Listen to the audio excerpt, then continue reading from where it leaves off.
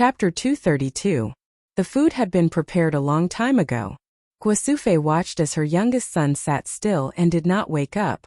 She was helpless and could only worry by the side. She was afraid that her son would wake up and be hungry, so she made fresh food every day. When her son woke up, he would be able to eat delicious food.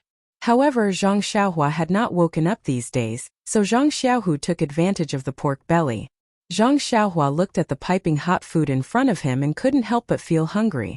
However, when he really started eating, he didn't eat much before he wasn't hungry anymore. He only ate a few pieces of his favorite pork belly. However, he ate a few more mouthfuls of some fresh vegetables. Seeing her son put down his chopsticks after eating a few mouthfuls, Guasufei quickly asked, "Xiaohua, is it not delicious? Mother will make more for you. Tell me, what do you want to eat?" Looking at his mother's flustered appearance, Zhang Xiaohua quickly stopped her and said, "Mother, I'm really not hungry. Although my stomach is growling, I'm not hungry after eating a few mouthfuls." "Really?" Guasufei certainly didn't believe it and wanted to go out in a panic. Zhang Xiaohua had to pull his mother and sit down to eat the vegetables. Seeing her son wolfing down the food, Guasufei calmed down. After finishing the meal, Zhang Xiaohua drank 2 mouthfuls of water and calmed down. Looking at everyone's eyes, Zhang Xiaohua was about to speak, but Guasufei said, "Xiaohua, don't say anything. We know you are practicing martial arts. You must be tired after practicing for so long. Go to sleep first." Zhang Xiaohua didn't know whether to laugh or cry and said, "Mother, I'm really not tired. I don't need to sleep. We can practice internal strength instead of sleeping." How could Guasufei believe it? Even if Zhang Xiaohu patted his chest and guaranteed it, it didn't stop Guasufei's love. Zhang Xiaohua was forcibly dragged to the east wing by Guasufei, which was where Zhang Kai and his wife lived. Guasufei pressed her on the Kong bed and made her rest. Zhang Xiaohua originally didn't want to close her eyes, but seeing her mother sitting by the Kong bed, looking at her with heartache, she had no choice but to close her eyes. How could Zhang Xiaohua fall asleep at this moment? Out of boredom, Zhang Xiaohua thought of the divine sense that he had just learned. With a thought, his divine sense spread out like a big net. The entire Zhang family's small courtyard was within the range of Zhang Xiaohua's control. It was as if he was standing high on the roof and could see all the movements in the small courtyard. He saw his mother lovingly looking at him. He also saw that in the central room, his father and Mr. Liu were drinking tea and talking about something. His eldest brother and eldest sister-in-law were also asking his second brother something. His second brother was talking and laughing, and from time to time he would talk to his father. The horse that he rode back was tied to a big tree in the courtyard, eating fodder with relish. In the pigsty and chicken coop behind the house, the livestock and poultry were all living peacefully. When Zhang Xiaohua's divine sense swept through the central room again, he was surprised to find that he could actually feel the vitality in the tea. Thinking of this, he swept his divine sense into the kitchen again. Sure enough, the faint vitality in the water jar was the spring water from the well.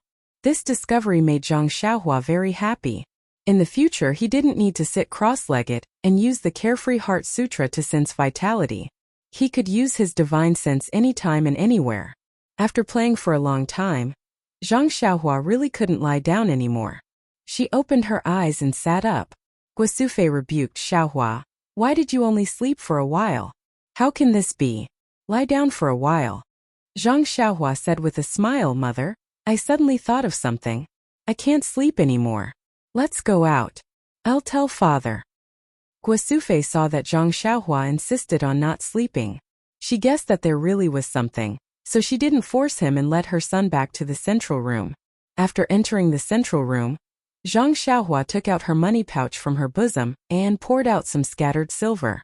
She also took out some small banknotes from her bosom and gave them to her father with a smile. She said, "Father, this is some silver I got from Huanxi Mountain Villa. Please take it." Zhang Kai took a look and smiled, "No need. Little Blossom, your second brother already gave me your money a few days ago. You can keep these for yourself. When you go out, you spend a lot of money. You and your second brother have places where you need money. I've already accepted your second brother's money. You 2 brothers can use these for yourselves." Zhang Xiaohua didn't speak. She turned her head and asked Zhang Xiaohu's second brother, The small package I put on the Kong, you didn't touch it, right? Zhang Xiaohu said, I never touch your things. Should still be on your Kong. I've been worried about you these past few days, so I didn't pay attention to it. What, is there something valuable inside? Zhang Xiaohua smiled and didn't speak. She went out to get it. When Zhang Xiaohua came back, she put the small package on the table and untied the knot, revealing the things inside. Everyone was stunned. Other than a pile of banknotes, there was nothing else in that small package. When everyone came back to their senses, Zhang Kai's face was as cold as ice. He asked Xiaohua, what's going on? You couldn't have. Before he finished speaking, she cut off Guosufei and said, Child's father, what are you thinking? Is our family Xiaohua that kind of person? Then with some surprise and some joy she asked, Xiaohua, what's going on? Tell Nyangqin properly. Zhang Xiaohua looked at her mother's trusting eyes and said, Father, mother, these are all from the Misty School in Huanqi Manor. Don't worry, they came from a clean source. Zhang Xiaohu had seen the plot of Zhang Xiaohua extorting the mountain bandits. He didn't dare to believe it and asked tentatively, why didn't I know about these banknotes? Zhang Xiaohua said in a bad mood, second brother, if you have the ability, you can win against that Yuan Xingbaso will definitely reward you like this. Zhang Xiaohu shrank his head and said, I knew you didn't work in vain in the arena. Arena? Everyone was puzzled again. Zhang Xiaolong curiously asked, what's going on? Xiaohua, why didn't you mention it a few days ago? Zhang Xiaohua said embarrassedly, I didn't say. I didn't want you to worry. In fact, it's nothing. It's just a friendly match between two gangs. Hurry up and say it. Say it completely. Guosufei said angrily. Helpless, Zhang Xiaohua could only recount the events of the martial arts exhibition from beginning to end. He even recounted the events of Chang'e and the others in full detail. Zhang Xiaohua didn't care. But when she heard Chang'e's name, Zhang Xiaohu suddenly felt her heart burning. Her face was a little red, and her expression was very unnatural. Everyone listened attentively.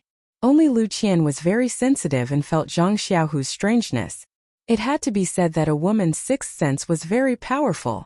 After listening to Zhang Xiaohua's story, Guosufei's heart was scared and her face was a little pale. Seeing this, Zhang Xiaohua quickly said, oh right, I forgot to say.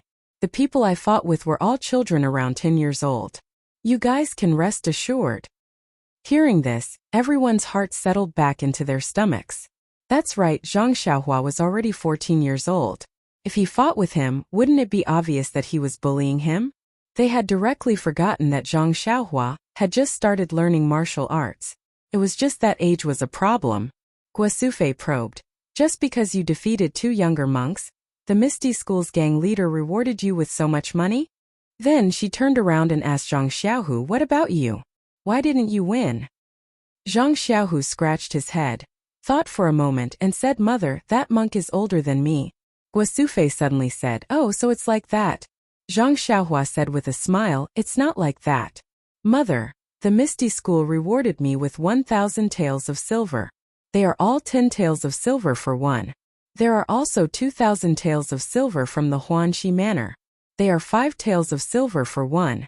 In fact, 1,000 taels of silver is enough to reward me.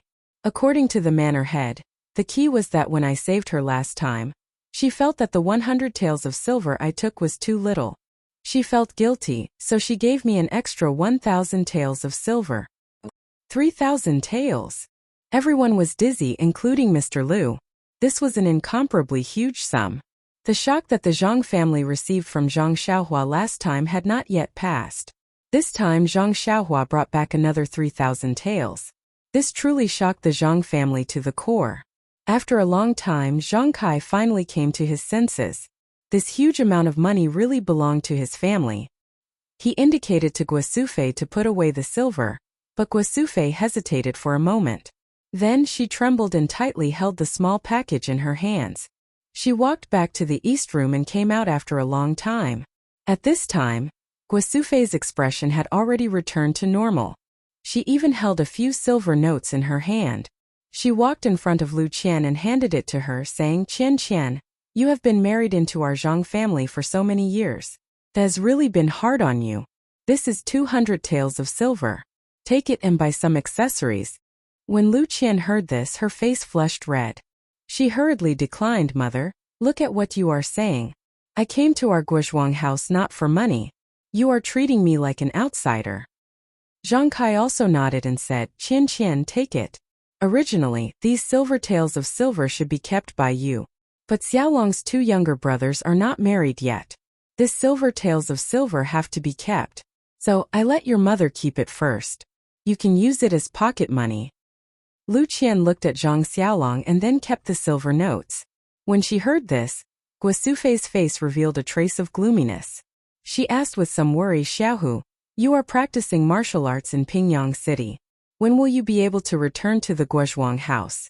A few days ago there were a few ladies who proposed marriage to me. You are not young anymore. You should consider it. Mother is also anxious to hold a grandson." Zhang Xiaohu's face darkened. He said angrily, "Mother, I am still young. Let's talk about these things in the future. Moreover, where did they go back then? They saw that I came back first and wanted to join in the fun. I am not going to do it." When Lu Qian heard Guosufei's words, she also lowered her head deeply. She held the silver notes tightly in her hand and did not say a word. Zhang Kai sighed and smoked again. Mr. Lu also had an awkward expression. He picked up the teacup and drank continuously.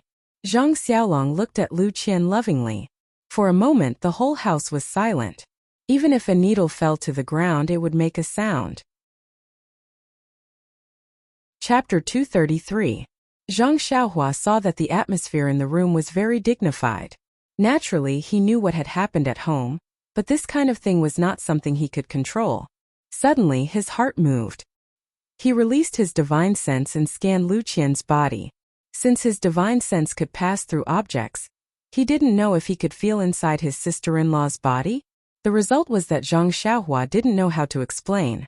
Lu Qian's whole body exuded an extremely faint aura of vitality, and in her body, there was a small, that contained a slightly strong aura of vitality. Zhang Xiaohua scanned everyone in the room one by one with his divine sense. He found that except for Zhang Xiaohu, everyone's body exuded a faint aura of vitality.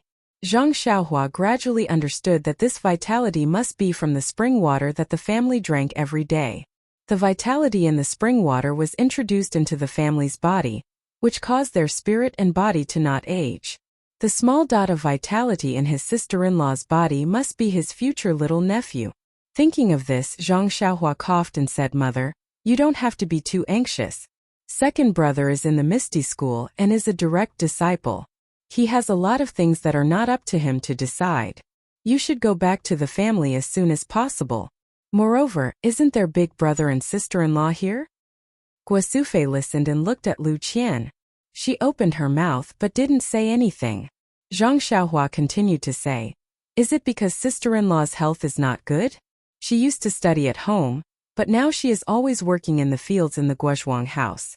How can she be tired?"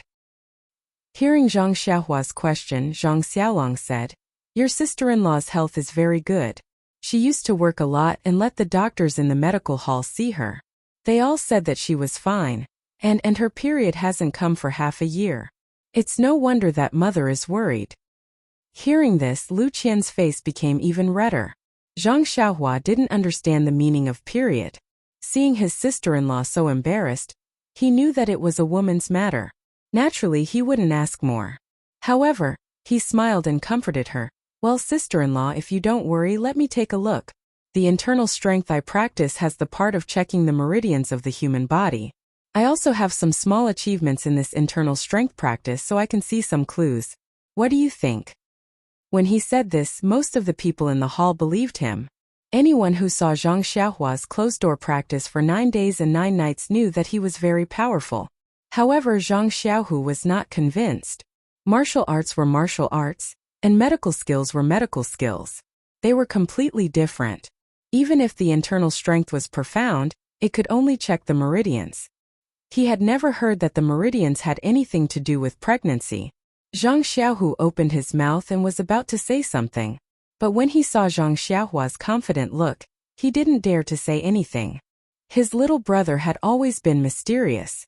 Even if he practiced a messy boxing skill, he could get the appreciation of Master O. Maybe he really had some confidence. Besides, it was also a good choice to say a few nice words to fool the old lady. Lu Qian was also full of expectation and asked, of course, Xiaohua, "What do you want me to do?"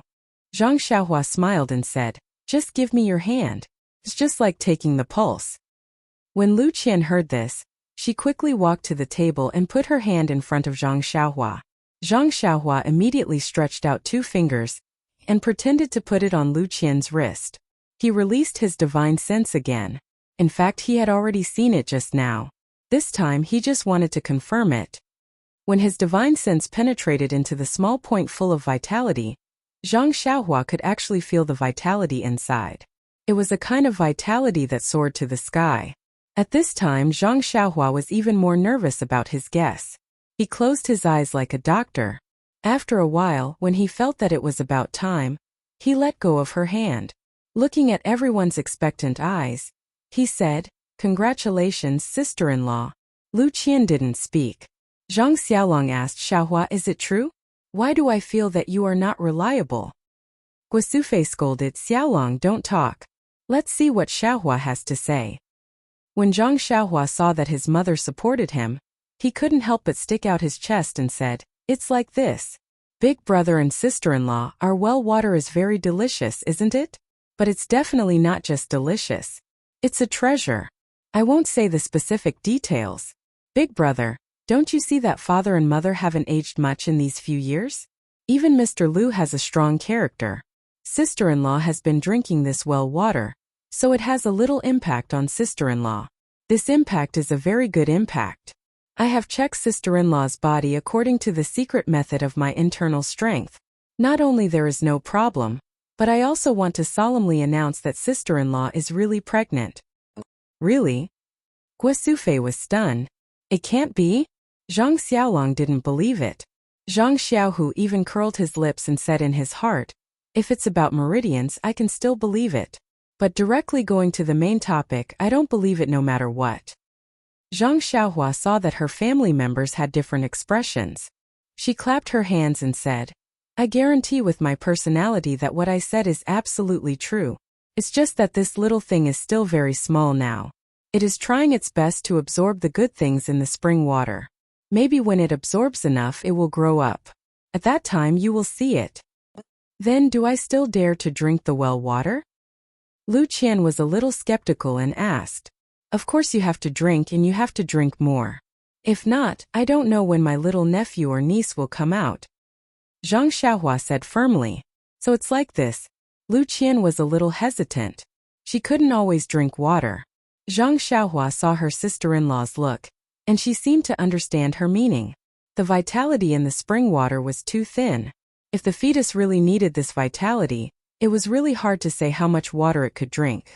Suddenly, Zhang Xiaohua's heart moved. "Isn't there an incredible vitality stone in the field on the south slope? Can't I just knock a piece from it and bring it to my sister-in-law?" However, the vitality of the vitality stone was restrained, and there wasn't much vitality emitted. She didn't know if it would work. Thinking of this, Zhang Xiaohua asked everyone to wait for a while, and she went out to the south slope. In the crops on the south slope, the vitality stone was still there, and no one paid attention to it. Zhang Xiaohua walked around the vitality stone for a long time, and she also took the stone and smashed it for a long time, but it seemed that no vitality stone was chipped off. In desperation, Zhang Xiaohua thought of her small sword. She took out the small sword from her arms and stabbed it at the corner of the vitality stone. A warm current flowed into the small sword from her left arm. The usually invincible small sword also suffered a setback this time, so Zhang Xiaohua persevered and stabbed dozens of times at the same point of the vitality stone. Returning to the central room, everyone was waiting impatiently. Zhang Xiaohua looked around and saw his money pouch on the table. He reached out for it and casually swept his divine sense over the money pouch. This inadvertent sweep stunned Zhang Xiaohua. The money pouch was emitting a faint circle of yuan qi. Could it be that this money pouch was a treasure? However, now was not the time to check. Since the purse didn't work, Zhang Xiaohua had to ask, "Sister-in-law, do you have any purse or silk bag?" Lu Qian was puzzled and said, "Yes." Then she took out a small silk bag from the west room. Zhang Xiaohua took it and put the vitality stone in it. Then she said to Lu Qian, Sister-in-law, you wear this silk bag close to your body. It may be useful for children. Lu Qian carefully took it and walked into the west room. She hid it close to her body and then came back. Zhang Xiaohua's spiritual awareness swept. Sure enough, the vitality stone in the silk bag actually established a connection with the small in Lu Qian's body. A trace of vitality entered the small through Lu Qian's body. Zhang Xiaohua pretended to take her pulse and said, "Sister-in-law, it's like this.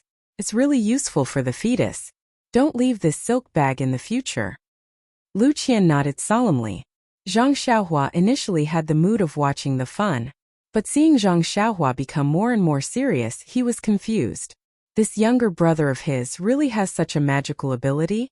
After Zhang Xiaohua finished instructing Lu Qian, she picked up her purse from the table and put it into her arms. His hand touched another object in his bosom. He thought for a moment and took it out. He said to Zhang Xiaolong, "Big brother, I don't have anything good to give to my nephew. This fist manual is mine. Let's give it to him as his first gift in this world." Finished speaking, she handed the Big Dipper magical fist manual to Zhang Xiaolong. Zhang Xiaolong didn't know whether to laugh or cry. He said, "Xiaohua, what kind of joke is this? He hasn't even taken shape yet and you're giving him something now?" Zhang Xiaohua laughed. "It's because of this that you can see my concern. This is his first gift in this world. I'm sure he'll remember me for the rest of his life." Finished speaking, she forced the fist manual into Zhang Xiaolong's hands. Guosufei laughed. "Xiaohua is so considerate. As a grandmother, I'm going to fall behind." Zhang Kai said, "Xiaolong, this is Xiaohua's kind intention. Just accept it. When the child grows up, let Xiaohua and Xiaohu teach him martial arts." Mr. Lu also said, "Yes, just accept it. After I enlighten him, I'll let him look at this fist manual." Only Zhang Xiaohua bared his teeth and said, "Xiaohua, you're good. A fist manual is enough to send him off. What do you want me to give him?" Zhang Xiaolong saw that everyone was saying this, so he could only hand the fist manual to Lu Qian. Lu Qian was so smart. She knew that Zhang Xiaohua wouldn't fool her. Since Zhang Xiaohua knew something that even the doctors in the medical hall didn't know, and even put something in the silk bag for her to hide, and more importantly, a woman's unreasonable seventh sense told her that this fist manual wasn't ordinary. So she took the fist manual and carefully hid it in the back room. Only then did she come out to talk to everyone. Zhang Xiaohua saw that her sister-in-law treasured it so much and was happy. She secretly thought, "This fist manual is useless in my hands. If it can be passed down, it can be considered a family heirloom of the Zhang family. If many people learn it, maybe in a few decades there will be a Beidou school. Haha. Just thinking about it makes me happy." Chapter 234. Not to mention that Zhang Xiaohua was fantasizing about the inheritance of her fist technique in the future, and not to mention that Mr. Lu and Zhang Xiaolong were envious of martial arts. They kept asking Zhang Xiaohu endlessly, "Let's talk about Guosufei." She liked Lu Qian very much as her daughter-in-law. Everything was good when she married into the family, but her belly was still not there, which made her unhappy. If it was in another family, this mother-in-law would have already said vicious words. But Guosufei was not such an unreasonable person. Lu Qian also did all kinds of things very well. This made Guosufei bury her thoughts in her heart, and not let others know. Today, when she talked about Zhang Xiaohu, she inadvertently pointed it out in her words. She thought that she was still a distance away from being a grandmother, but she didn't know that Lu Qian was already pregnant. So, Guosufei had already scolded the doctor in the medical hall thousands of times in her heart. In her eyes, Lu Qian was a model daughter-in-law. The more she looked at her, the more she liked her. After waiting for a cup of tea's time, Guosufei couldn't help but say, Qian, you have been sitting for a long time. Maybe you are tired. Go back to the room and lie down." Lu Qian said with a red face, "Mother, I'm not tired. Xiaohua just came back. Sit for a while and talk." Guosufei said, "He is a child. He only knows how to be naughty. He didn't greet us when he was practicing martial arts. Anyway, there is nothing now. He will be at home for a long time. You are different from before. You have to be careful. Rest more and pay more attention to your meals. By the way, what do you want to eat? Tell mother I will cook for you." Lu Qian said shyly, Mother, there is really no need. I haven't felt anything yet. Maybe Xiaohua saw wrongly. It is not necessarily. Guosufei said. Xiaohua has never lied since he was a child. I believe what he said. You should go to the inner room to rest. When Zhang Xiaohua heard her mother praising her, she couldn't help but blush. She didn't expect that she still had such an honest image in her mother's heart. However, this seemed to have nothing to do with being honest. Moreover, it seemed that there were many times when he was honest in the past few years. Zhang Xiaohua touched her nose and said, Nyangqin, it's still early. Sister-in-law just got pregnant. Why let her rest so early? Isn't it good for the fetus to move around more? Guosufei said, What do you know? My experience must be passed down. By the way, Xiaohua, since you can read and write now, why don't you write? Turn this experience into words and make it into a booklet and give it to Qianqian for safekeeping. It will be passed down to the next generation just like your boxing manual. When our Zhang family becomes a big family in the future, this will be our heirloom. What do you think? When Zhang Xiaohua heard this, she didn't have any expression. She looked at the sky outside and said, Mother, it's going to rain outside. I'm going to collect the clothes. After saying that, he quickly walked out. When Guosufei saw Zhang Xiaohua leave, she turned to Lu Qian and said, Qianqian, what do you think of my idea? Lu Qian smiled and said, Mother, I'll listen to you and go to rest first. After saying that, she also went into the inner room. When Zhang Xiaohu saw Guosufei looking at him, he quickly said, Mother, the 2 horses outside need to be fed. I'd better go and add some fodder for them. Don't let them starve. Zhang Xiaolong also quickly said, Mother, I'll go and see Qianqian and communicate with the child. I heard that early children can hear their father's voice. The children born are very smart. Not long after, everyone in the room found an excuse and ran out. Guosufei looked at the empty central room and was not angry. She smiled and went into the eastern room. She took out a child's robe that had not yet taken shape and slowly made it. Zhang Xiaohua found an excuse to escape from the room. He turned around and went to the back of the room. He wanted to avoid his mother's nagging, but more importantly, his divine sense had found the fluctuation of energy in the money pouch. Naturally, he wanted to see if there was anything unusual inside. Of course, he couldn't look in front of people. Zhang Xiaohua found a bamboo by the side of the pond and sat down. He took out the money pouch he had seen in the cave from his bosom. He did not use his divine sense to check it. Instead, he poured out all the things inside. There was a shabby jade pendant, a small white stone, a pearl hair clip, and some other miscellaneous things. Seeing the pearl hair clip, a pretty little face appeared in Zhang Xiaohua's mind.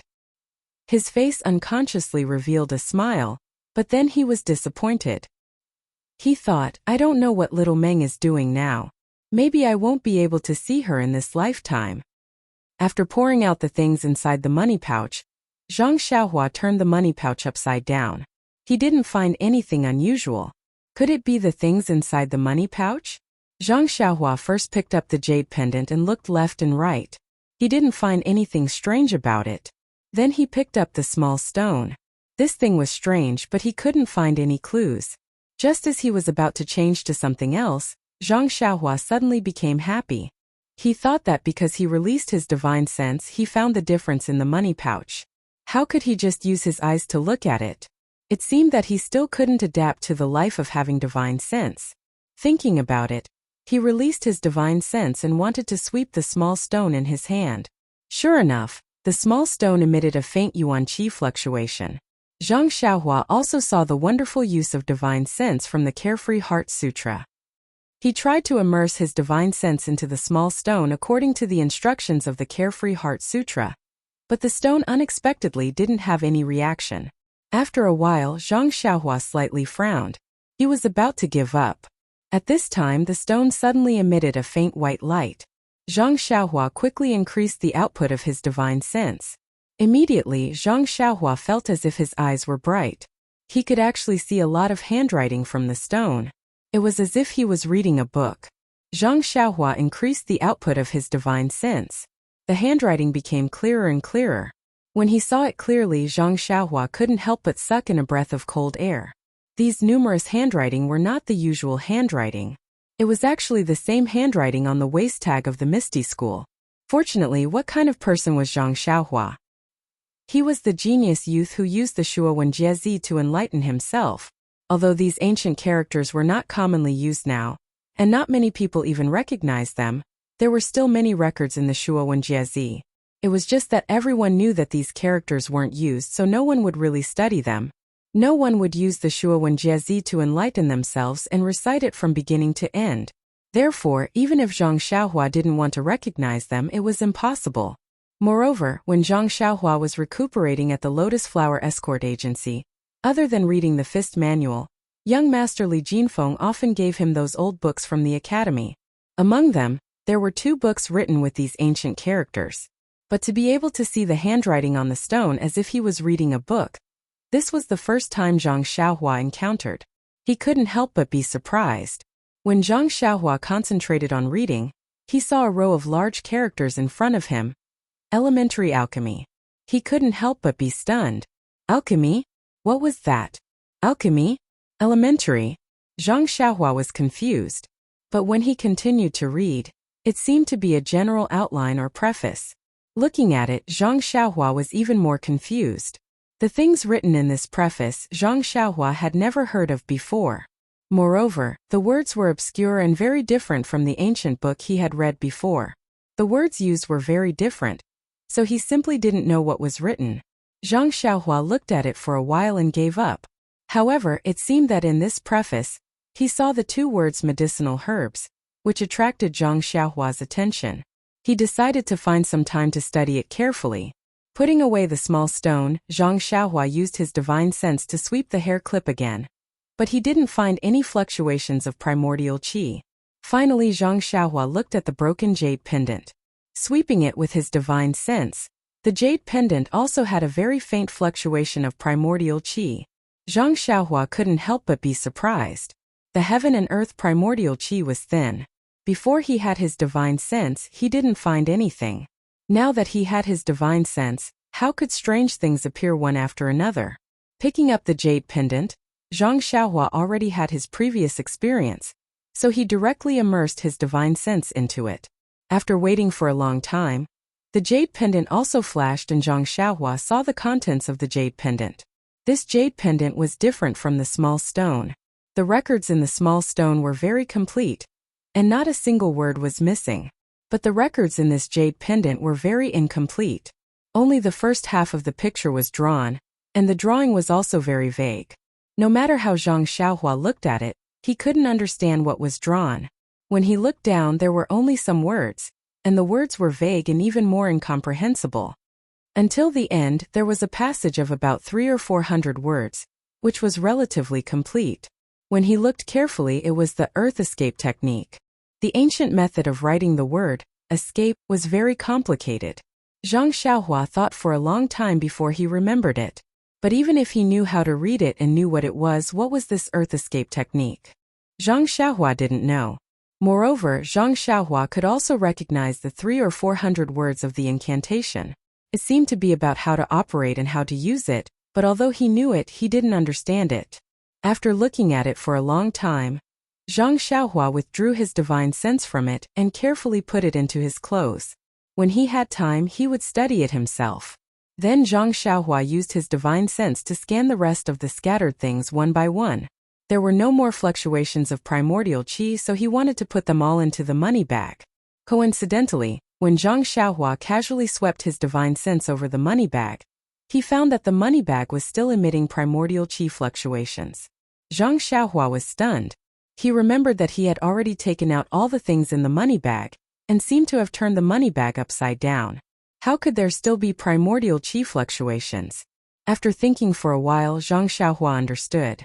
Could it be that the fluctuations of the money bag itself? So Zhang Xiaohua took the money bag in his hand, and immersed his divine sense into it. At first, there was no movement, but when Zhang Xiaohua expanded his divine sense, suddenly, his eyes lit up, and a space half the size of his small house appeared in his mind. Chapter 235. It was a small space. It was flat like a big box. However, this box was too big. It was half the size of Zhang Xiaohua's hut.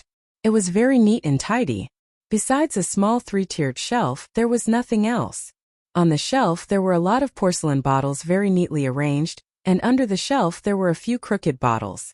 At this time Zhang Xiaohua was completely stunned, and simply did not have the mind to look at the things on the shelf.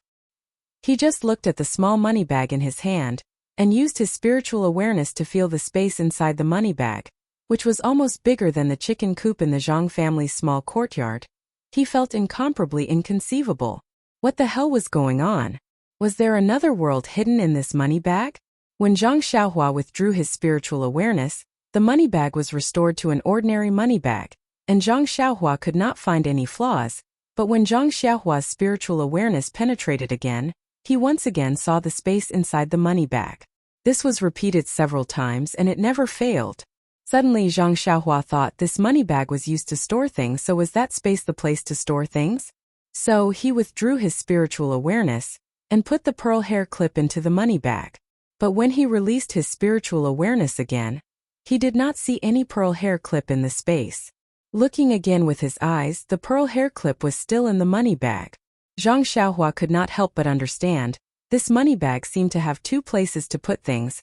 One could be seen with the eyes, and the other could be seen with the spiritual awareness. However, Zhang Xiaohua's problem came again. The place that could be seen with the eyes was put with the hand, but the place that could be seen with the spiritual awareness, what was the method used to put things in? Zhang Xiaohua held the pearl hair clip in his hand and put it in the money bag, but could not put it in the space. If there was nothing in the space, Zhang Xiaohua may think that it was impossible to put things in, but there was something in the space indicating that there must be a method to put it in. But what was this method? Zhang Xiaohua was extremely bored and swept the shelf in the space with his spiritual awareness. Suddenly Zhang Xiaohua had a bright idea. Since he did not know how to put things in, but if he knew how to take things out, then wouldn't it be the same? So Zhang Xiaohua began to try to take things out. Since this space could only be entered by the spiritual awareness, presumably taking things out must be related to the spiritual awareness. Naturally, Zhang Xiaohua thought of when he had just woken up from seclusion, and the feeling of sweeping the field crops with his spiritual awareness, as if he had an extra hand, he could touch everything in the field. However, Zhang Xiaohua seemed to be unable to use his divine sense to sense this space, and use his divine sense to pick up things. Thinking of the Worry-Free Heart Sutra about the use of spiritual awareness, Zhang Xiaohua temporarily withdrew his spiritual awareness from the money bag, and first recalled the skills in the Worry-Free Heart Sutra, and then practiced outside, and then once again immersed his spiritual awareness into the money bag. This time, while Zhang Xiaohua was perceiving the money bag, he also divided a trace of his spiritual awareness, and wrapped it around a porcelain bottle on the shelf, wanting to take it out of the space. Unfortunately, Zhang Xiaohua's spiritual awareness was just able to leave the body, and was really weak. How could he take this real object? Even if Zhang Xiaohua used all his strength, and he used all his strength, that porcelain bottle still didn't move. Zhang Xiaohua couldn't help but be anxious, and secretly said in his heart, "Come out." Just as this thought arose in his mind, that porcelain bottle suddenly disappeared, and then suddenly appeared in Zhang Xiaohua's other hand that wasn't holding anything. Zhang Xiaohua's hand suddenly had something appear, and he was so scared that he almost threw it away. Fortunately, his eyes were very sharp now, and he saw it clearly the moment he threw it away. Zhang Xiaohua curiously put the porcelain bottle in front of his eyes, and observed it up and down. This was a small bottle carved out of jade. It looked exquisite, and it was warm to the touch. Even a layman could see that it was extraordinary. But it was a bottle used to hold things, and presumably the things inside were even more extraordinary. Unfortunately, Zhang Xiaohua could only guess this point, because that jade bottle was empty. Since he knew how to take things from the space, naturally he also knew how to put things from the outside into the space. Zhang Xiaohua followed suit, and used his spiritual awareness to wrap around the porcelain bottle in his hand. At the same time, he also immersed his spiritual awareness into the money bag, and thought, "Put it in." Sure enough, that jade bottle suddenly disappeared, and entered the money bag. Ha ha, Zhang Xiaohua burst into laughter. This thing was really fun. In the future, if he hid something in the money bag, he was afraid that no one would be able to find it. Thinking, Zhang Xiaohua took out that small stone and the broken jade pendant from his bosom, and put them into the space of the money bag. Then, subconsciously, he also took out the hair clip from the money bag, and put it together into the space.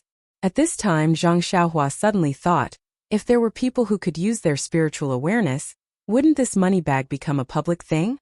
Anyone who could perceive this money bag, wouldn't they be able to take things from it?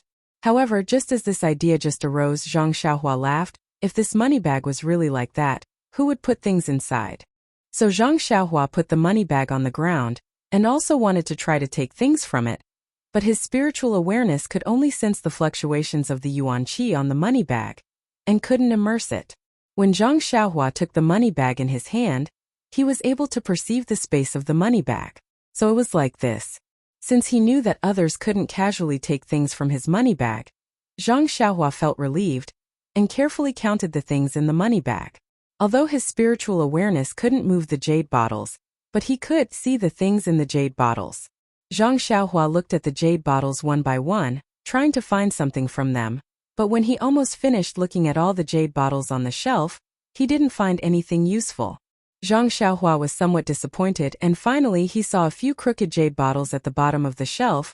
These jade bottles were different from the others. These jade bottles were sealed. Zhang Xiaohua was overjoyed. Presumably there was something inside. He took out one of the jade bottles. This jade bottle was clearly much coarser than the jade bottle from before, and the quality of the jade was also not on the same level. Presumably, the things inside wouldn't be the same as the things in the previous jade bottle. Zhang Xiaohua took the coarse jade bottle and looked around. On the top of the bottle, there were 3 carelessly written characters, Qi-generating pill. These 3 characters were also ancient characters, and seemed to be casually written. Zhang Xiaohua curled his lips and said in his heart, I reckon it's not some good stuff. Even the name was written so casually. The mouth of the bottle was sealed, but now how could it stump Zhang Xiaohua?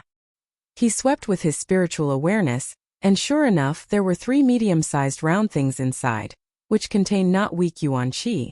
If it was the Zhang Xiaohua who had never seen a yuan qi stone before, he would certainly be happy, and couldn't wait to take out these things and swallow them whole. But now Zhang Xiaohua's horizons were different. This insignificant yuan qi compared to a yuan qi stone was really insignificant, and it didn't arouse his interest in the slightest. Just as he was about to put the jade bottle back, he suddenly thought of the medicinal pills mentioned in the elementary alchemy book. Could it be that this qi-generating pill was the medicinal pill mentioned in the book? If it was like this, Zhang Xiaohua somewhat understood. Medicinal pills were originally medicinal pills that contained yuan qi, and the book also mentioned medicinal herbs. Presumably, this qi-generating pill was extracted from medicinal herbs. No wonder the Misty School had a specialized pharmacy for growing medicinal herbs. Presumably, those medicinal herbs were specifically used for alchemy. But how come the books he borrowed from Oyen in the Huanxi mountain villa were all about the cultivation of medicinal herbs, and he hadn't seen any books on alchemy? Immediately, Zhang Xiaohua thought of the Misty School's deacon saying that the pharmacy's books weren't lent out. Presumably, those alchemy books were all in the pharmacy. Thinking of the pharmacy's deacon's face, Zhang Xiaohua lost his interest in reading the books. Forget it, he would first finish reading the book in his hand. Thinking of this, Zhang Xiaohua put the jade bottle back into the space. Zhang Xiaohua put the money bag into his bosom, pulled out a green foxtail grass from the ground, and bit it with his teeth. Lying on the ground, he looked up at the white clouds in the sky, leisurely floating. He felt that his heart seemed to have forgotten something, but it was at the edge of his mind, and no matter how he thought, he couldn't remember it. At this time, a large piece of white clouds piled up in the southern sky, like a crouching cow. Zhang Xiaohua couldn't help but daydream. How good would it be if I could lie among the white clouds in the sky? It must be much better than riding a cow. And crouching cow stone. Zhang Xiaohua's eyes flashed, and he climbed up from the ground with a zing sound. That huge piece of primordial stone that looked like a crouching cow. Zhang Xiaohua instantly remembered what he had forgotten. This primordial stone might be useless to others, but to Zhang Xiaohua it was a real treasure. He had just woken up from meditation, and hadn't considered the problem of handling the primordial stone. That piece of primordial stone was incomparably huge, so he definitely couldn't move it away. But even if he could cut a few small primordial stones from above, who knew how many days it would be enough for him to absorb? He couldn't go back to the Guozhuang house every few days, right? Zhang Xiaohua was willing, but Huanxi Manor wouldn't do it. But if he left this primordial stone in the field, it would be exposed to the wind and rain. Zhang Xiaohua himself wouldn't do it. If by any chance it was carried away by others and used to tie cattle and sheep, wouldn't he regret it? Now this small money bag actually had such a large space, it was simply a large warehouse that he could carry around with him. Didn't it just solve the problem of how to carry the huge primordial stone? But he didn't know whether such a large and heavy primordial stone could be placed in this money bag. Would it burst this money bag? Or was this money bag too heavy? It didn't matter if the money bag was heavy. Zhang Xiaohua could also lift it up. But if it was really heavy, how could he carry it in his arms? Chapter 236. Thinking of this, Zhang Xiaohua could not help but feel excited. Although she knew that the crouching ox rock had been in the field for more than 2 years and no one had noticed it, there were many rocks around the Guozhuang house. No one would take it away in such a short time. Moreover, what use would the rock have? But it was better to be safe than sorry. What if someone took advantage of the fact that Zhang Xiaohua was not around and had evil thoughts about the worthless rock? The more Zhang Xiaohua thought about it, the more likely it was. She ran out from the back of the house and hurried out of the village. It was better for such a precious thing to fall into her purse first. Just as she ran to the front of the Zhang family's courtyard, she met the happy Zhang Xiaolong and the shy Lu Qian. Zhang Xiaolong was carrying a lot of things in his hands, but Lu Qian was walking behind him empty-handed. Seeing Zhang Xiaohua running quickly, Zhang Xiaolong could not help but ask, "Xiaohua, why are you running so fast? Come and help me carry the things." Zhang Xiaohua thought to herself, "The things I want to get are more valuable than yours. I don't have time." She said, "Big brother, I have something urgent to do. Why don't you let sister-in-law carry it?" Zhang Xiaolong said angrily, "Your sister-in-law is pregnant. How can she carry heavy things?" When Zhang Xiaohua heard this, she slipped and almost fell. She said, "Big brother, is it necessary? It's still so small. It's still early." As she said this, she used the nail of her little finger to show it. Lu Qian blushed and said with a kind of happiness, "That's right. I didn't feel it at all. Let me carry it." Zhang Xiaolong said in surprise, "So small? You saw it?" When Zhang Xiaohua heard this, she knew that she had said something wrong. She covered her mouth and said, "I didn't see it. I didn't see it. I just thought it was small." Then she said, "Forget it. I'm going. I'll be back in a while." After saying this, she ran away. Looking at Zhang Xiaohua's back, Zhang Xiaolong shook his head and said, "This child." Lu Qian tugged at his sleeve and asked, "What happened to Xiaohua? His hair is so rough. He's already in his teens, but he still looks the same as when he was young." "Xiaolong, I don't think so. I think Xiaohua is quite mysterious." "Mysterious? How did you come up with this word? Think about it. Xiaohua went to Pingyang City with Xiaohu. Moreover, Xiaohu was the one who went to learn martial arts. Didn't I say that Xiaohua didn't practice martial arts?" Zhang Xiaolong nodded thoughtfully. Lu Qian continued, "But when I came back this time, I heard from my mother that he had just arrived at the entrance of the village. When he saw that my mother was about to fall, he immediately ran from the roadside to the entrance of the village." "How far is that? How could he run there so quickly?" "It must be the Qinggong that they were talking about. I remember that a few years ago, Hero 1 and Heroine Shui's Qinggong weren't that fast." Zhang Xiaolong asked curiously, "Why haven't I heard about this from my mother?" Lu Qian smiled and said, "My mother was so happy at that time that she had forgotten about the strangeness of it. A few days ago, when Xiaohua was practicing martial arts, my mother was uneasy. When we were chatting, she mentioned this matter. I even used this to persuade her." "Oh right, have you ever seen a person practicing martial arts for 9 days and 9 nights without stopping?" Zhang Xiaolong smiled bitterly and said, "I've never seen anyone from the Jianghu and I don't know anyone who practices martial arts. How would I know?" Lu Qian smiled faintly and said, "Idiot, even if you don't know anyone, what about the books that you read?" Zhang Xiaolong thought for a moment and said, Qian, since you asked me to read, I've also read a lot of books. There are serious books, recreational books, myths and ghosts and anecdotes of the Jianghu. But I've never seen anything like that." "Oh, that's not right. It seems that there are some myths that say that immortals who practice martial arts often go into closed-door training for months or even years. I've never seen anything like that in the anecdotes of the Jianghu. Lu Qian said, you haven't read much. Some of the biographies that talk about the Jianghu sometimes talk about closed-door training for 1 or 2 days. But I don't think I've heard of 9 days and 9 nights. For such a long time, he would be thirsty to death. But you haven't seen Xiaohua come home. My mother let him eat, but his appetite wasn't as good as usual. Don't you think that this is very strange? Suddenly Lu Qian blushed and said, also just now Xiaohua said that our boy is so small. Do you think that he can really see? Zhang Xiaolong wanted to wave his hand, but his hands were full of things and he couldn't move them. He could only shake his head and said, forget it. Xiaohua can't be so godly. But the more he said, the weaker his voice became. Finally he added, oh maybe. Immediately, he said with certainty, it's best if he can see.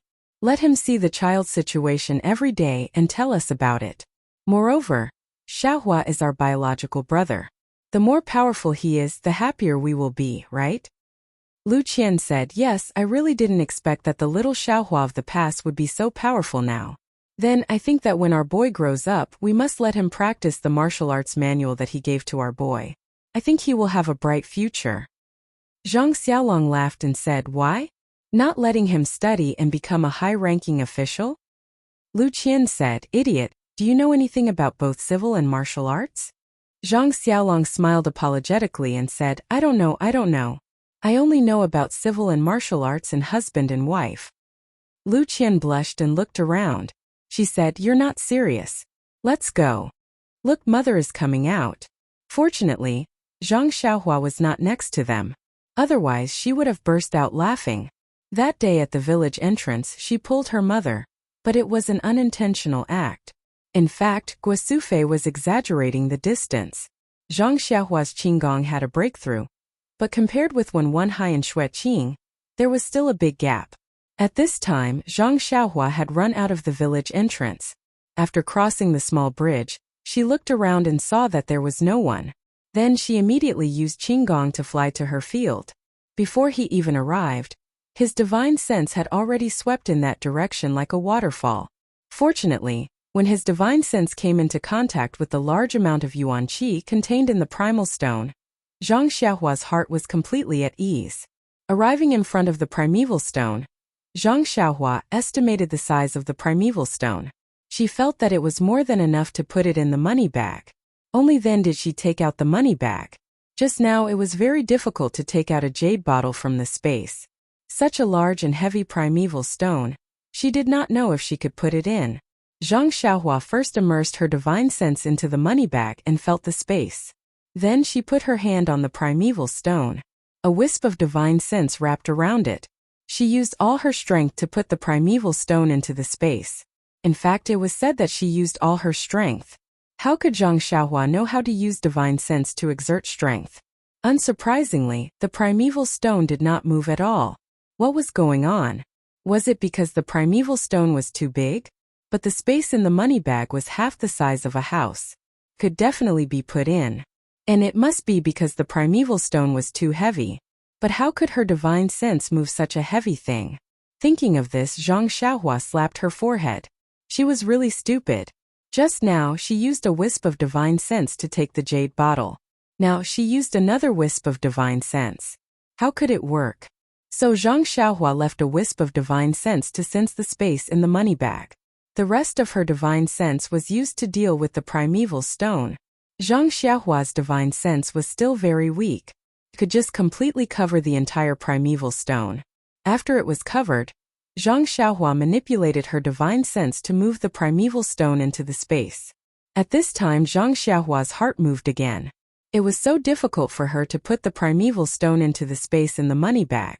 If she took it out from inside, it would certainly not be easy. In the future, if she wanted to absorb energy, what should she do? She couldn't always struggle to move the primeval stone. So Zhang Xiaohua withdrew her divine sense and took out the small sword from her arms. Like last time, she easily chiseled 2 small pieces of primeval stone the size of a thumb.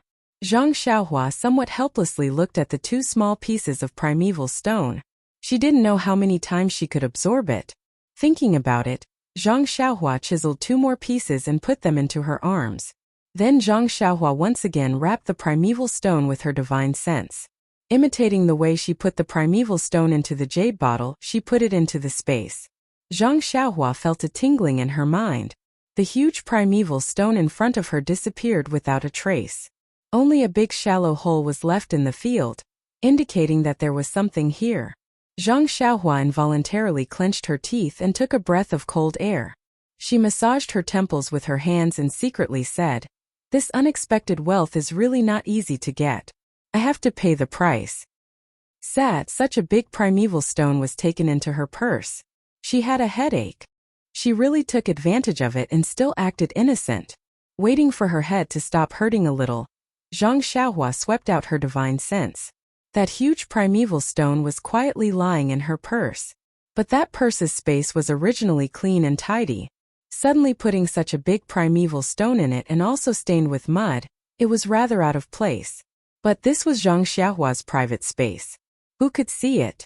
After finishing all this, Zhang Xiaohua hummed a little song and walked down the hill.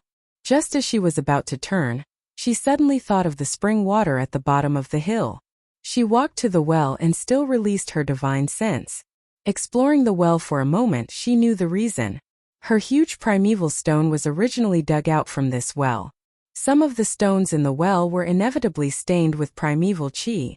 Or it could be said that these stones were also small primeval stones.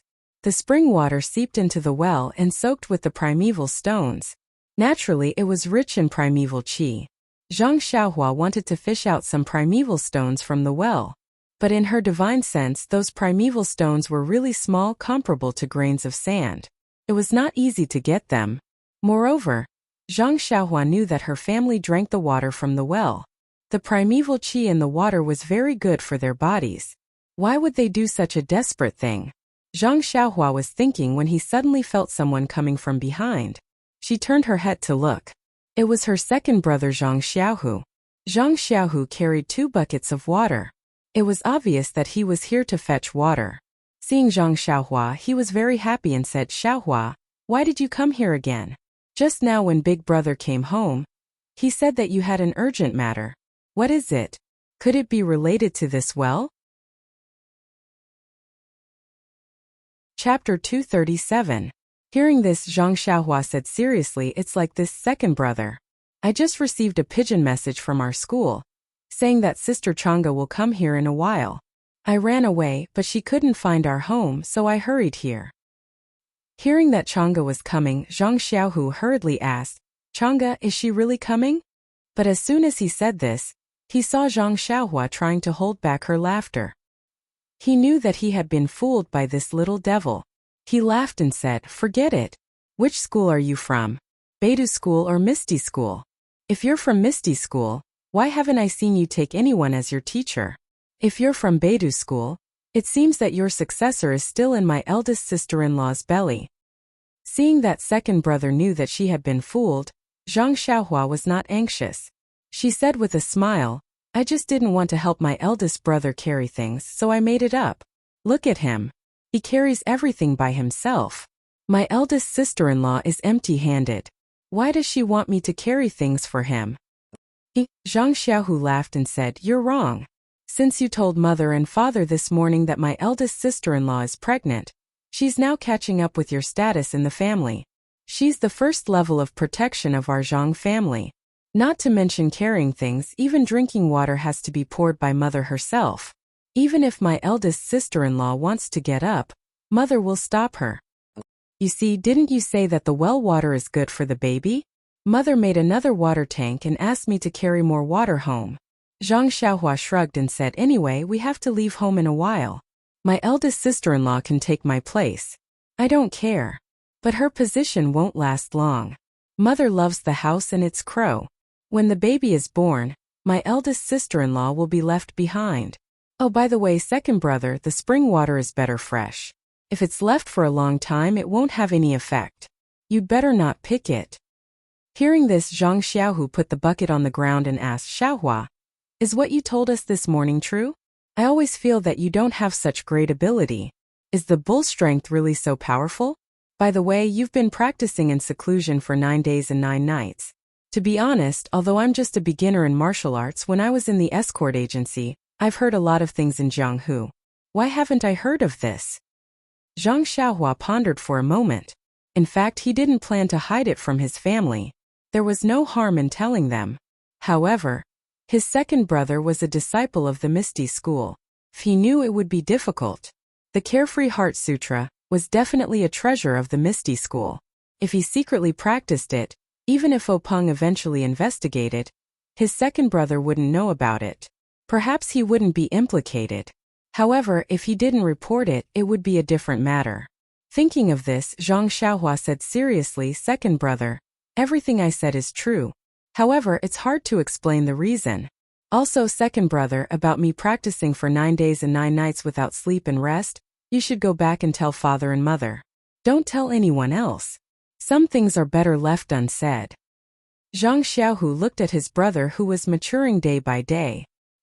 He smiled and said, "You've already given your instructions.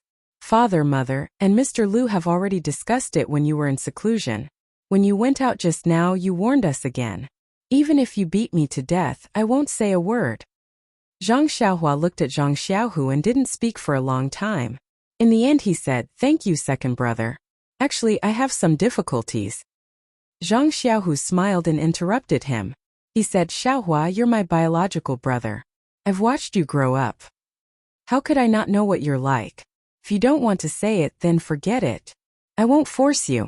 Then he picked up the bucket from the ground and said, "Let's go. Since you don't want to carry water, let's go home. Mother made that water jar for nothing. If it doesn't work, let her pickle vegetables." When the two returned home, Guosufei saw that Zhang Xiaohu didn't come back with water and frowned. After Zhang Xiaohua explained, Guosufei smiled and said, "So it's like this. It's really good to have fresh water. In the future, let Xiaolong carry water 3 times a day.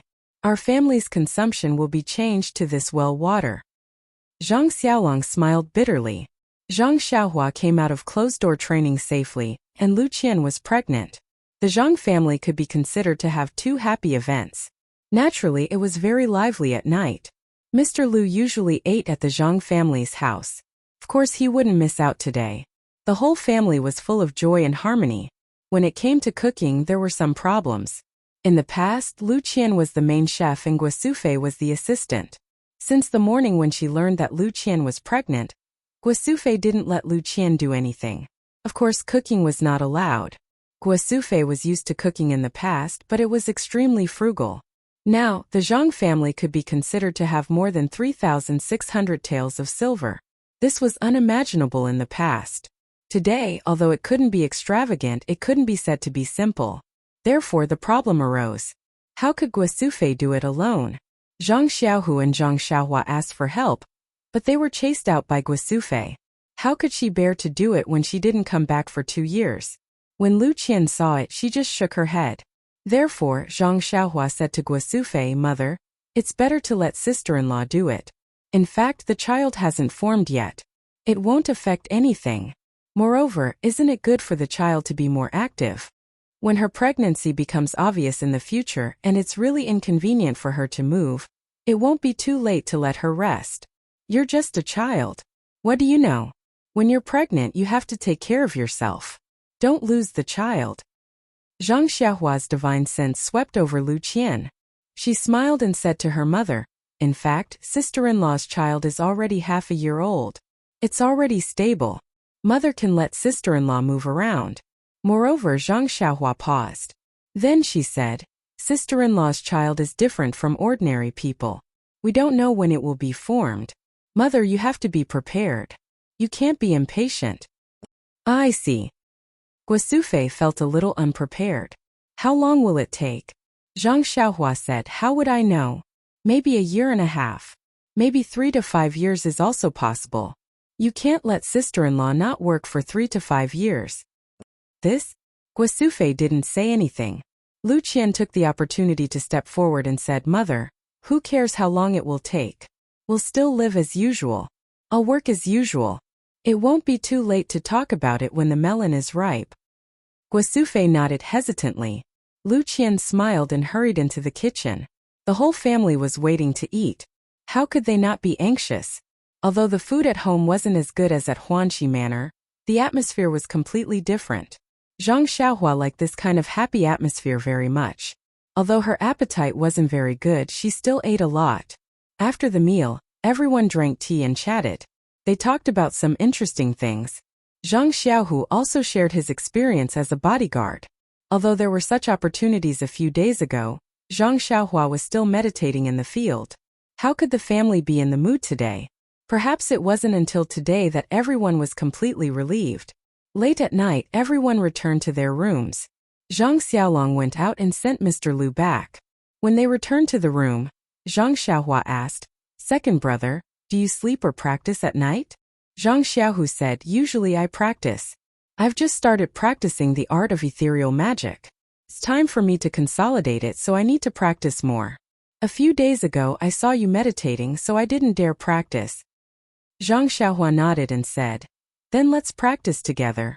Zhang Xiaohu smiled and said, "Okay, let's compete. Let's see who can improve faster." In fact, he had long lost confidence in his younger brother. Practicing for 9 days and 9 nights is not something an ordinary person can do. Although he didn't have the opportunity to test Zhang Xiaohua's internal force, he absolutely believed that he may not be his younger brother's opponent. Zhang Xiaohu closed the door, walked to the Kong and sat cross-legged.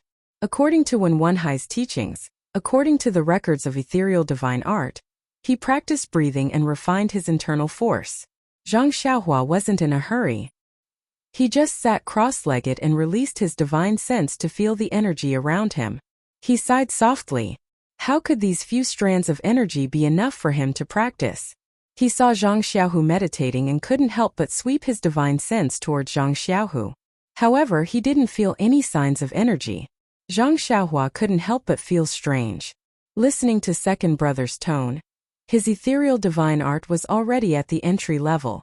His qi was also beginning to take shape. How could there be no signs of energy? Although his divine sense was like an eye, it was still sensitive to energy. Even the fetus in Lu Qian's body was only able to sense it because it absorbed energy. If there wasn't such an opportunity, how could Zhang Xiaohua know so much? Perhaps the ethereal divine art had some mysteries that he didn't understand. Thinking about it, Zhang Xiaohua took out 2 small stones from his bosom. He held one in each hand and closed his eyes to absorb the energy. Zhang Xiaohua originally thought that since the primordial stone was so small, the primordial qi within it must be limited, and the absorption would be very weak. However, just as he circulated his qi, he felt an extremely rich primordial qi flow out of the primordial stone in his hand and into his meridians. It was the same as sitting on the primordial stone a few days ago. Zhang Xiaohua quickly suppressed his astonishment and calmly absorbed and refined the primordial qi. However, he didn't immediately enter a meditative state. After a while, he stopped absorbing and didn't open his eyes. He just used his divine sense to sweep the stone. This sweep didn't matter. Zhang Xiaohua was surprised. The energy in the stone was still abundant. It didn't weaken because of his absorption. This small stone might not be too durable. If so, this small stone would be enough for him to practice for a long time. Thinking about the huge crouching ox stone in his purse, Zhang Xiaohua's mouth almost cracked from smiling. Chapter 238. Not to mention that Zhang Xiaohua was overjoyed in the small room. It was difficult for her to calm down and absorb qi into her body. In the east room, Zhang Kai and Guosufei were also unable to sleep. Guosufei said, "Father of the child, I heard from Xiaohua that the child in Qianqian's belly will take several years to be born. What do you think about this?" "Several years?" Zhang Kai said in surprise. "How can it be so long? Other people are pregnant for 10 months. Why does it change when it comes to our family?" Guosufei said tensely, "I heard it from Xiaohua himself." Zhang Kai said disapprovingly, "Don't listen to his nonsense. How can a child like him know these things?" Guosufei said angrily, "If Xiaohua doesn't know, how can he know that Qianqian is pregnant? Moreover, didn't you see that he put something in the silk bag for Qianqian? If he really doesn't know, why is he acting so serious? Xiaohua has never been a child who lies. There must be a reason for what he said." Zhang Kai thought about it and said, "It makes sense. Xiaolong and Qianqian have been married for almost 2 years. They should have had a child long ago. According to Xiaolong, Qianqian should have been pregnant half a year ago. If it was someone else, they would have had a big belly by now. But our Qianqian still doesn't show that she is pregnant at all. Even the doctors in the medical hall can't see it. According to the growth of the child, Xiaohua said a few years is fast.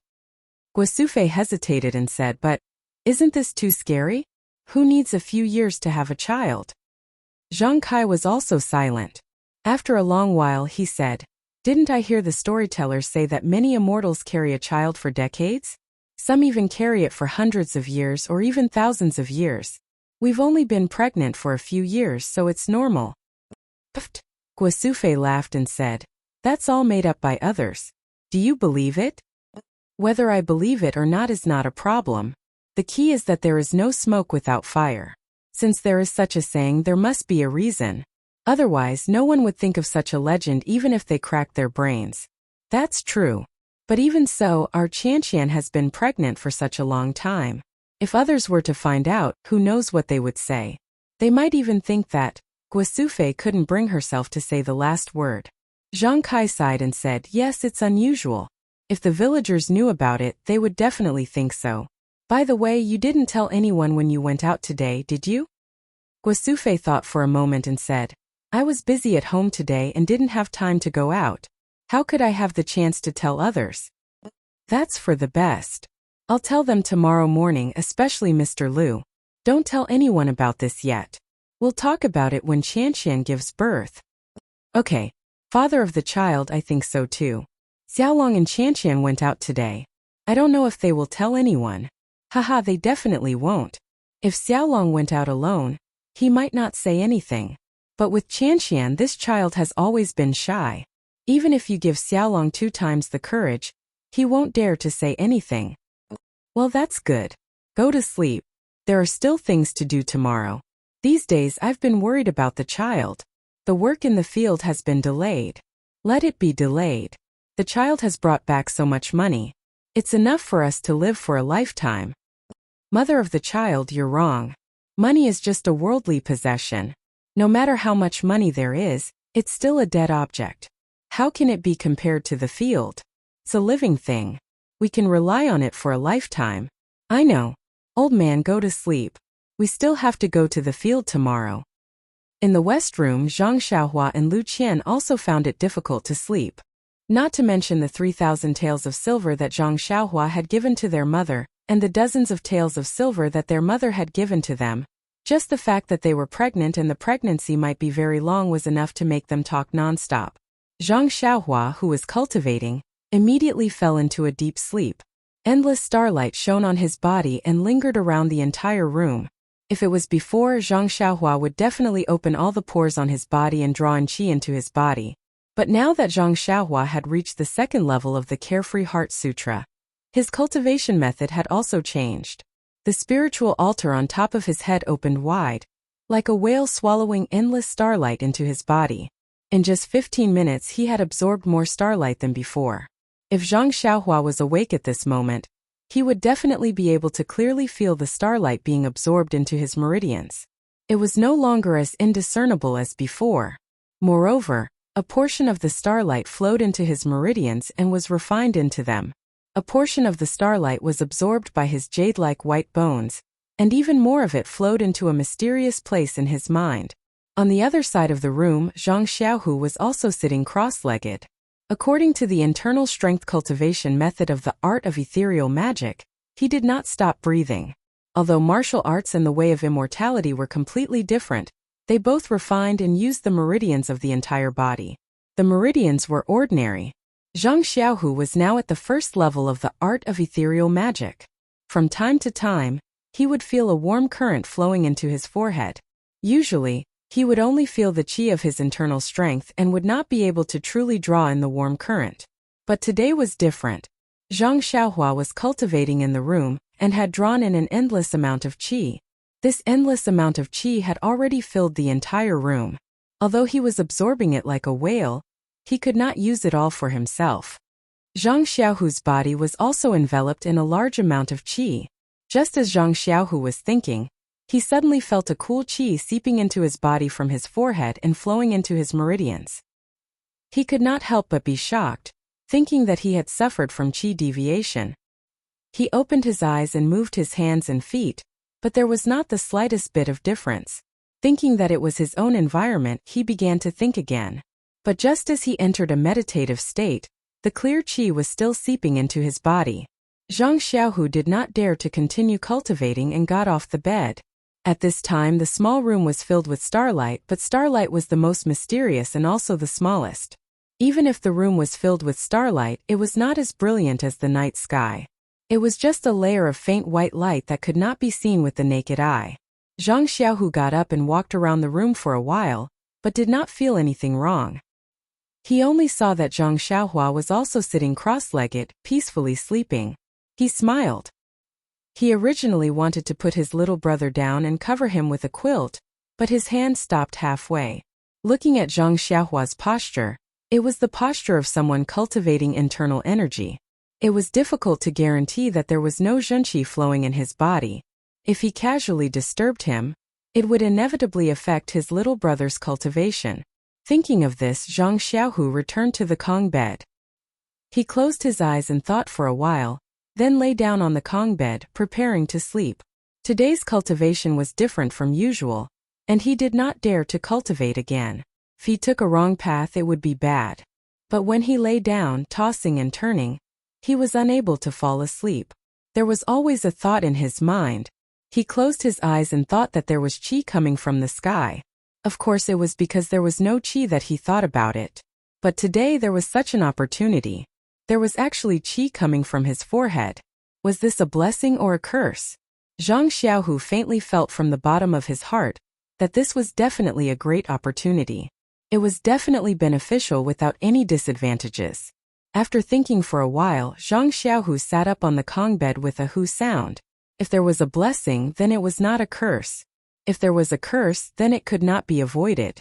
If it was really a great opportunity, then his hesitation would cause him to miss it. Immediately, Zhang Xiaohu had a plan. He sat down cross-legged and began to use the Heart Sutra of the ethereal divine art. He continued to think. Sure enough, the threads of cold qi continued to seep from his forehead, flowing into his meridians. Some of it also flowed into a mysterious place in his mind.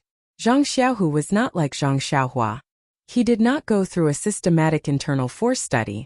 Not only did he cultivate internal force at the Lotus Escort Agency, but he also received the careful teachings of Wen Hai in the Misty School. Regarding the nourishment, refinement, and transportation of zhenqi, he had a lot of experience. When the threads of starlight seeped into his forehead, he tried to control the starlight and integrate it into his zhenqi. Unfortunately, the starlight was not under his control. After it flowed into his meridians, it flowed forward along the meridians. The more it flowed, the less it became. It was only because the starlight on his forehead continued to seep into his meridians that the cold stream was able to maintain its flow in his meridians and did not disappear. When the cold stream had completed a full cycle and reached the starting point, there were only a few threads left. They mixed with the cold stream that entered later and continued to flow. Zhang Xiaohu was a little anxious. He thought that his internal force control was not good enough, and that the cold stream could not enter his dantian and become his zhenqi. In reality, the starlight had already integrated into the meridians of his entire body. It was refining and integrating with his meridians. It could be said that his meridians were undergoing earth-shattering changes. This change would allow him to have a higher starting point in his internal force cultivation in the future. It would be difficult for others to catch up with him. If it was really as Zhang Xiaohu thought and was only refining it into internal force, then it would be neglecting the essentials and pursuing the trifles. At this time, Zhang Xiaohu did not know about this. He just kept on urging his heart technique, wanting to retain the starlight and not let it disappear. After an unknown amount of time, Zhang Xiaohu did not know how many times he had urged his heart technique. The starlight in his meridians was still only a faint wisp, just enough to flow through his entire body. At this time, suddenly Zhang Xiaohu felt that his forehead no longer had the cold stream seeping into it. Correspondingly, the cold stream in his body only circulated one cycle before completely disappearing. Before Zhang Xiaohu could investigate the situation of his meridians and the changes in the zhenqi in his body, he heard the sound of Zhang Xiaohua on the Kong beside him getting up. Zhang Xiaohu opened his eyes and saw Zhang Xiaohua tiptoeing up from the Kong. She stretched, carefully opened the door and walked out. Zhang Xiaohu's heart moved. Could it be that the cold stream on his forehead was related to his brother? Otherwise, when his brother got up, the cold stream would disappear. Suppressing the urge to get up, Zhang Xiaohu still silently used his heart technique to check the situation of his cultivation last night. In his dantian, the pitiful amount of zhenqi did not increase at all. Checking his meridians, there was also no change. Zhang Xiaohu could not help but feel a little disappointed. It seemed that his hard work last night was in vain. With a wry smile, Zhang Xiaohu also got up, opened the door and went out. Chapter 239. Working at sunrise and resting at sunset. This was the life of a country bumpkin. Zhang Kai and Zhang Xiaolong were no exception. These days, because Zhang Xiaohu and Zhang Xiaohua had returned home, it had affected the work at home. Now that everything at home had settled down, it was time for life to return to its original path. After eating, Zhang Kai and Zhang Xiaolong took hoes and other things and prepared to work in the fields. Zhang Xiaohu and Zhang Xiaohua also rushed to help. Zhang Kai said with a smile, "There's nothing to do in the fields now. We're just going to take a look at the fields and hoe the weeds. The end of autumn is coming. You should rest at home. It won't be too late for you to help in a few days when the autumn harvest comes." The two of them wanted to snatch the farming tools several times, but they were stopped by Zhang Kai and Zhang Xiaolong. Seeing that they couldn't resist their father and brother, they didn't insist and watched them go to the fields. The two of them sat in the small courtyard, quietly watching their mother and sister-in-law busy. They suddenly felt somewhat out of place and didn't know what to do now. The two of them thought of practicing martial arts at the same time. But if they practice martial arts, why did they come home? Wouldn't it be better to practice in Misty School? At this time, Zhang Xiaohua said, "Second brother, we don't have anything to do at home. Why don't we go to the city and have a look? Although Lu Town is the closest town to our home, I haven't really explored it." Zhang Xiaohu's eyes also lit up. He said, "You're right. We can take this opportunity to visit young Master Li's family and tell them that we're safe. We can also see if they have anything to say or bring back." Zhang Xiaohua said with a smile, "That's right. I was about to say the same thing." Li Jinfeng had visited the Guozhuang house during the New Year, and Guosufei had a very good impression of him. When she heard that he had taught her son how to read and read, she was even more delighted. She took out some money from her bosom and urged Zhang Xiaohua to buy more gifts for him. Zhang Xiaohua smiled and accepted the money. The two led their horses out. Before they left, Guosufei specifically told them to hurry back. If they were invited to stay for dinner, they had to return to the Guozhuang house after dinner. The two of them naturally agreed. Once they were out of the village, the two of them swung their stirrups and mounted their horses. They galloped towards Lu Town. In the time it took to eat a meal, Lu Town was in sight. At this time, the sun was already high in the sky. The sun was gradually getting hotter, and there were more people on the official road. The two brothers couldn't help but slow down their horses and slowly enter Lu Town. They hadn't been to Lu Town for 2 years. The two brothers looked around and found that there weren't many changes. Even the square where the opera was held during the New Year was still the same. However, there were many hawkers and footmen hawking their wares in the square. It was very lively. In a corner of the square, there was even the sound of a gong. It must be a juggling show. When Zhang Xiaohua heard the gong, he didn't want to move. He liked to watch juggling shows since he was young. How could he not go and join in the fun when there was such a beautiful thing in front of him? Before Zhang Xiaohua could reach them, the place where the juggling was taking place was surrounded by a crowd of onlookers. Zhang Xiaohua was short, so of course he couldn't see them. Moreover, he was leading a horse, so he couldn't just go in. Zhang Xiaohua looked left and right. There was an old tree that the two of them couldn't hug. He greeted his second brother and led the horse over. After tying up the date-red horse, he looked left and right. When no one was paying attention, he used the lightness skill and immediately jumped to the top of the tree. He sat on the top of the tree and his body moved up and down with the branches. He was as steady as Mount Tai. When Zhang Xiaohua saw this, he sighed in his heart. The martial arts exhibition has only been going on for a few days. That's because my younger brother didn't even know how to use lightness skills. Now he can already jump to the top of the tree. I have to work hard to catch up. Zhang Xiaohu also tied up the date red horse and slowly climbed to the top of the tree. This country child had learned how to climb trees since he was young. Even if his lightness skills weren't good, it was still very easy for him to climb up a tree. At this time, the sound of the gong came from the crowd. Everyone cheered. Zhang Xiaohu and Zhang Xiaohua quickly looked over. Sure enough, there was a little monkey with a red butt in the crowd. It was doing all kinds of ridiculous and exaggerated actions. It was making people laugh. It had been a long time since they saw a monkey show. Zhang Xiaohu and Zhang Xiaohua watched with great interest. After the monkey finished playing, the little monkey actually took the copper gong and walked towards the crowd. One by one it asked for copper coins. When the copper coins fell into the gong, the monkey actually made a bowing action, which made people roar with laughter. After asking for a round of money, the monkey returned the gong to its owner. It asked for food from its owner and wolfed it down. Then it squatted to the side and scratched its ears and cheeks. The juggler picked up the gong and knocked it again. He shouted, "Everyone, if you have money, then come here. If you don't have money, then come here. I am not talented, but I have a set of fist techniques and a healing ointment passed down in my family. I don't dare to keep it to myself.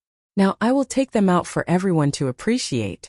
After I finish the fist technique, I will ask everyone to take a look at the ointment passed down in my family. It is effective for bruises and bruises." Hearing the juggler's words, many people prepared to leave. When the juggler saw this, he quickly stopped and said, "Okay, I will now show my incompetence. Everyone please take a look." This attracted a lot of attention. They all stopped and looked again. The juggler tidied his clothes and hat, tightened his belt, and made a starting position.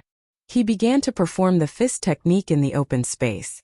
Zhang Xiaohua watched from afar on the tree. When she saw the monkey resting and starting to scratch lice, she felt regretful. She was about to jump down from the tree when she saw that he was performing the fist technique again.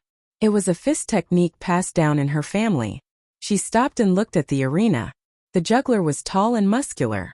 When he performed the fist technique, he was full of vigor and was extraordinary. However, while the layman enjoyed the show, the expert appreciated the skill. After watching for a while, everyone cheered. However, in the eyes of Zhang Xiaohua and Zhang Xiaohu, the fist technique was full of flaws. It was just that the fist technique was still very unfamiliar to them. They had never seen it before. Zhang Xiaohu only practiced the 6 he fists, so it was understandable that he had not seen it before. Zhang Xiaohua, on the other hand, had read many fist technique manuals, but she had never seen it before. From the looks of it, this fist technique was indeed a family heirloom and was rarely seen in the pugilistic world. As the man was performing, he saw that in a corner to the east the crowd was in a mess. Zhang Xiaohua was standing high, so she naturally could see further. Furthermore, with her sharp eyes and ears, she had long seen a short fatty. He was leading a few followers and was squeezing into the crowd. When Zhang Xiaohua saw the fatty's face, she could not help but grit her teeth together, producing a creaking sound. Zhang Xiaohu was watching the family heirloom fist technique with great interest. When he heard the sound, he noticed Zhang Xiaohua's odd behavior. He asked with concern, "Xiaohua, what's wrong? Toothache?" Zhang Xiaohua calmed her heart, pointed at the fatty and said, "Second brother, look at that short winter melon over there. Which one is it?" When Zhang Xiaohu saw it clearly, he was so angry that he laughed and said, "I've been searching high and low for him. I was still looking for an opportunity to teach him a lesson. Now that he's here, the heavens have opened their eyes. But this guy has brought a lot of followers. Look at the middle-aged man in black clothes near him. He walks with a majestic gait and his stance is steady. He must be his bodyguard. I don't know how good his martial arts are. Let's not go for wool and come home shorn, and be taught a lesson instead. This guy has always bullied men and women. Since he's here, there must be something wrong. Let's take a look first before making a decision." While they were talking, the juggler had also finished his boxing. His whole body was covered in sweat. The man took off his shirt, revealing his bulging muscles. He then picked up a package from the ground and took out a few stacks of ointment. He placed them on the gong and began to promote them to the audience. The short black fatty walked to the side of the arena and said loudly, "You that man, bring your ointment over for me to take a look. If it's good, I'll buy it all." The man thought that it was a big deal and hurriedly walked over with a smile. The fatty said, "What are the effects of your ointment? Tell me about it." The man said, "This is a secret recipe passed down in my family. It's brewed with precious herbs. It's specially used to treat injuries, fractures, and other external injuries. It's very magical. Young master, you'll know when you bring it home and try it." The fatty said, "I want to buy it, but I'm afraid that I'll be cheated. In today's society, the morals of the world are deteriorating day by day. Each generation is worse than the previous. The last time I bought a Dalmatian, I only found out that it was a dog when I went home and took a bath. Who do you think I can find to reason with?" The man smiled apologetically and said, "Young master, you must be joking. I value my reputation the most. I definitely won't lie." The fatty said, "It's best to try it on the spot. If it's really good, I'll buy it all." The man said, "I don't know if there are any patients with injuries. Please come and try it." The fatty smiled and said, "How can a sick person squeeze in? However, I do have an idea. I wonder if you want to try it?" The man smiled and said, "Naturally, I'm willing to try it. However, I have to say that if this ointment is effective, young master should buy it all." The fatty said strangely, "Do I look like someone who goes back on his words?" The man smiled apologetically and said, I don't dare. I have 50 ointment here. Each one is 5 silver coins. Please count it."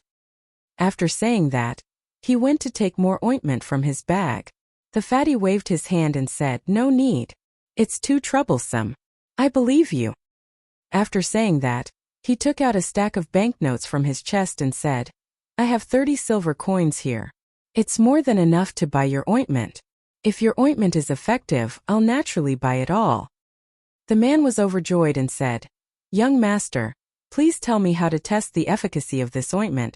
However, the fatty continued to say, "Don't ask me how to test it first. I still have a request." "Young master, please speak." The man was puzzled. The fatty shamelessly said, "My request is, what if your ointment is not effective? How will you compensate me?" The acrobat man was stunned. He smiled apologetically and said, "Young master, listen to me. If this ointment is ineffective, I naturally won't dare to take a single coin from you. How can I compensate you?" Chapter 240. The fat man said, "Why don't you compensate me? I came here to buy medicine, so I naturally have my own intentions. If you sell fake medicine, then wouldn't you be deceiving my childish heart?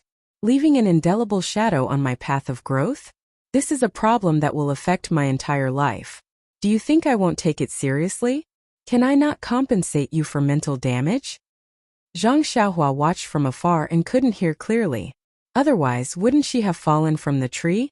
However, Zhang Xiaohua came down from the tree and slowly squeezed into the crowd. She wanted to see what the fat man was up to. When the man heard this, he couldn't help but bitterly say, "Sir, please spare my life. I only have a few coins of silver on me. My entire fortune can't compare to your 30 taels of silver. How do you want me to compensate you?" The fat man laughed and said, "It seems like you are selling fake medicine. If your medicine is not fake, then why don't you dare to agree to my conditions?" The man looked around and saw that the crowd was quite far away from them. He knew that he was in trouble and sincerely said, "Sir, my medicinal plaster is real. My ancestor was a doctor from a famous sect and passed down this prescription. This little one has traveled north and south for many years and relied on this medicinal plaster. I have never seen anyone smash my stall. Sir, please rest assured." When the fat man heard this, the smile on his face became even wider and said, "Since your medicinal plaster is real, why don't you dare to agree to my conditions? Since you don't dare to agree to my conditions, then your medicinal plaster is fake." The man defended himself and said, "Sir, what kind of reasoning is this?" The fat man laughed sinisterly and said, "Naturally, it is my reasoning. If you don't agree to my conditions, then this medicinal plaster is fake and I will smash your stall. The man helplessly said, Okay, I will listen to sir. However, this little one doesn't have 30 taels of silver in my entire fortune. We need to talk about it in advance. The fat man rolled his eyes and said, This is easy. Just put your prescription on the table. You. The man was so angry that he laughed and said, So sir has such thoughts. Sir, you are smart. Originally I wanted to play with you. It was you who reminded me. The fat man laughed and said, However, if your medicinal plaster is not effective, then what use do I have for your lousy prescription? And if your medicinal plaster is effective, how can your prescription lose to mine? The man thought about it and felt that it made sense. He became bold and his tone became louder as he said, Sir, this little one agrees. I just don't know how you will test it. When the fat man heard this, he was overjoyed. He also looked around and loudly said, Sir, you have seen and heard. This hero wants to make a bet with this young master. If his medicinal plaster is effective, I will use this 30 taels of silver and buy all of his medicinal plasters. But if his medicinal plasters is teat, then he will give me all of his medicinal plastered. I have a very good reputation in Lu Town. Now please be a witness. If there is any dispute later, please say something. Don't say that I bullied outsiders. The onlookers did not speak, but the fat man's followers all clapped their hands and praised. The bodyguard in black looked at them with a smile and stood to the side with his hands crossed. When the medicine seller heard this, it seemed to be different from what the fat man said just now. However, he did not know how to refute it. Anyway, his medicinal plaster was very effective, so he did not argue. At this time, Zhang Xiaohua had already squeezed his way to the front. He frowned as he watched this farce. He was calculating in his heart. He did not know what this fatty was planning. Although this fellow looked stupid, he had been tyrannical in Lu Town for so many years. Today he was looking for trouble with others. It was a senseless act. However, he would not give away 30 taels of silver for nothing. Sure enough, the fat man then said to the medicine seller, Since everyone is willing to be a witness, let's start now. The man said, Sir, please advise. The fat man smiled and said, Well said, as long as we break your leg and apply the ointment, we'll see if it can reconnect your leg. Then we'll know if the ointment is effective or not. You? The man pointed at the fat man. He was so angry that his fingers trembled. He said, This is the method you said? The fat man spread out his hands and said innocently, Isn't this the method you asked me to say? What, you don't want to admit it? Or do you think your medicinal plaster is fake and don't dare to try it? The man's face was livid. He bit his lips tightly and did not know what to say. The fat man clapped his hands and said, Since you don't want to try it, then this medicinal plaster must be fake. Quickly give me the prescription. I still want to tease your monkey. After saying that, the attendant, who was observing the situation, immediately walked forward and picked up the rope tied around the monkey's neck, wanting to take the monkey away. Only then did the medicine seller understand that the fatty had taken a fancy to his monkey. As the saying goes, time breeds fondness. It was the same for animals. The monkey had been with the man for a long time. The man naturally did not want to let it be taken away. However, the situation was better than the man. Facing a bully with many followers, the man faintly had the intention to retreat. Unfortunately, the fat man did not want to end things here. He stretched out his hand and squinted his eyes. He said, And the prescription of the medicinal plaster? If you don't take it out now, when will you? The man's medicinal plaster was the real thing. The prescription was also passed down in his family. It was the foundation of the man's family. He definitely could not give it away. Thus, the man cupped his fist and said, Sir, this little one is new here and is very presumptuous. If you like this monkey, please take it away. It has been with this little one for many years and is very intelligent. Please treat it well. In addition, this little one drifts in the Jianghu and relies on Gaoyu to make a living. Sir, please be magnanimous and make things convenient. If we meet in the future, it will be something to remember. The fat man was idle and looked for entertainment all day long. Today's matter was originally for the monkey. However, from the man's words, he felt that the prescription had some value. He had evil thoughts and wanted to get the prescription so that he could take credit in front of his father. Thus, how could he take the man's pleas to heart? The fat man said, "You man, why don't you ask around? My reputation in Lu Town has always been very good. Since I've said it, how can I take it back? Hurry up and take out the prescription." The man had no choice but to lower his voice and say a lot of good things. However, the fat man was determined and did not relent. Zhang Xiaohua was furious and secretly said, "I was just looking for a reason to teach you a lesson. You really know how to give me a way out." Just as she was about to step forward, she felt someone pull her back. Zhang Xiaohua looked and saw that it was her second brother. Zhang Xiaohu did not say anything and only pulled Zhang Xiaohua out of the crowd. Zhang Xiaohua did not leave and struggled with all her strength. However, when she saw her second brother staring at her, she lowered her head and walked out. Once out of the crowd, Zhang Xiaohua angrily asked second brother, "What are you doing? Isn't this guy the bully who bullied our family? This is a good opportunity for me to teach him a lesson and vent our anger. It's also a pleasure to help others." Zhang Xiaohu looked around and pulled Zhang Xiaohua to the tree. As he walked, he said, "Xiaohua, do you think I don't want to teach him a lesson? But look around that bully. Don't talk about those servants. They're just clay chickens and pottery dogs. That black-clothed bodyguard next to him is a troublesome character. Do you still remember that last time? Didn't my master let them go for nothing and didn't hit them hard?" Then, Zhang Xiaohu continued, "Also, do you know why we didn't dare to spend all the banknotes in our family before?"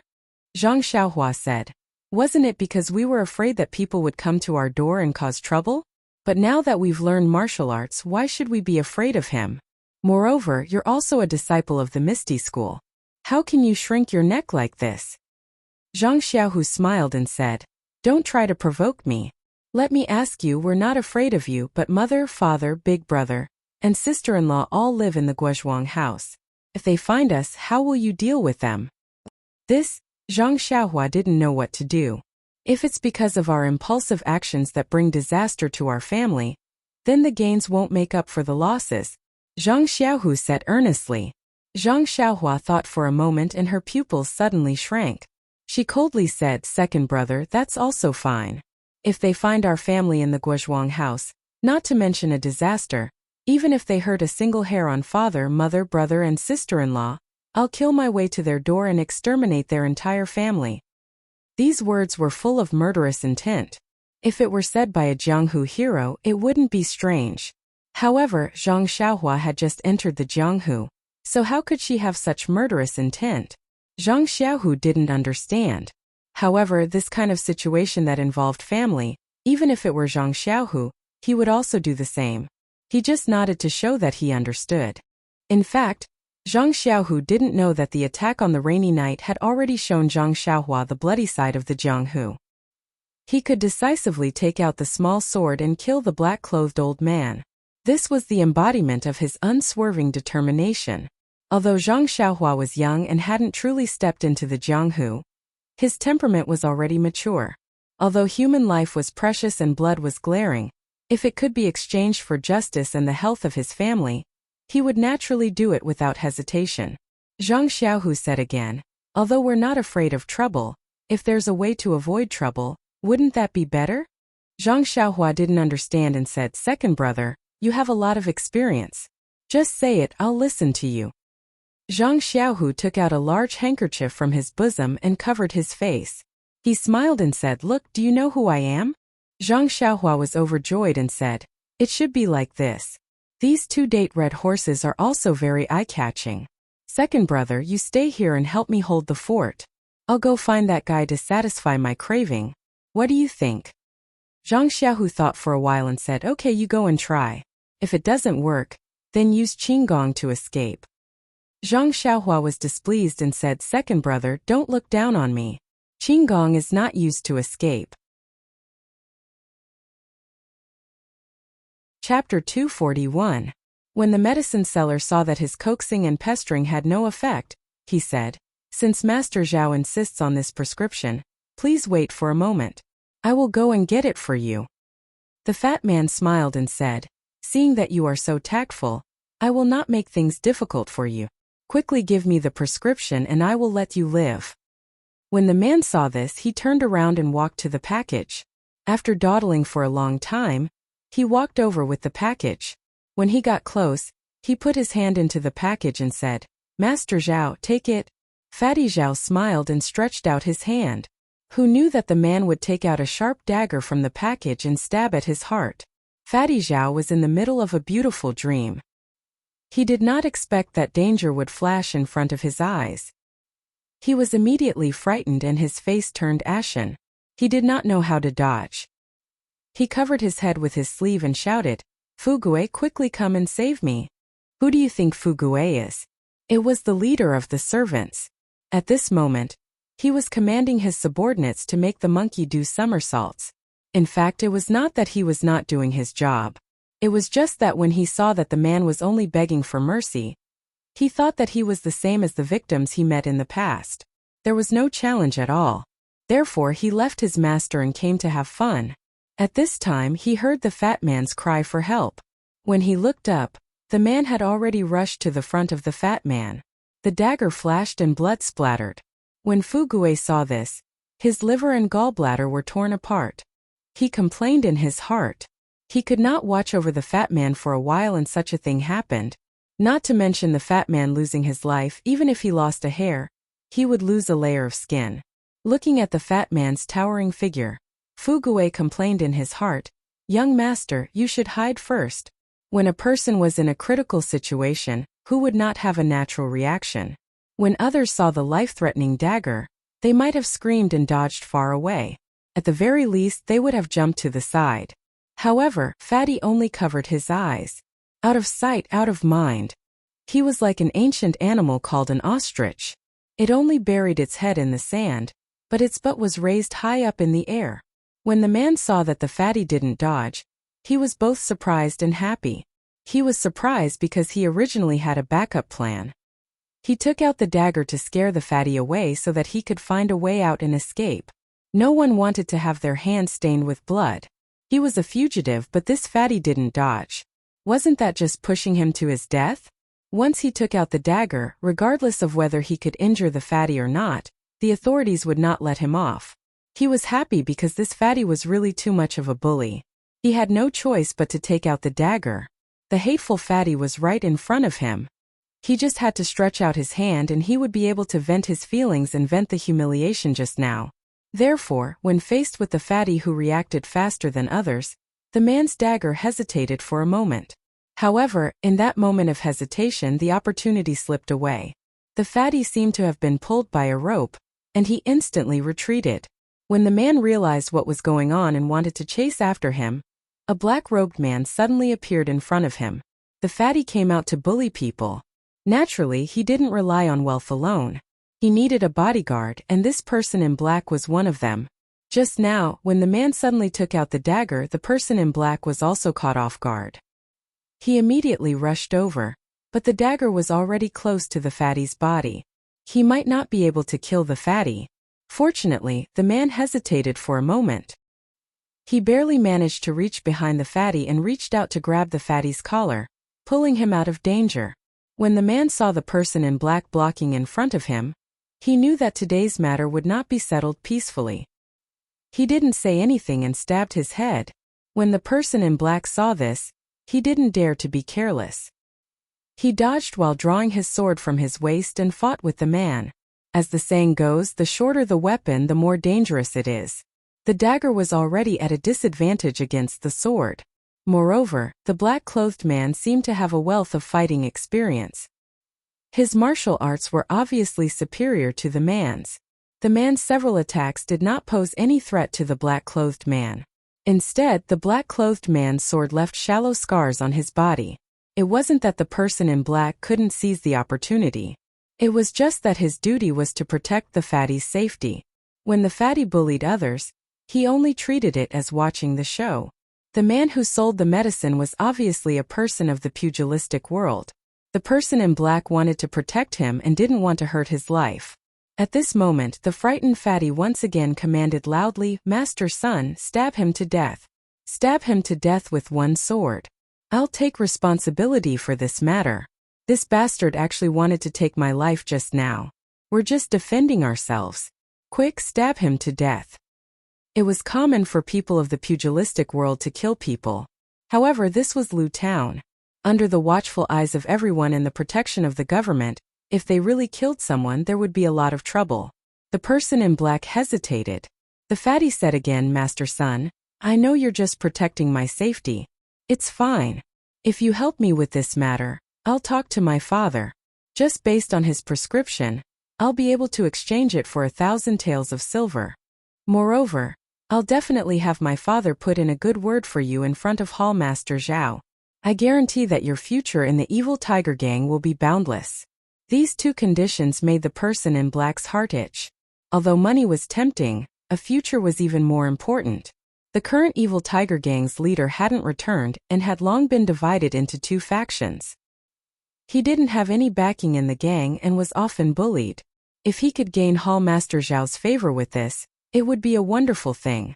The person in black made up his mind. He looked at the stranger in front of him and gritted his teeth. Brother, don't blame me for being merciless. Who told you to provoke someone you shouldn't provoke? Leave your head behind and give it to me as a gift. As he spoke, he tightened his sword and blocked the man's dagger. Then he kicked the man's crotch and sent him flying. Then he flew forward and stabbed with his sword. The tip of the sword was aimed at the man's heart. When the man saw that he couldn't dodge, he couldn't help but close his eyes and wait for the piercing pain. At this time, a loud shout resounded throughout the square, Fugu, save me! When the person in black heard this, he was shocked. How could he dare to stab down with his sword? He immediately turned around and looked behind him. In the place where the fat man had been standing, there was a young man who wasn't very tall and looked somewhat weak. He had his face covered and was standing there. A servant was being stepped on by him. The others were a bit further away and looked in horror. The young man was holding the fat man in his hand.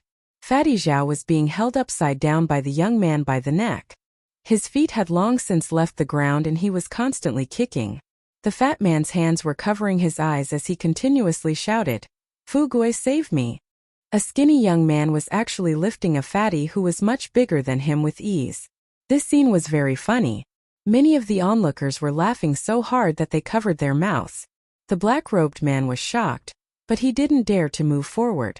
The fatty was caught, and as long as the other party exerted some force, the fatty's life would be taken. How could he dare to move? The fat man was still struggling and shouting. The young man frowned and lifted the fat man up with one hand. Then, he raised his other hand and slapped the fat man's face 4 times. The fat man's face immediately swelled up. The fat man let out a miserable scream and spat out a few teeth. He couldn't shout anymore. It was unknown whether it was because he had been beaten senseless or because of the pain in his mouth. The person in black frowned and said, Brother, I am the evil tiger gang's Sun Yiding. I am this young master's bodyguard. I don't know why brother has come. You might as well say it. As long as I can agree, I will take care of it. The masked young man didn't say anything. He pointed at the man behind Sun Yiding. Sun Yiding understood and his heart relaxed. Since this young man saw injustice on the road, it would be easy to deal with. As long as the fat man's life wasn't harmed, he was willing to agree to any conditions. Thinking this, he left the man's side. Seeing this, the young man nodded slightly. Then, he did something that others didn't understand. That was, he randomly touched the fat man's clothes. The fat man's clothes were all stuffed into his own clothes. Then he glanced at Sun Yiding, who was walking over, and smiled. He lifted the fat man up again and pointed in another direction. Sun Yiding was baffled. However, the young man's next action immediately made him understand. The young man kicked the fat man's thigh. The fat man screamed and stopped breathing. Like a ball, he was kicked by the young man in the direction he had just pointed. Sun Yiding didn't dare to be negligent. He quickly ran towards the fat man who was flying in the air. Fortunately, the direction the young man had pointed at wasn't too far away from Sun Yiding. Moreover, the fat man was kicked high up in the air. When Sun Yiding arrived, he was just in time to catch him. Sun Yiding caught the fat man and quickly put his hand next to his nose. Seeing that he was breathing, he was relieved. Then he gritted his teeth and turned his head, glaring fiercely at the young man. However, when he saw everything in front of him, The hatred in his heart immediately melted away like snow being poured by boiling water. The young man didn't leave in a hurry and didn't do anything. When he looked back, he smiled mysteriously. In a flash, he broke into the servants and snatched the monkey. Then in a flash, he flew to the side of the bundle like a big bird and reached out to pick it up. Finally, he slowly walked to the man's side and threw the monkey and bundle to the man. He didn't say anything and signaled him to take it. The man didn't know what was going on. First, he carried the bundle. Then he took the monkey and was about to thank his benefactor. The young man did something that surprised everyone. He took a big stride forward and grabbed the man's arm. Then with a tap of his foot, he soared into the sky. His body paused in the air for a moment. Then he changed direction and pounced towards the big tree beside the square. When his body landed on the tree, he jumped up and down again and pounced towards the houses beside the tree. Then with a few jumps he disappeared. From beginning to end, the man in his hand was as obedient as a baby. He was as light as a baby. This kind of orderly, without the slightest bit of chaos, and open conduct caused everyone present to be dumbstruck. For a long while they were unable to say anything. Only in a corner far away, Zhang Xiaohu had a smile on his face. He led the 2 date red horses and quietly left. Chapter 242. After the time it takes for half an incense stick to burn, the deathly silent square became noisy. Everyone who came back to their senses hurriedly left with excited expressions. Nonsense, once this hero left, the square would be the world of the Zhao clan. Who would be stupid enough to stay and look for trouble? Didn't you see that the Zhao family's young master was dealt with? Maybe they were looking for someone to vent their anger on. But how could the Zhao family have the slightest spare time to care about this?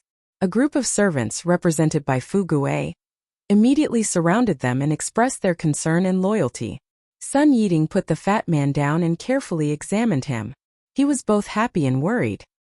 He was happy that the fat man's life was not in danger. The hero was merciful. He was worried that the fat man's thigh was broken. He might have to use crutches for the rest of his life. No matter what, he did not do a good job as a bodyguard. He would be punished when he returned. Sun Yiding sighed. He let Fu Gui carry the fat man and hurried back. Before he reached home, Master Zhao had already received the news and personally brought people to welcome him. Seeing his son's miserable state, he felt like a knife was being twisted in his heart. He fiercely glared at Sun Yiding and ordered the servants to put the fat man on the carriage. He also ordered people to quickly invite the evil tiger gang's hall leader Zhao and Lu Town's famous doctor. Not long after, hall leader Zhao and the doctor arrived. The doctor was led to the inner hall to treat the injury. Hall leader Zhao was invited to the central room to serve tea. Master Zhao impatiently said, "Brother Zhao, you have to help me. I'm looking for someone who is famous in Lu Town. Although my son is unbearable, I couldn't bear to slap him since he was young. You didn't see how badly he was beaten. I couldn't help but cry." Hall Master Zhao took a sip of tea and said, "Old Zhao, we're relatives, so there's no need to speak like we're strangers. You've been very close to our evil tiger gang for so many years. Even if I can't make the decision, I'll definitely ask the gang leader for instructions and give you justice." But at this point he slightly frowned and stopped. When Master Zhao heard this, he immediately said, "Third brother Zhao, is it about the gift for the gang leader? Don't worry, I've already found a pair of jade bracelets. It's very exquisite. I'll let you take it out later. I definitely won't let you run for nothing." Hall Master Zhao waved his hand and said, "That's not it. Old Zhao, we've been friends for so many years. Why would I bring this up at this juncture? The gang leader wants us to search for antiques, but it's not something that can be done in a short time. What I want to say is that those who dare to go against you in Lu Town are probably not ordinary people. If it was the Misty School that Zhao Quanxing encountered a few years ago, I'm afraid we wouldn't have been able to do anything." Master Zhao smiled apologetically and said, I know. Third brother Zhao, we have to act according to our ability to take revenge. If we can't get what we want and instead get ourselves into trouble, why bother?" Hall Master Zhao cupped his hands and said, "Since old Zhao is so reasonable, I thank you in advance. Let me ask my subordinates about the situation first." When he called Sun Yiding to the front of the hall and told him everything, Hall Master Zhao's expression changed slightly. He tapped his fingers on the table and closed his eyes to think. After a while he opened his eyes and said, "Old Zhao, I'll take care of this matter for you." Since he's not a disciple of a famous sect and covered his face, he must be afraid of being recognized. "I'll let the people in the sect investigate and see who has the guts to go against you and our evil tiger gang." After he finished speaking, he gave Sun Yiding a few instructions and gave him a look. Only then did he let Sun Yiding leave. Master Zhao was very happy when he saw Hall Master Zhao agree so easily. However, he was still a little unhappy and asked, "Third brother Zhao, this Sun guy didn't protect our son well. Shouldn't he be punished?" "Oh." Hall Master Zhao suddenly came to a realization and said, Elder Zhao, you're right. I was thinking too much just now. When we go back tonight, I'll definitely punish him. What kind of bodyguard is he? He can't even protect people well." Master Zhao was overjoyed and said, "That's good. Third brother Zhao, let's go. I've already arranged a banquet. Let's get drunk." Hall Master Zhao waved his hand and said, "No need to be polite. Old Zhao, let's go. Let's take a look at my nephew's injuries first." When the two of them arrived at the inner hall, the doctor had already finished his diagnosis and said, "Master Zhao, I've already taken a look at your son's injuries. His life is not in danger. However, many of his teeth have fallen out. It might be inconvenient for him to eat meat in the future. It's better for him to eat more porridge. As for the swelling on his face, apply some ointment and it will be better in a few days. There's also a bruise on his thigh. I have some ointment here as well. Apply some and it will go down in a few days." Master Zhao smiled and said, "Thank you, doctor. However, my son's leg seems to be fractured. How should I treat it?" The doctor stroked his white beard and said solemnly, "About this, I'm a surgeon. This fracture is a matter of internal medicine. Master Zhao, please find someone else." With a plop sound, Master Zhao fell to the ground. When everyone helped him up, Master Zhao was so angry that he trembled and said, You, get out of here." The doctor calmly cupped his hands and said, "No hurry, no hurry. The consultation fee is 3 silver coins and the ointment is 3 silver coins. A total of 6 silver coins." Master Zhao swayed and almost fell again. He waved his hand and asked the servant to give him the money. The doctor took the silver coins and walked to the door. He turned back and said, "Oh right, Master Zhao, you fell for no reason. It's also an internal medicine problem. You should find a doctor as soon as possible." After saying that, he walked away. Master Zhao was so angry that he asked, "Who found this doctor?"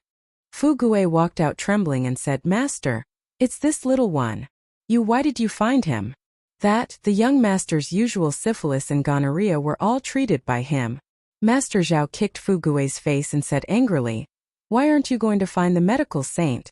Fu Gui rolled and crawled away. Hall Master Zhao saw it and walked to the bed. He first checked himself, and then said with a natural look, "Old Zhao, it seems that your nephew is lucky. That person didn't want to kill you. I've already seen it. Although the injury on your thigh is serious, that person obviously held back his strength. He didn't break the bone but only fractured it. As long as you find a good doctor and treat it carefully, there won't be any big problems." "Really?" Master Zhao was overjoyed. He heard the servant's description and thought that his son would limp forever. When he heard the news, he was naturally happy. In fact, this was also human nature. If Hall Master Zhao had said this earlier, he would still be heartbroken. However, he was already in despair before. Now that he had received slightly better news, his mentality inevitably changed slightly. At this time, the fat man on the bed groaned and woke up leisurely. Master Zhao felt sorry for his son and hurried forward. When the fat man saw his family, he was even more distressed. He grabbed Master Zhao's hand and said, "Father, you must avenge your son." Master Zhao patted his son's hand and said, "I know. I've already invited your uncle Zhao. He promised to avenge you." When Hall Master Zhao heard this, the flesh on the corner of his mouth twitched slightly, but he didn't say anything. After a while, Fu Gui brought another doctor over. Master Zhao asked worriedly, "Can this doctor treat a broken thigh?" Fu Gui flattered, "Don't worry, master. I've already asked. Even if the third leg is broken, he can treat it. When Hall Master Zhao saw the doctor coming, he was about to leave. Master Zhao hurriedly said, "Third brother, wait a moment. I'll get that jade bracelet for you." Master Zhao was about to leave when he heard the fat man scream, "Father!" Master Zhao hurried back and asked, "Son, what's wrong? Does it hurt?" The fat man groaned and said, "Well, father, your son did something wrong. Now I'm telling you. I hope you won't be angry." Master Zhao had a bad feeling and asked, "Tell me, what's the matter? If it's not big, I'll let you go." The fat man said softly, "About that, father, the pair of jade bracelets you put in the study room. Your son took it out today to show off to others, but what?" Master Zhao asked anxiously. "But when I was caught just now, it was snatched away from my arms. You unfilial son." Master Zhao reached out and was about to hit him. When the fat man saw this, he immediately moaned loudly. Master Zhao's hand stopped in the air and he couldn't bear to drop it. When Hall Master Zhao saw this, he smiled and said, "Old Zhao, it's fine. There's still a long time left. You can slowly search for it. That jade bracelet might not be able to catch the sect leader's eyes." Master Zhao smiled bitterly and said, "Third brother, that's the only way. Today, I've made third brother come here for nothing. Why don't we go to the hall and have a feast before leaving?" Hall Master Zhao smiled and said, "No need, old Zhao. I still have to rush back and get someone to vent your anger for you." After he finished speaking, he cupped his hands and left quickly. Master Zhao was left with a blank face. This Hall Master Zhao seemed to be a little absent-minded today. Not to mention that Master Zhao was feeling sorry for his son, Hall Master Zhao quickly walked out of the Zhao manor. Sun Yiding didn't rush back to the sect. Instead, he tactfully waited at the door. When he saw Hall Master Zhao come out, he quickly went up to him. When Hall Master Zhao saw Sun Yiding, he asked softly, "Yiding, did you do what I asked you to do?" Hearing the Hall Master call him Yiding, Sun Yiding's heart warmed. He went up and said, "No, Hall Master. You already gave me a look, how could I still do it? Moreover, I saw that young man's skills with my own eyes. How could I not know what to do?" Only then did Hall Master Zhao feel relieved. He smiled and said, "Yiding, I didn't expect you to be so thoughtful. Just now old Zhao wanted me to punish you. And very good. You don't have to be a bodyguard in the Zhao family anymore. When you return to the sect, I'll make arrangements for you." Sun Yiding was overjoyed and said, "Thank you, Hall Master."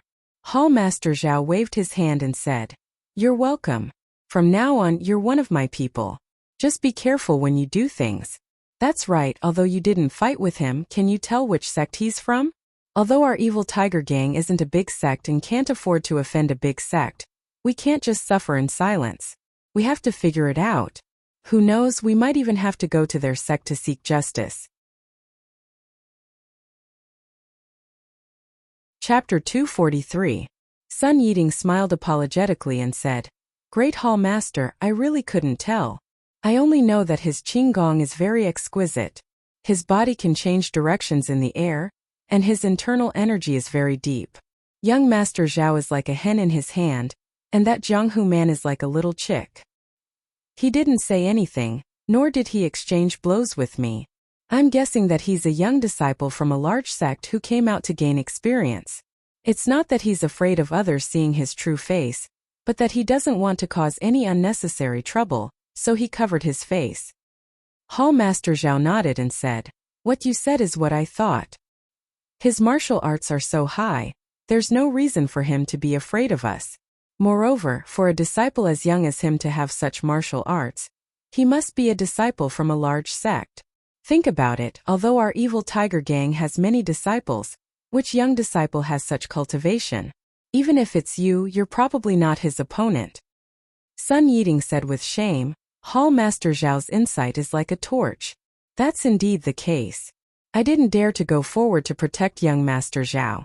However, even if I went forward to fight, if that person didn't want to fight, his qigong is something that I can't compare to."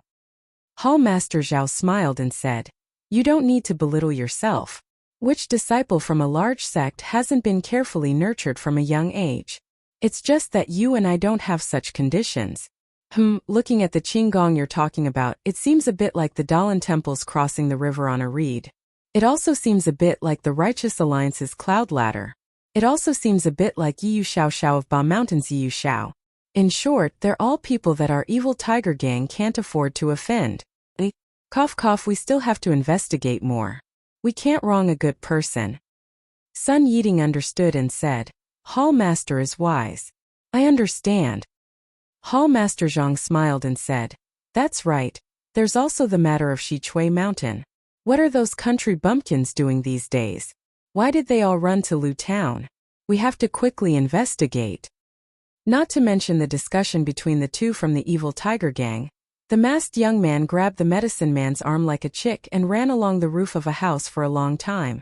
The man heard the sound of the wind and was so scared that his eyes were tightly shut. He didn't dare to move for fear that the young man would throw him down.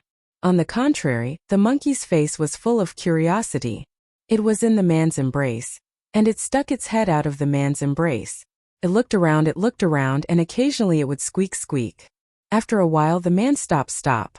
After a while, the man heard the sound of the wind stop and his feet touched the ground. He opened his eyes and looked around. It was an empty corner.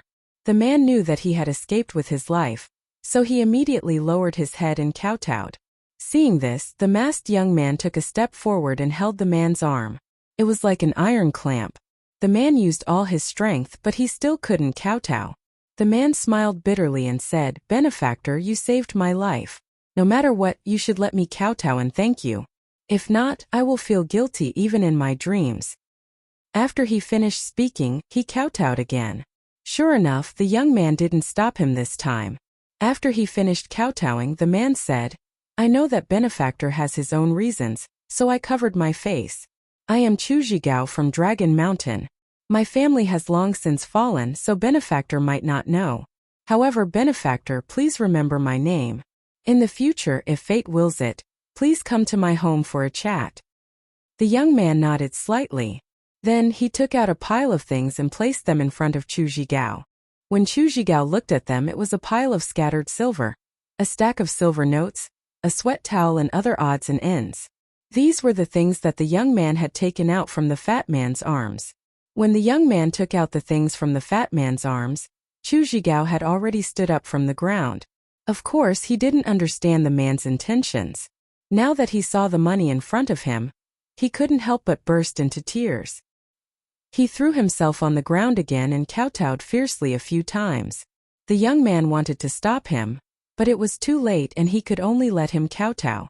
After Chu Zhigao finished kowtowing, he didn't stand on ceremony. He took out a few silver notes and a few ornaments and handed them to the young man. He said respectfully, Benefactor, I know that you definitely don't lack these things. However, this is a small token of my appreciation. Please accept it. This is a large amount of 500 taels of silver. Keep it well. However, it's best that you don't exchange it in Lu Town. Their eyes are everywhere here. You may not be afraid of causing trouble, but isn't it best if you don't have trouble? The nearby Maple Leaf Town, Treasure Town, and the slightly further Pingyang City are all fine too. The young man nodded and accepted it. Seeing the young man accept it, Chu Zhigao was very happy. He handed over the ornaments in his hands and said, This is a pair of jade bracelets and a few gold hairpins. They are all of good quality. I'm all alone and it's a waste to keep them. I'll send them to the pawn shop sooner or later. Benefactor, why don't you keep them and give them to your senior and junior sisters in the future? They'll be good gifts too. The young man hesitated for a moment and accepted them. Then he put them all in his arms. Chu Zhigao was happy to see that his benefactor was so easy to talk to.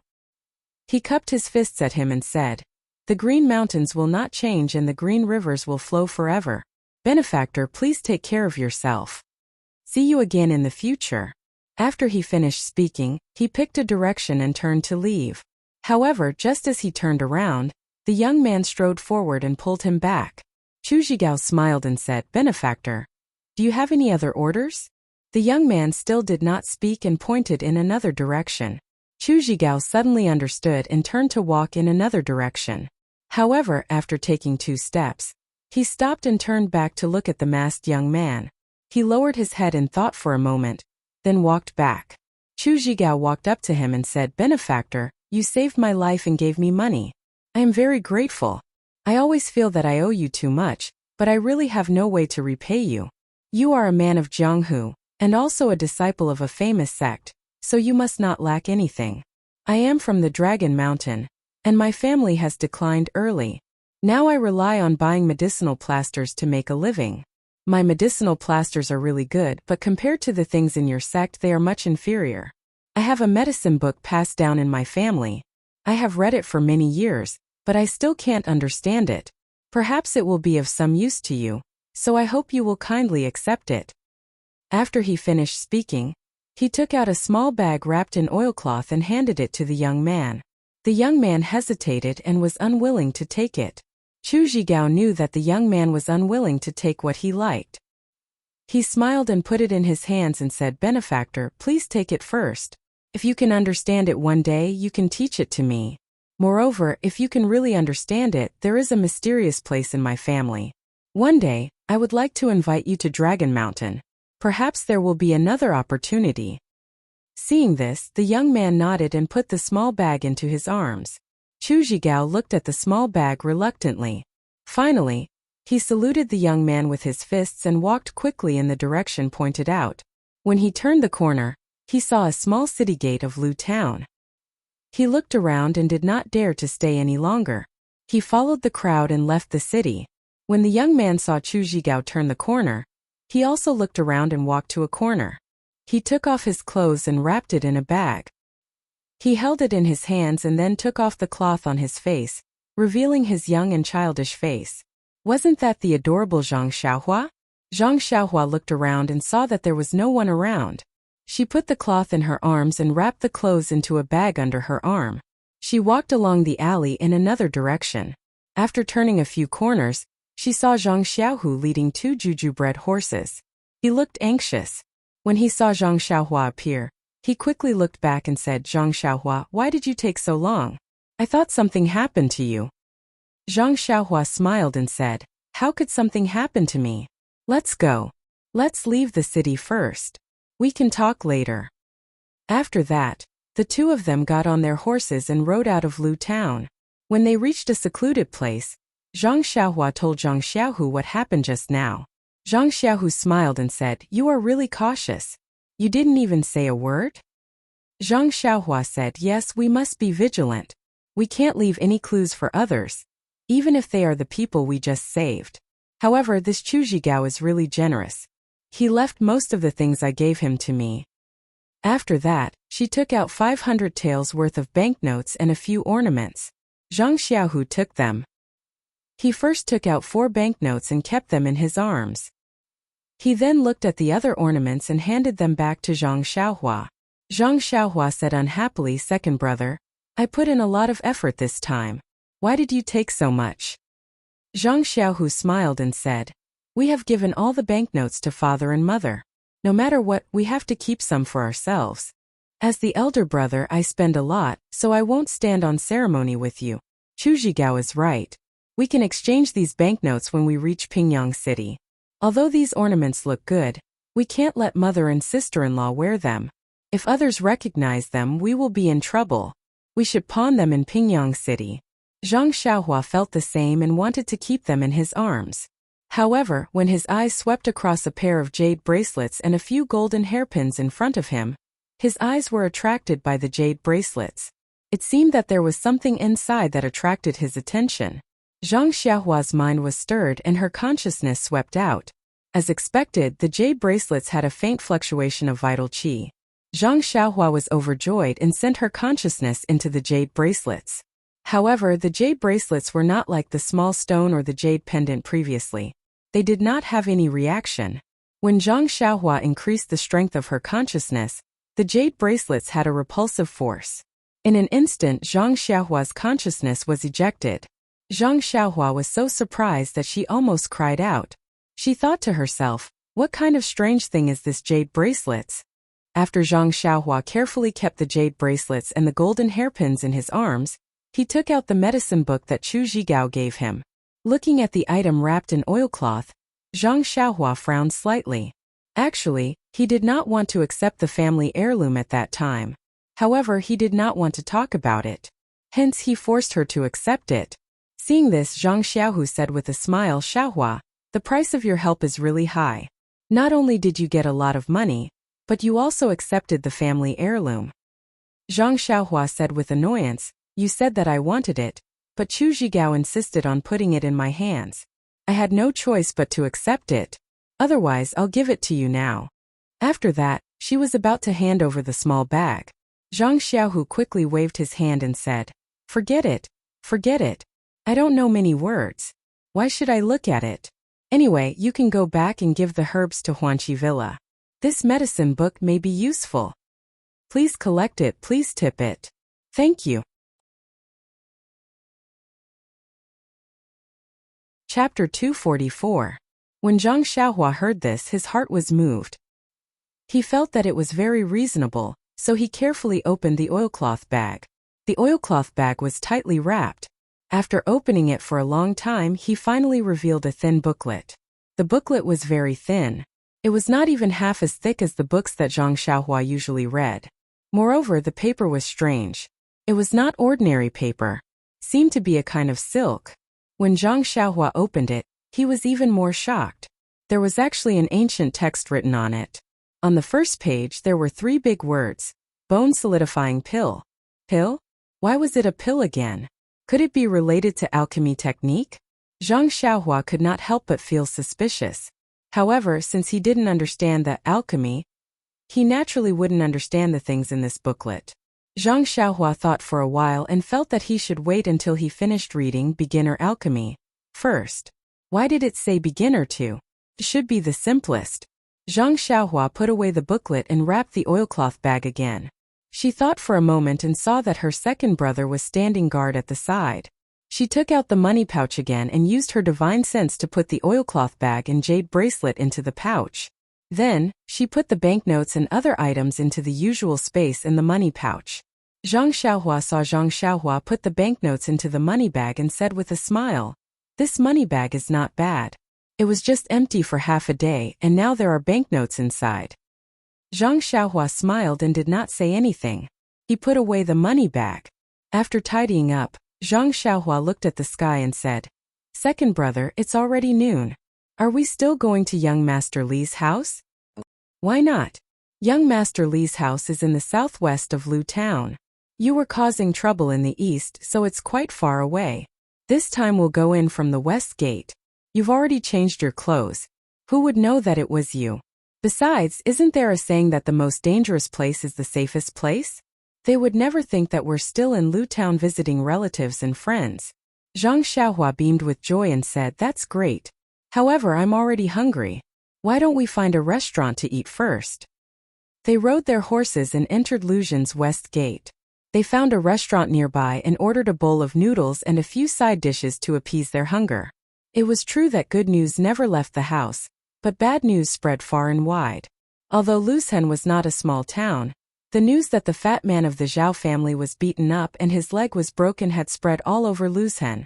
Zhang Xiaohu and Zhang Xiaohua were eating noodles in the restaurant and were also shocked. They were afraid that they would be recognized. However, when they listened carefully, Zhang Xiaohua did not know whether to laugh or cry. Apart from the fact that the details of her mask had not changed, everything else was completely different. For example, her face was as white as jade. Previously, she said that she was wearing a mask. How could it be that her face was as white as jade? For example, she was 8 feet tall. Zhang Xiaohua secretly looked at her own height. She had not seen her for half a day and she had actually grown?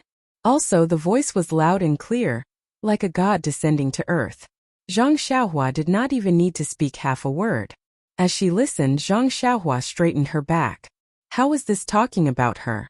It was like the ancient people with the surname Lei in the legends. They even helped the elderly cross the road and helped find lost children. What was there to be afraid of? Zhang Xiaohu listened and almost spat out the noodles from his nostrils. He covered his mouth and held his stomach, laughing loudly. After eating noodles, the 2 brothers came out of the restaurant and rode their horses to look for her. Zhang Xiaohua was puzzled. Second brother, why do you think they're talking nonsense?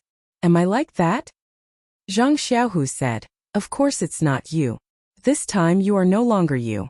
You are the embodiment of justice for thousands of years. Alas, there are too many injustices in this world. It always makes people resent injustice."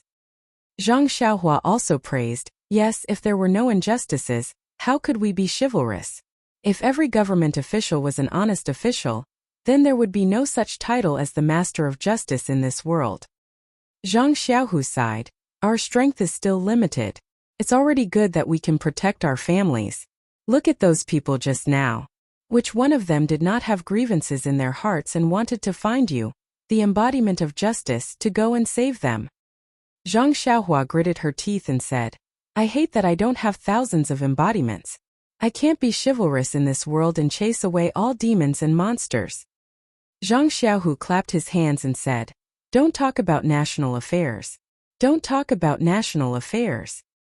Zhang Xiaohua laughed and rode her horse to catch up. Fortunately, there were not many people on the street. If they were not excitedly talking about the hero in the restaurant, they were secretly praying that the hero would not come. Otherwise, there would have been people drawing circles in the corner, cursing the playboy for disturbing the people on the street. Li Jinfeng's house was not far from the west gate of Lu Town. The Li family was in the tailor business. There was a medium-sized shop in Lu Town that was easy to find. However, when Zhang Xiaohua and the others found it, the shop with the sign Li family's tailor was closed. Zhang Xiaohua was puzzled. This was the time for business. How could there be a road that was closed? She gradually had a bad feeling in her heart. Zhang Xiaohu dismounted and looked around. He wanted to find someone to ask. Zhang Xiaohua said with a smile, "Second brother, young Master Li's house is behind this shop. We can go directly to see. Don't we have to go to his house to ask?" Zhang Xiaohu said, "Xiaohua, this is your lack of Zhonghu experience.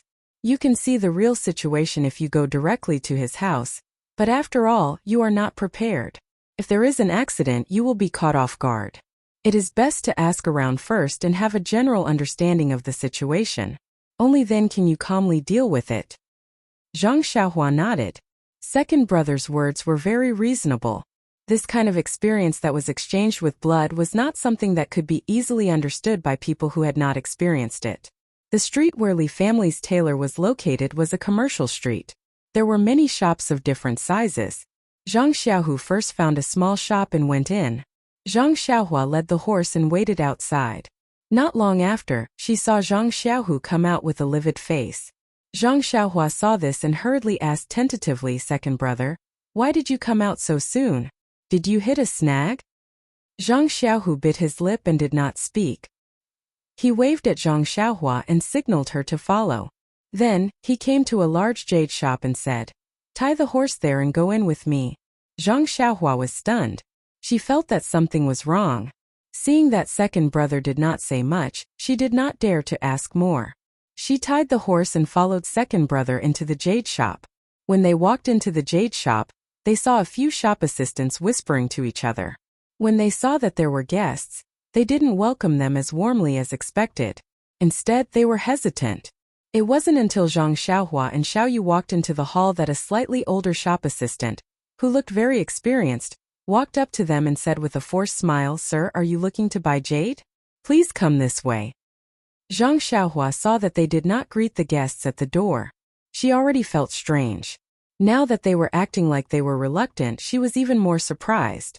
Zhang Xiaohu did not care about the shop assistant's neglect. He said, "Second brother, we are not here to buy jade. We just want to ask about the Li's tailor shop across the street." Hearing this, the shop assistant's face changed dramatically. He shrank back and waved his hand repeatedly. "Hero, please spare my life. This matter has nothing to do with me. I have an 80-year-old mother and a 3-year-old child. I have 3 lives. Please let me go." Zhang Xiaohu forced a smile on his face and said, "We are not people from Shizue Mountain. We are just friends of young Master Li. We came to visit today. Coincidentally, we came to ask about it." Shizue Mountain? Zhang Xiaohua's mind was pung. She understood everything. If it was before, Zhang Xiaohua would have jumped out and ran to the Li's house to see what was going on. But now, she just clenched her teeth and narrowed her eyes slightly. She still followed second brother and watched quietly. Hearing this, the shop assistant looked a little relieved. However, he still waved his hand and said that he did not know. At this moment, from the curtain behind the counter, an old man in a minister's uniform came out. Zhang Xiaohua looked very familiar. She seemed to have seen him somewhere. She thought for a moment. Wasn't he the relative of one of the two girls that she and second brother saved that day? She had seen him on the roadside. The old man walked out of the counter and waved his hand to signal the shop assistants to leave. Then he looked up and down at Zhang Xiaohu and turned his eyes to Zhang Xiaohua behind him. When he saw Zhang Xiaohua, his eyes lit up and he looked a little happy. Then he turned to Zhang Xiaohu and asked, "Two heroes, I am the shopkeeper of this jade shop. My surname is Yu. I don't know why you two are asking about Taylor Li?" Zhang Xiaohu naturally recognized this person, but he couldn't figure out his relationship with the Li family. He cupped his hands and said, "I am Li Jinfeng, young Master Li's friend. Today I came to the Li family to visit the old man. But I saw that Taylor Li's shop was closed, so I came to ask around." "Shopkeeper," you said. "I heard you say that you are not from Shitsue Mountain. You must know something." Zhang Xiaohu nodded in agreement. Shopkeeper Yu was silent for a moment and said, "Please come in. Let me explain in detail." The two of them followed the old man into the back hall. After the tea was served, Shopkeeper Yu asked, "You two say that you are Jinfeng's friends. Do you have any proof?" When Zhang Xiaohu heard this, he didn't find it strange. He told him everything about how he met Li Jinfeng and how he met him. Shopkeeper Yu nodded as he listened. When Zhang Xiaohu finished speaking, he said, "These two heroes are right. It seems like you are Jinfeng's friends without a doubt. I've watched Jinfeng grow up and see him as a nephew. This old man will also be arrogant and call you two nephew." Zhang Xiaohu quickly stood up and Lian Cheng didn't dare. Shopkeeper Yu waved his hand and gestured for Zhang Xiaohu to sit down. He then said, "Speaking of the Li family's experience, we have to start from 10 days ago. This old man doesn't have any children, only my daughter Bai He. She grew up with Jinfeng and Yinfeng from the Li family. Jinfeng went to Pingyang City to study, and only Yinfeng accompanied his parents. My daughter Bai He and Yinfeng have always been harmonious. 10 days ago they went on an autumn outing. This old man thought that they wouldn't go far, so I didn't find too many people to protect them. But I didn't expect that they would meet the bandits from Shitsue Mountain." Chapter 245. Shopkeeper Yu drank a mouthful of tea and continued, "My daughter Bai He and Jinfeng's younger sister Yinfeng encountered the bandits of Shitsue Mountain during their autumn excursion, and were taken away by a strong person. Fortunately, the coachman escaped with his life and sent us a message. When we reported it to the authorities, we gathered our family members and went to rescue them. We thought it was already too late, but we didn't expect that the two of them were rescued by two disciples of the Dalan Temple and escaped the prison ahead of us. However, the two secular disciples who saved my life have disappeared without a trace." Speaking up to here, Shopkeeper Yu stole a glance at Zhang Xiaohua, but Zhang Xiaohua kept his head down and remained unmoved. Shopkeeper Yu continued, "When our two families brought our daughters back home unharmed, naturally we would be endlessly grateful to the benefactors who saved our lives. But it was a pity that we made a mistake and brushed past our benefactors. It made us parents very remorseful, so a few days ago, our two families discussed going to the most famous Shaolin temple outside the city to burn incense to thank the Buddhist disciples for their kindness to us." Saying this, Shopkeeper Yu couldn't help but look at Zhang Xiaohua again. Zhang Xiaohu naturally noticed all this, but he didn't point it out and just patiently listened. Shopkeeper Yu continued, "The Shaolin Temple is quite a distance from Lu Town. When our two families arrived at the Shaolin Temple, we saw that the temple's doors were tightly shut. Only then did we know that the Shaolin Temple seemed to have been attacked by burglars who stole things from the temple. I waited for a day, but still didn't open the doors to welcome the incense. Virtuous nephew must know that this old man's jade shop doesn't open for a year, but if it does, it will last for 3 years. But the Li family's tailor shop is different, so the Li family was somewhat anxious to come back. This old man just happened to have a distant relative next to the Shaolin Temple and hadn't visited for a long time, so he took the opportunity to visit him. As a result, this old man's family separated from the Li family. Hearing this, Zhang Xiaohua didn't move, but the killing intent in his heart instantly rose. Shopkeeper Yu closed his eyes and thought for a moment, then said, "After this old man came back, before I even entered the door, I heard the bad news. The Li family's property was burned and the family of 3 was nowhere to be found. This old man hurriedly went to the ruins of the Li family and sent people to search, but there was no trace of them. After listening to the neighbors, I knew that on the night before yesterday, several strong men suddenly broke into the Li family and kept saying that they were looking for the 2 girls. Someone immediately reported it to the government. And when the government sent people came, the strong arrogantly said that they were people from Shi Mountain and they were doing business here and people shouldn't interfere. How could those weak shrimps from the government? How would they dare to say a word? A few strong men carried a few big bags and left. Before they left, they even burned down the Li family's residence." Hearing this, Zhang Xiaohua couldn't bear it anymore. She slapped the table next to her and the table collapsed, making Shopkeeper Yu tremble. Zhang Xiaohu scolded, "Xiaohua, sit down. It's too late to go now since it happened the day before yesterday. Let's listen first." Shopkeeper Yu trembled as he said, "Heroes, please calm down. This old man also heard from the gatekeeper that on the night the Li family was attacked, a few people also came to this old man's house. They turned this old man's house upside down and left angrily when they couldn't find anyone. This old man thought that these people must also be looking for my daughter. Yesterday, this old man had already sent my daughter to a safe place." After Shopkeeper Yu finished speaking, Zhang Xiaohu asked, "Shopkeeper Yu, are you sure it was done by the bandits of Shichui Mountain? And there were no corpses of the Li family in the courtyard of the Li family?" Shopkeeper Yu said affirmatively, "Yes, it was done by them. The Li family has always been generous and has a good reputation in the 4 Trees area. How could there be any unnecessary grudges? Moreover, those people kept saying that they were from Shichui Mountain and even came to my house to search.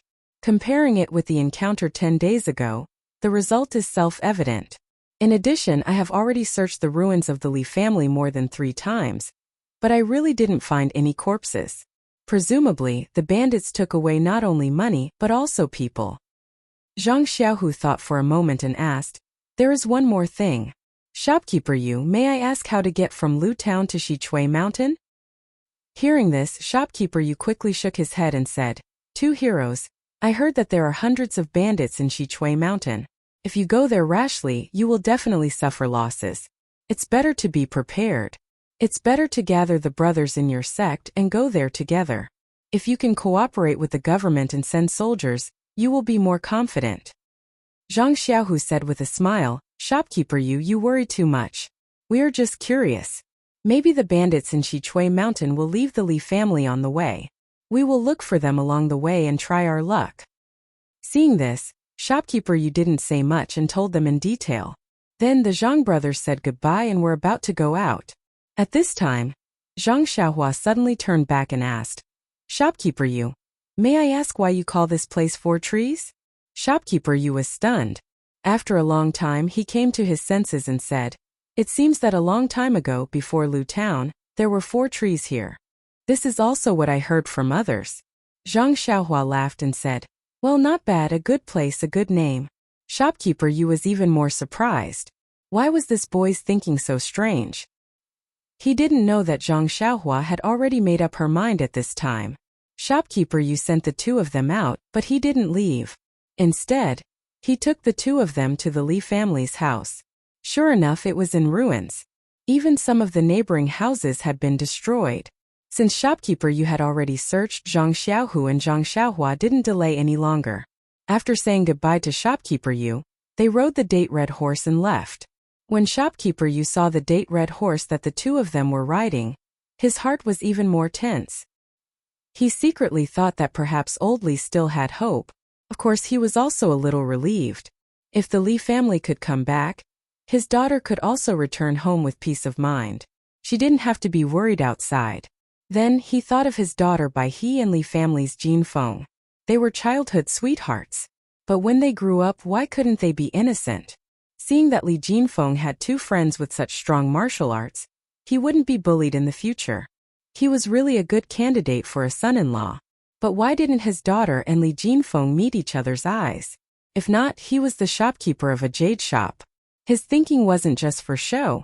The Zhang brothers rode out of Lu town. Along the way, neither of them spoke a word. They came to visit in high spirits. They didn't spend the money and were in a depressed mood. Speaking of the Li family's tragedy, Zhang Xiaohua couldn't help but think of her relationship with Li Jinfeng. From the time they met to the time they became friends, young Master Li had always maintained a good friendship with this youth from the countryside. He didn't attack or despise him. In the future, when they became literate, they had a teacher and a friend relationship. This made Zhang Xiaohua feel the warmth of friendship. During the new year, Li Jinfeng didn't greet Zhang Xiaohua and came to visit. He even put himself in the position of Zhang Xiaohua's friend. He was waiting for Zhang Xiaohua to get along well with her temper. Now, the Li family had suffered an unexpected disaster. Li Jinfeng was still far away in Pingyang City and didn't know about it. But even if he knew about it, what could a weak scholar like him do? Ask the authorities for help? Go to U City? Ask the Misty School to help? Every path was blocked by Li Jinfeng. As Li Jinfeng's friend, Zhang Xiaohua felt a sense of responsibility. Since the Li family needed her strength and she had the ability to help them, what was there to hesitate about? Hence, Zhang Xiaohua called out, "Second brother." At this moment, Zhang Xiaohu also called out at the same time, "Xiaohua." Zhang Xiaohua saw this and said, "Second brother, you go first." Zhang Xiaohu thought for a while and said, "Xiaohua, I think you and I are thinking the same thing. Li Jinfeng is our friend. He is very kind to us. He is different from Yu Dai and others.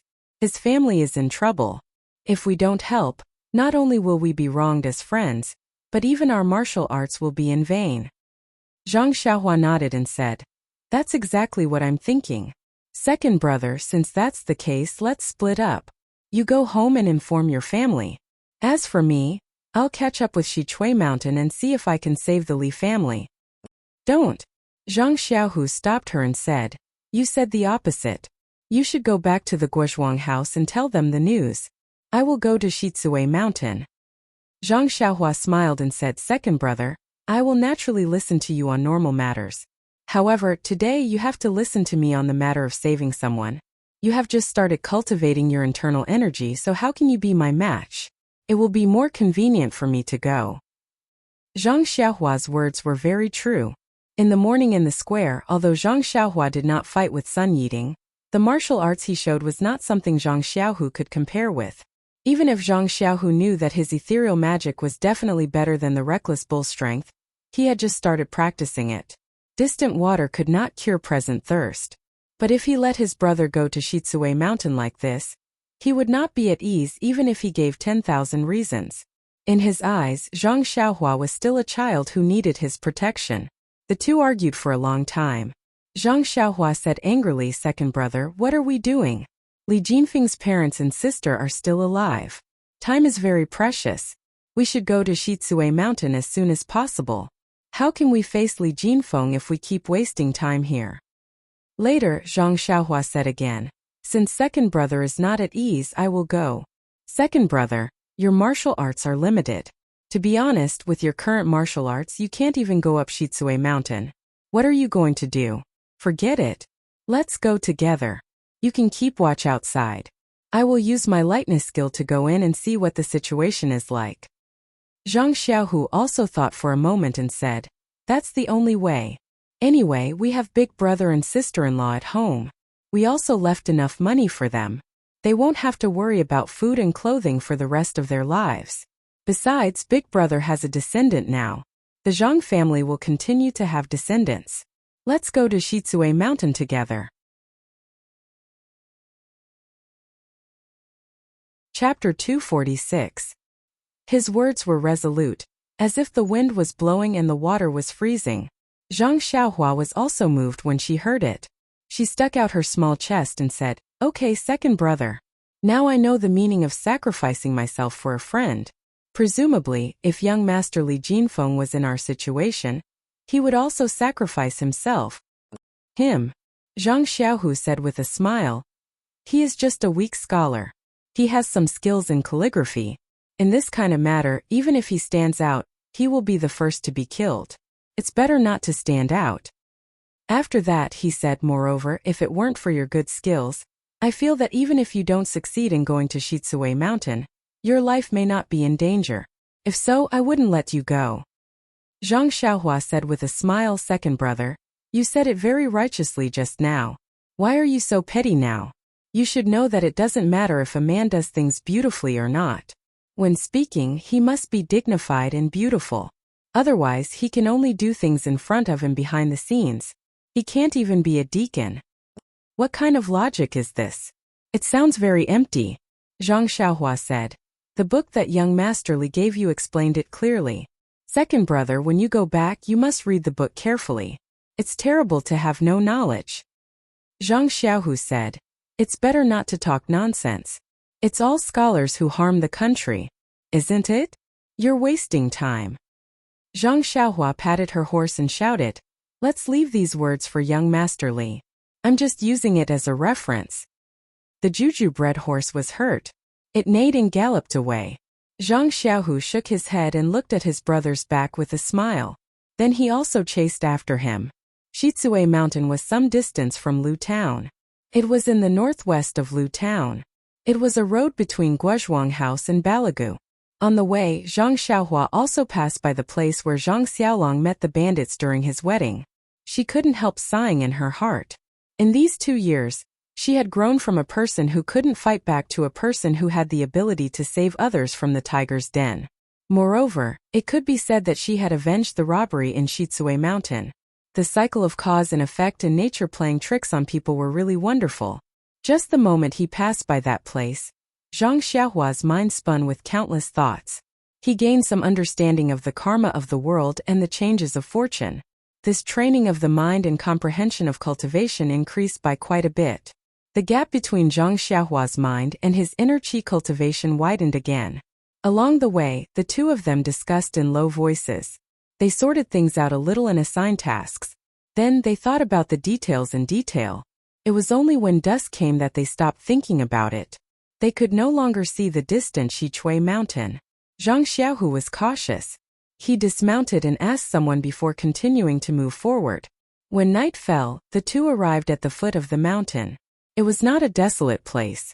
This was a relatively barren mountain range, not a mountain peak as they had imagined. From the foot of the mountain, there was a slightly wide mountain path leading into the mountain. It was probably the path that the bandit leader took. If it was daytime, Zhang Xiaohua and Zhang Xiaohu would not dare to walk up so brazenly. However, it was already dark, and their surroundings could not be seen clearly. Only the gray mountain path could be seen clearly. The two dismounted first, and Zhang Xiaohu tore a piece of cloth from his clothes to wrap the hooves of the two horses. Only then did they ride up the mountain path. Sure enough, the sound of horse hooves was almost gone. The two people and two horses quietly walked in the mountain under the curtain of night. The mountain wind was bleak, and the chirping of insects was incessant, but there were no traces of people. After waiting for half a meal's worth of time, the two of them climbed up the first mountain. This mountain wasn't very high, but it stretched as far as the eye could see. The view was broad, and they could see the lights on the mountain in front of them from afar. Zhang Xiaohua was overjoyed and said, "Second brother, there are lights on the mountain. It must be the main peak of Shitsue Mountain." Zhang Xiaohu said, "It should be there. However, the closer we are to the bandits, the more we can't be careless. Maybe there are bandit sentries on the road. If we are discovered by them, tonight's rescue operation will be terrible." Zhang Xiaohua nodded and said, "I'll listen to the arrangement of second brother." Zhang Xiaohu looked around and pointed to the woods in front of them. He said, "Let's go to the woods first. Leave the red horses here and let them rest. When we rescue the people of the Li family, we still need to rely on them." When Zhang Xiaohua heard this, he cried out, "Aya, second brother, we left in a hurry and forgot that there are only 2 horses. How can we carry 5 people?" Zhang Xiaohu patted his head and said, "Yes, I also forgot. What should we do?" The two thought for a moment and said, "Let's talk about it after we rescue them. We don't know how many people we can save." The two tied the red horses in the woods and carefully walked to the mountain road. Zhang Xiaohua said, "Second brother, as you said, there must be bandit sentries or traps on the mountain road. We should go from the side." Zhang Xiaohu pointed to the lush pine trees next to them and said, We can only go through this forest, but I don't know if this forest is safe or if it can lead to the foot of Shitsue Mountain. Zhang Xiaohua said with a smile. Second brother, you don't have to worry about this. As long as there is a forest, I can go through it. Zhang Xiaohu said, well, your lightness skill should be fine and you shouldn't alarm others. However, I can't do it. I haven't practiced my lightness skill well. Zhang Xiaohua said, it's okay, second brother. I'll help you. Zhang Xiaohu looked at the lights in the distance and said, that's the only way. However, don't grab my neck. Just grab my arm. Zhang Xiaohua was puzzled and said, second brother, isn't it better for me to carry you? Humph! Zhang Xiaohu snorted and said, in that case I will lose all my face. It's not appropriate. You'd better grab my arm. Zhang Xiaohu now weighed no more than 100 kilograms. With Zhang Xiaohua's arm strength, it was really negligible. Why would Zhang Xiaohua care about carrying him like this? Later, Zhang Xiaohu looked at the terrain and told Zhang Xiaohua in detail about the walking route. Only then did he let Zhang Xiaohua carry him under his arm. With Zhang Xiaohua's lightness skill, they jumped to the treetops. At this time the moon had not risen. Zhang Xiaohua carried her second brother and ran like a wisp of smoke. According to the route that Zhang Xiaohu had already told her, they flew among the treetops in the forest. This mountain road was the only way to Shitsue Mountain. How could there be no traps on the road? How could there be no sentries in the mountain forest? Perhaps it was because of the notoriety of Shitsue Mountain that few people so blatantly broke into the mountain, making the patrolling bandits lose their vigilance. Or perhaps it was because Zhang Xiaohua's lightness skill was so good that she avoided the sentries early. In short, Zhang Xiaohua was not discovered by the sentries along the way. On the contrary, there were several groups of bandits who were either drinking, gambling, or sleeping. They were all seen by Zhang Xiaohua from afar and avoided. With Zhang Xiaohua's current true qi cultivation, she could still cope with the consumption of true qi from the levitation skill. When she reached the top of the mountain and jumped down from the tree, she did not use much true qi. Zhang Xiaohua did not think much of it, but Zhang Xiaohu was greatly shocked. When he was in the Lotus Escort Agency, he followed Fourth Master One and saw his lightness skill. Now looking at Zhang Xiaohua's lightness skill, although it was still a lot worse than Fourth Master One's, Zhang Xiaohua had just learned it not long ago. Moreover, the strength of Zhang Xiaohua's hands could not be underestimated. In this aspect, Fourth Master One could not compare with Zhang Xiaohua. After all, Zhang Xiaohu was performing lightness skill with Fourth Master One, a living person. Jumping off the treetop, they were very close to the mountain stronghold. In the distance, they could see that the gate of the stronghold was open and brightly lit. Several bandits were guarding the gate with weapons. There were also several people on the gate of the stronghold, holding bows and weapons, patrolling left and right. It was completely militarized management. Zhang Xiaohua said softly, second brother, the security here is so strict. It doesn't look like a motley crew at all. It seems that the plan we discussed on the way needs to be improved. On the way, Zhang Xiaohu felt that the bandits of Shitsue Mountain were just a motley crew. The management must be chaotic. For example, the gate of the stronghold should be closed, and there might not be anyone guarding it. Although he did not know lightness skill, he could let Zhang Xiaohua take him in. But the plan could not keep up with the changes. Who would have thought that this famous mountain bandit was actually worthy of its name? The security was really strict. At this time, if Zhang Xiaohu still went in with Zhang Xiaohua, it would inevitably involve Zhang Xiaohua. Zhang Xiaohu thought for a moment and said, well, Xiaohua, you go in and have a look. I'll wait for you outside. You can observe the situation first. Don't do anything. It's better to find a bandit when he is unprepared and torture him to find the trace of the Li family. Then come back. We'll make a plan after discussing it. Zhang Xiaohua listened and remembered it carefully. Then she used her lightness skill and carefully followed the shadows of the trees to the front of the stronghold. Although she was close, there was still a long distance. Even if she used her lightness skill, she would inevitably be discovered by the bandits, not to mention that she had to jump over the wall of the stronghold where the bandits were patrolling. Zhang Xiaohua looked at the orderly patrolling of the bandits and could not help but think of an idea. He bent down and picked up a small stone from the ground. He used his internal force and threw it in the other direction of the gate of the stronghold. There was a bang sound, which was particularly obvious in the silent night. The bandit guarding the gate of the stronghold was shocked and immediately looked in that direction. The bandits on the wall of the stronghold also shouted, "Who is it?" They all ran in that direction. Zhang Xiaohua saw that the plan to lure the tiger away from the mountain had worked. Her courage grew and she ran under the wall of the stronghold. Looking around, she jumped up the wall. Her body paused for a moment. Then she immediately slanted and slid into the inner side of the wall. Although there was a bandit beside her who was looking in the other direction, Zhang Xiaohua's body was as light as a swallow and did not startle him. When he felt something strange and looked back, Zhang Xiaohua had already slipped into the shadows of the wall. The bandit looked back and did not see any movement. He looked left and right and then walked back and forth on the wall. He did not know that in his moment of distraction, he had let someone slip into the stronghold. Chapter 247. Zhang Xiaohua slipped down the wall and hid in a dark place. His heart was beating wildly. This was the first time he tried such a dangerous thing, so he was inevitably nervous.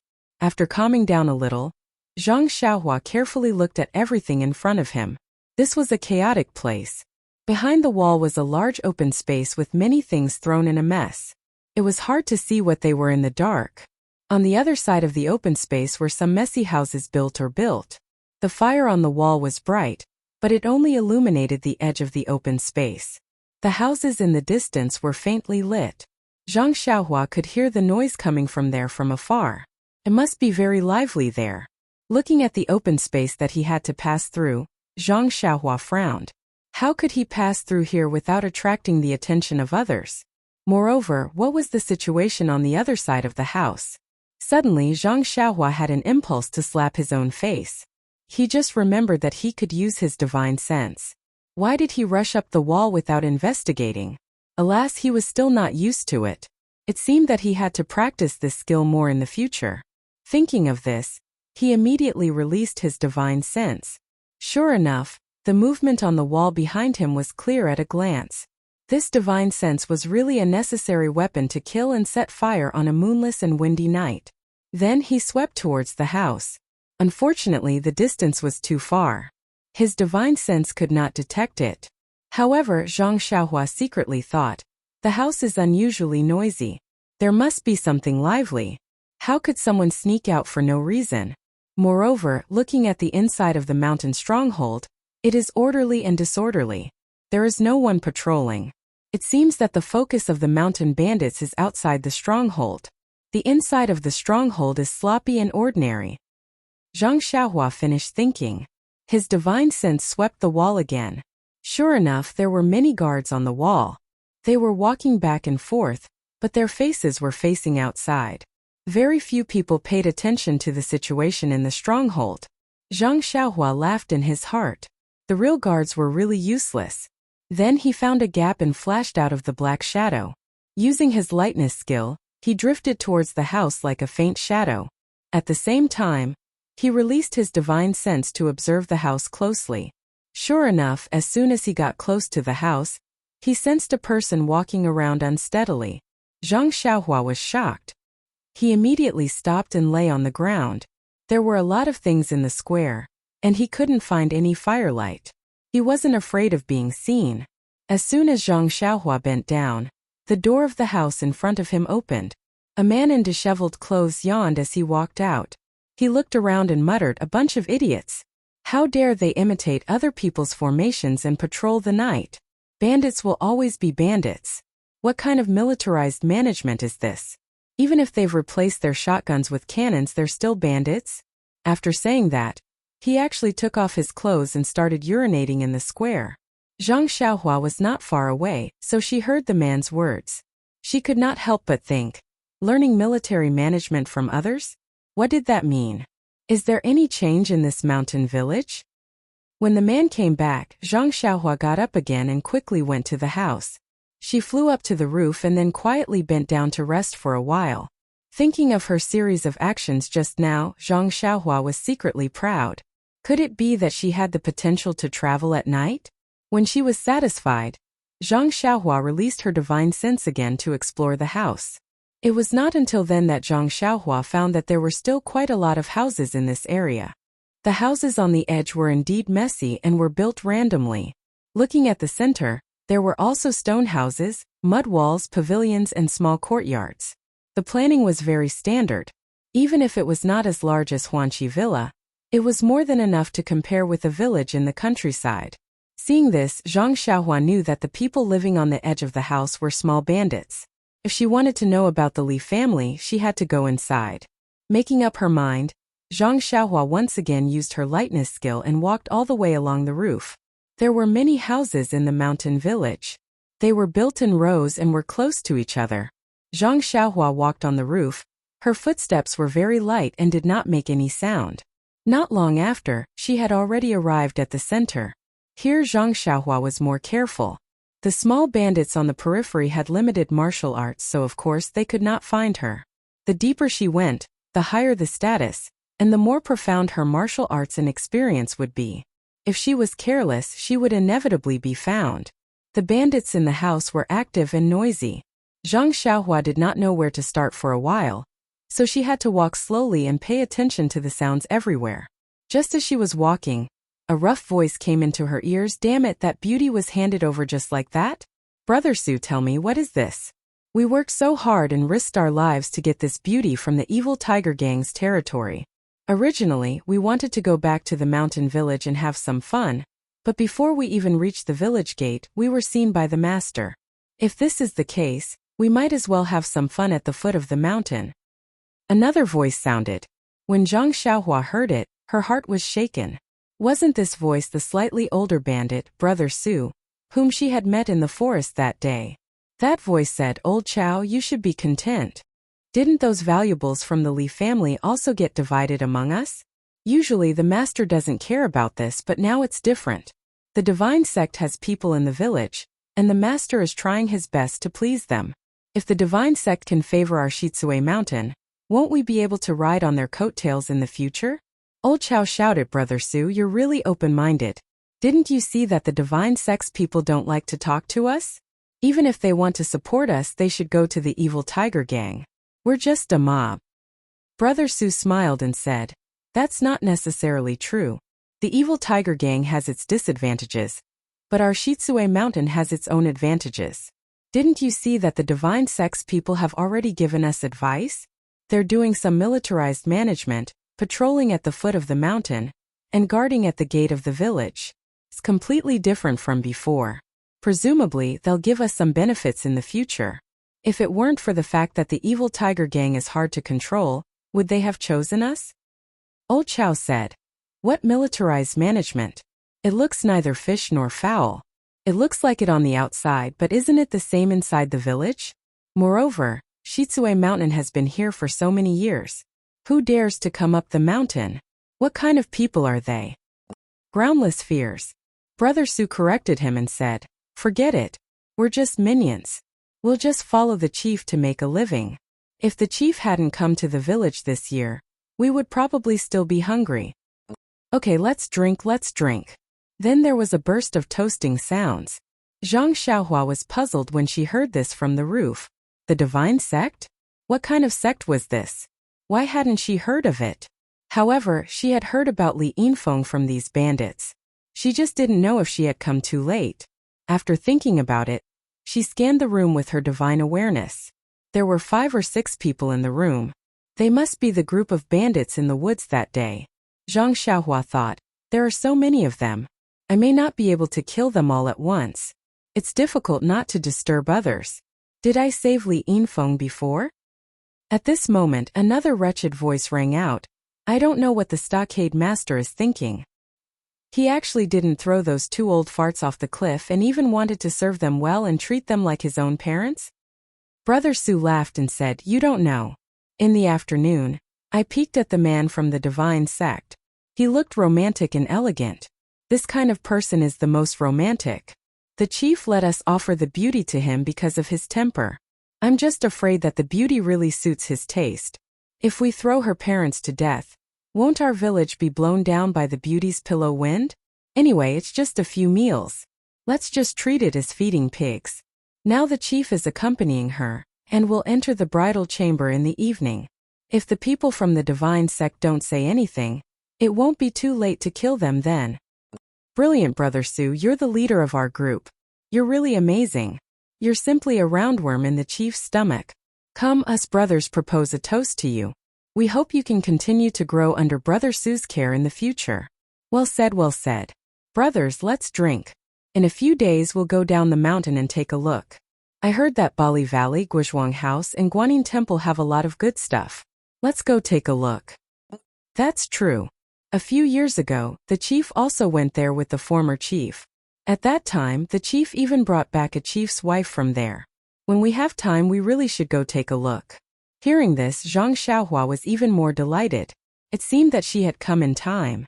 The Li family of 3 were actually still alive. Seeing them, she had to act quickly. If she was a little late, she might not be able to redeem Li Yinfeng's innocence. But when she heard that they were going to Guizhuang House, she couldn't help but be furious. But now wasn't the time to kill. She'd better settle the matter at hand first. After thinking, Zhang Xiaohua secretly remembered the location of this row of houses and walked along the ridge of the houses. After a while, the houses under her feet became more magnificent and much taller. Estimating that she was about right, she released her spiritual sense again. After a moment of scanning, a trace of a smile appeared at the corner of her mouth. In front of her left, in a magnificent hall, 2 people were sitting laughing and talking. The banquet hadn't been set up yet. Servant girls in rough clothes were serving the dishes. Zhang Xiaohua took a deep breath and walked forward, tiptoeing. She gently landed on a foot under the eaves and climbed down. She didn't stick her head out, only pricked up her ears and used her spiritual sense to scan. In the hall, she saw a mediocre-looking person dressed in magnificent clothes say, "Envoy Ying, I'm so happy to see you again. The food and wine in this mountain stronghold is crude and unbearable to eat. Please forgive me." The other person was also dressed in embroidered clothes. His 2 eyebrows were slanted upwards, and he had a frivolous appearance. He played with a folding fan in his hand and smiled. "Chief Lu is too polite. It's not the first time you and I have met. Why bother with this?" As he spoke, he stretched out his folding fan and knocked on the buttocks of a servant girl who was serving dishes. The servant girl was so frightened that she trembled and almost dropped the plate.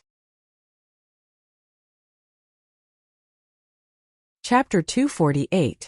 Seeing this, Master Lu was not surprised. He called out, "Xiaolan, don't serve the dishes. Sit next to the emissary."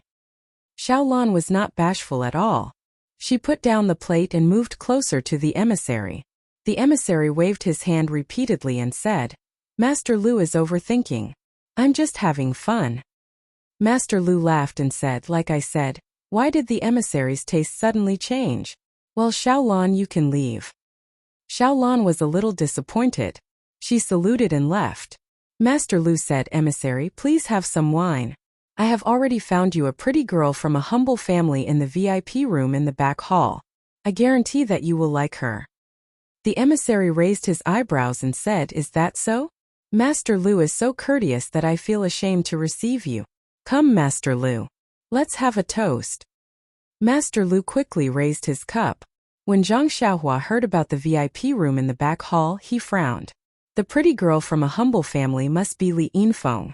So when Zhang Xiaohua was about to get up and rush to the back of the hall, he heard the emissary's words again, "Master Lu, I've been here for half a day. I heard that the thing in the Shaolin Temple has been obtained by your brothers. When can you show it to me? This time I came here especially for you." Master Lu laughed and said, "Emissary has just arrived today. We haven't received you yet. Let's just talk about the wind and moon today. We can talk about other things tomorrow." In Zhang Xiaohua's ears, these words were like passing wind. He did not pay attention to them at all. His figure did not stop at all. He drew a trace in the night and went straight to the backyard. It had to be said that the ethereal steps was magical. Zhang Xiaohua was just a beginner, but he was able to enter the Shitsue mountain as if there was no one there. And just as Zhang Xiaohua entered the darkness of the backyard, Emissary Ying spoke again in the hall, "Master Lu, don't worry. The divine sect will not delay any of the conditions that they promised you. Moreover, in order to show that they value you, the divine sect has sent an important person here. I'm just a scout." "Ah, really?" Stockade Master Lu's hand trembled. and the fine wine spilled from the wine cup. He looked pleasantly surprised. May I know when your esteemed one will arrive? When Emissary Ing heard this, he frowned slightly and said unhappily, how can we know the whereabouts of the big shots? Perhaps he has already arrived, perhaps tonight, perhaps tomorrow, who knows? I know. I'm sorry for my rudeness. I really want to see the glory of a senior in the martial arts world, Stockade Master Lu answered awkwardly. Senior martial artist? Haha. Envoy Ing did not express his opinion.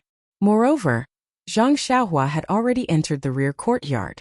She spread out her divine sense and scanned the surroundings. The rear courtyard was quite large and very quiet. There were only a few dim lights. Zhang Xiaohua's figure didn't stop at all. With a few leaps she scanned all the places with lights.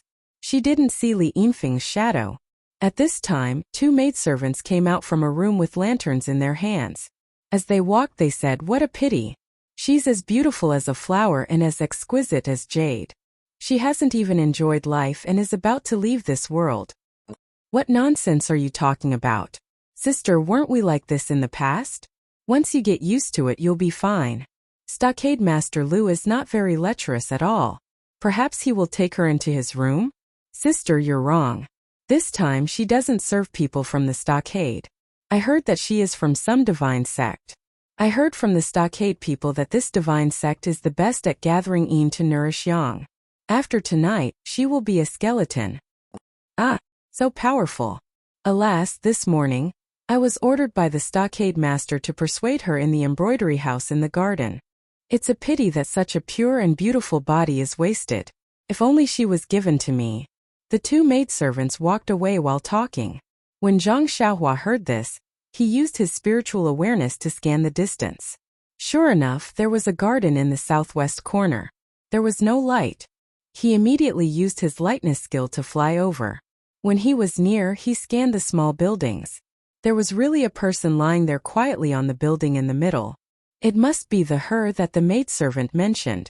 Zhang Xiaohua did not dare to be careless. He stopped on the building and used his spiritual awareness to scan it carefully. After confirming that there was only that woman lying there, he turned over and walked into the room quietly. The person on the bed in the room heard someone enter the room and could not help but move. Zhang Xiaohua walked to the bed, took out a fire starter and casually lit it. When he looked at the bed, he saw a girl lying there. She was tied up tightly with her back to him and was struggling with all her strength. Zhang Xiaohua walked forward and called in a low voice, Li Yinfeng? Sister Li? The girl was struggling. When she heard his voice, her body immediately stiffened. Zhang Xiaohua went forward and flipped the girl over. He held the fire starter close to her and saw the tear stains on Li Yinfeng's face and her mouth was stuffed with something. When she saw Zhang Xiaohua's face, her eyes were filled with joy. Zhang Xiaohua whispered again, Sister Li, I'm Li Jinfeng's brother Li's friend. I'm here to save you. Don't say anything. When he finished speaking, he reached out and took out the thing in Li Yinfeng's mouth. Li Yinfeng took a few deep breaths and was a little surprised. She sobbed and asked, Aren't you a lay disciple of the Dalan Temple? How do you know my brother? Zhang Xiaohua nodded and said, Don't ask so many questions first. I know Brother Li in Pingyang City. However, now is not the time to talk. Let me get you out of here first. We can talk about how to get out of here. Li Yinfeng nodded vigorously. Zhang Xiaohua looked at the rope that Li Yinfeng was tied up with. It was not a good time to find a knot. She took out a small sword from her chest and channeled her vital energy into it. She used the small sword to gently cut the rope and the rope broke. Zhang Xiaohua looked at the small sword with satisfaction. It did not seem to be sharpened and kept it in her chest. Li Yinfeng's hands and feet were free. She wanted to stand up but she had been tied up for a long time and her blood vessels were blocked. She struggled twice and did not succeed. Zhang Xiaohua went forward to help her up. After moving a few times she heard Li Yinfeng ask, That little brother my parents? She asked very hesitantly. Zhang Xiaohua said softly, Don't worry. I will go and save your parents immediately. You wait here for a while. After I save them, I will bring them here and we will go out together. Oh right, Sister Li, my name is Zhang Xiaohua. Li Yinfeng heard and looked around fearfully. She took half a step forward to be closer to Zhang Xiaohua and said, Zhang Xiaohua, I am very scared here. Instead of you bringing my parents here, why don't I go with you? Before this afternoon I was with them. I roughly know where they are and I can show you the way. Zhang Xiaohua thought for a while and said, okay, Sister Li, you go with me. Anyway, I will bring your parents here later. Why don't I bring you there now? Alright, tell me the rough location first. Li Yinfeng said in a low voice. Zhang Xiaohua thought for a while and said, okay, I have a rough idea. After that, she blew out the fire and said, Sister Li, don't talk on the way. Li Yinfeng was a little surprised and thought, if I don't talk, how can I show you the way? However, she still whispered an okay, and followed Zhang Xiaohua out of the room. When she was about to go to the stairs, she heard Zhang Xiaohua whisper, Sister Li, don't move and don't talk. Then she felt a small hand grab her shoulder, and her body immediately rose into the air and went straight to the roof. Li Yinfeng was shocked and almost cried out. At this time she suddenly remembered that when she first saw this young man, didn't he fly like a big bird from a horse? Could this be the Qinggong that was mentioned in the book? Before Li Yinfeng could think of a second idea, she had already followed Zhang Xiaohua to the roof. She stopped for a while and went straight to the place that she had just mentioned. Li Yinfeng was dressed in plain clothes and was very eye-catching in the night. However, in this mountain stronghold that was tight on the outside but loose on the inside, who would pay attention to her? Along the way, Li Yinfeng kept her mouth shut, afraid that she would make any noise and alert the bandits. Her body was also tense and she did not dare to move, afraid that she would disturb Zhang Xiaohua's Qinggong. After a while, the two of them climbed over many houses and corridors and stopped in front of a row of dilapidated houses. Zhang Xiaohua stopped for a while and then jumped down with Li Yinfeng. She pointed to a house that was lit and said, Sister Li, is this the place? Li Yinfeng had long recognized that this was the house that they had stayed in before. She was secretly shocked. She had just roughly described it. How did this young man know it so clearly? If he had not saved her before, she would have suspected that he was one of the bandits. Li Yinfeng nodded vigorously. Zhang Xiaohua pushed the door and entered. The house was very empty. The floor was covered with straw and two old men were sitting there, crying secretly. When they saw someone push the door and enter, they looked up angrily. When they saw that it was an ordinary young man, they were very surprised. When did this bandit become a young man? Moreover, his expression was also warm and not as fierce as before. What was he selling in the gourd? Without waiting for the two elders to speak, a girl immediately ran out from behind the young man. Crying, she called out, Daddy, Mommy. Wasn't that his daughter Li Yinfeng? What was going on? The young man closed the door and said, Sister Li, now is not the time to cry. It won't be too late to suffer after we go down the mountain. Shopkeeper Li was overjoyed when he heard the unfamiliar young man call out so intimately. Could it be that this was his hero? Then, he immediately recalled that his daughter had been saved by a young lay disciple. Could it be this person? He didn't go back to the Dalan temple? When Li Yinfeng heard this, she quickly wiped her tears and said, Father, Mother, this is my big brother's good friend. His name is Zhang Xiaohua. He came to save us. Let's go with him. The two old men naturally knew the importance of this matter. Without asking anything, they prepared to get up and leave. However, Zhang Xiaohua frowned and said, Uncle, Auntie, please wait a moment. I have to think about how to take you out. Manager Li was taken aback and blurted out, Virtuous nephew, you walk in front, and we'll just follow behind you. Chapter 249. Li Yinfeng whispered, Father, don't talk. Listen to Zhang Xiaohua's arrangement. Zhang Xiaohua thought for a moment and said, Sister Li, I'll carry you on my back later. Okay? Li Yinfeng blushed and said, Okay, I'll listen to you. Shopkeeper Li was still a little puzzled. His daughter could walk well, so why did she need him to carry her? This young man was thin and not even as tall as his daughter. Could he carry her well? Zhang Xiaohua said again, Sister Li, you must hold my neck tightly and don't let go. Li Yinfeng blushed even more and nodded slightly. Zhang Xiaohua said to the two old men, Uncle, Auntie, when I take you out later, you must be careful not to make a sound. The two old men nodded and thought, Isn't this nonsense? If we make a sound, it will alert the bandits. What can we do? After that, Zhang Xiaohua pushed the door open and went out. Shopkeeper Li hurriedly grabbed his arm and said anxiously, "Little hero, you have to open the door first to see if there's anyone outside. This is common sense." Zhang Xiaohua scratched his head and said, "Haha. This is the first time I go into a tiger's den to save someone. I'm not experienced enough. But I know there's no one outside." Shopkeeper Li didn't believe him. He opened the door first and looked around. Sure enough, there was no one outside. Then he opened the door and the four of them came out quietly. Shopkeeper Li pointed in the direction of the gate and said, "Little hero, I remember the gate is over there. But when we came in, I remember there were many people guarding there. We can't go through." Zhang Xiaohua smiled and said, "Uncle, it's okay. I'll take you there." Shopkeeper Li was skeptical, but he still said, "Well, let's go. We'll go along the corner. There are shadows there. They can't see us." Zhang Xiaohua said, "No, Uncle, Auntie, stand still. I'll take you there. We don't have much time.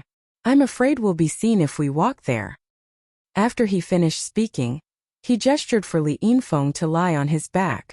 Then, he used his left and right hands to support the two old men under their armpits.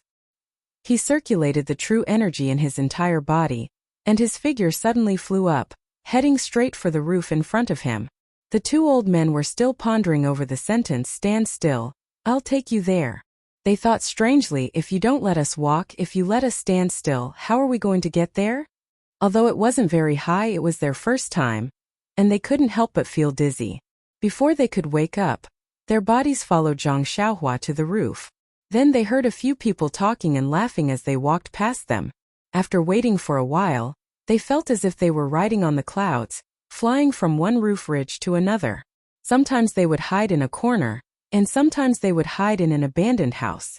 In short, they would safely avoid the bandits every time. When the two old men's minds gradually became clearer, the four of them had already reached the edge of the house. Zhang Xiaohua put the two old people down and said, "Sister Li, come down and take a breath of relief." Only then did Li Yinfeng let go of the arm that was holding Zhang Xiaohua breathlessly. Her face was crimson red. Zhang Xiaohua smiled and asked, "Sister Li, can you still hold on?" Li Yinfeng moved her arm, shook her teeth and said, "It's okay. If it was a little longer, I might not be able to hold on." Zhang Xiaohua said, "Sister, now is a dangerous time. It's a temporary measure. If your arm really can't hold on, don't you still have your legs?" Li Yinfeng's face was about to bleed. The two old men next to her turned their heads, pretending not to hear or see. Zhang Xiaohua's eyes didn't pay attention to them. She looked at the distant wall of the village. The distance between the house and the square was too far. Her divine sense could barely reach it, and it was very difficult to clearly determine the position of others. If someone happened to look around the square, wouldn't she be immediately exposed? If she was alone, or if there were only two people, she would be able to free one hand. If she met anyone, she could block them. But there were three people, one in each hand and one on her back. How could she deal with them? But looking at the time, it was already late. Presumably, the banquet of the village master and the envoy had already begun. When they found out that Li Yinfeng had been rescued by her, the entire village would come to look for her. Even if her qinggong was powerful, she was afraid that she wouldn't be able to escape. Thinking about this, Zhang Xiaohua gritted her teeth. She would risk it. In any case, they were all looking outside the wall. At this moment, they were probably tired. Who would look back? Then Zhang Xiaohua said to the three people, "You guys should be ready. This is the last and also the only dangerous place. After passing this place, everything will be easy to talk about." Although the three people felt that it was very strange, there were many torches on the walls of the village.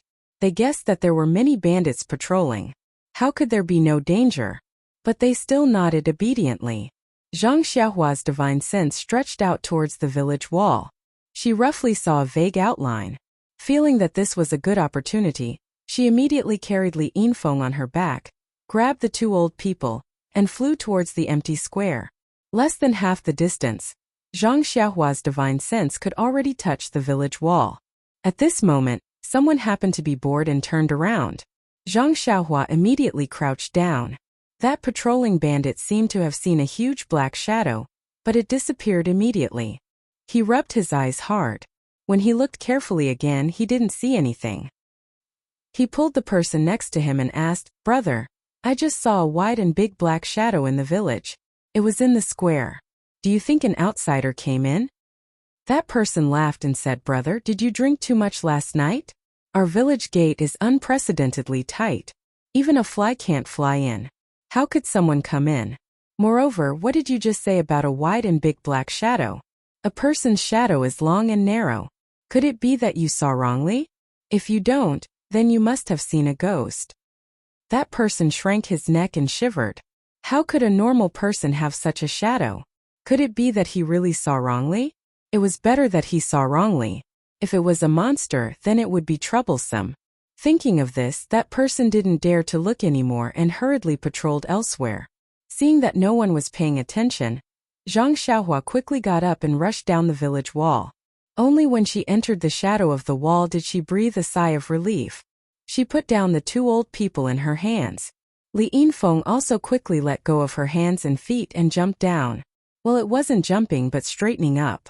At this point, Zhang Xiaohua was halfway to success. As long as she jumped over the wall, she could fly freely.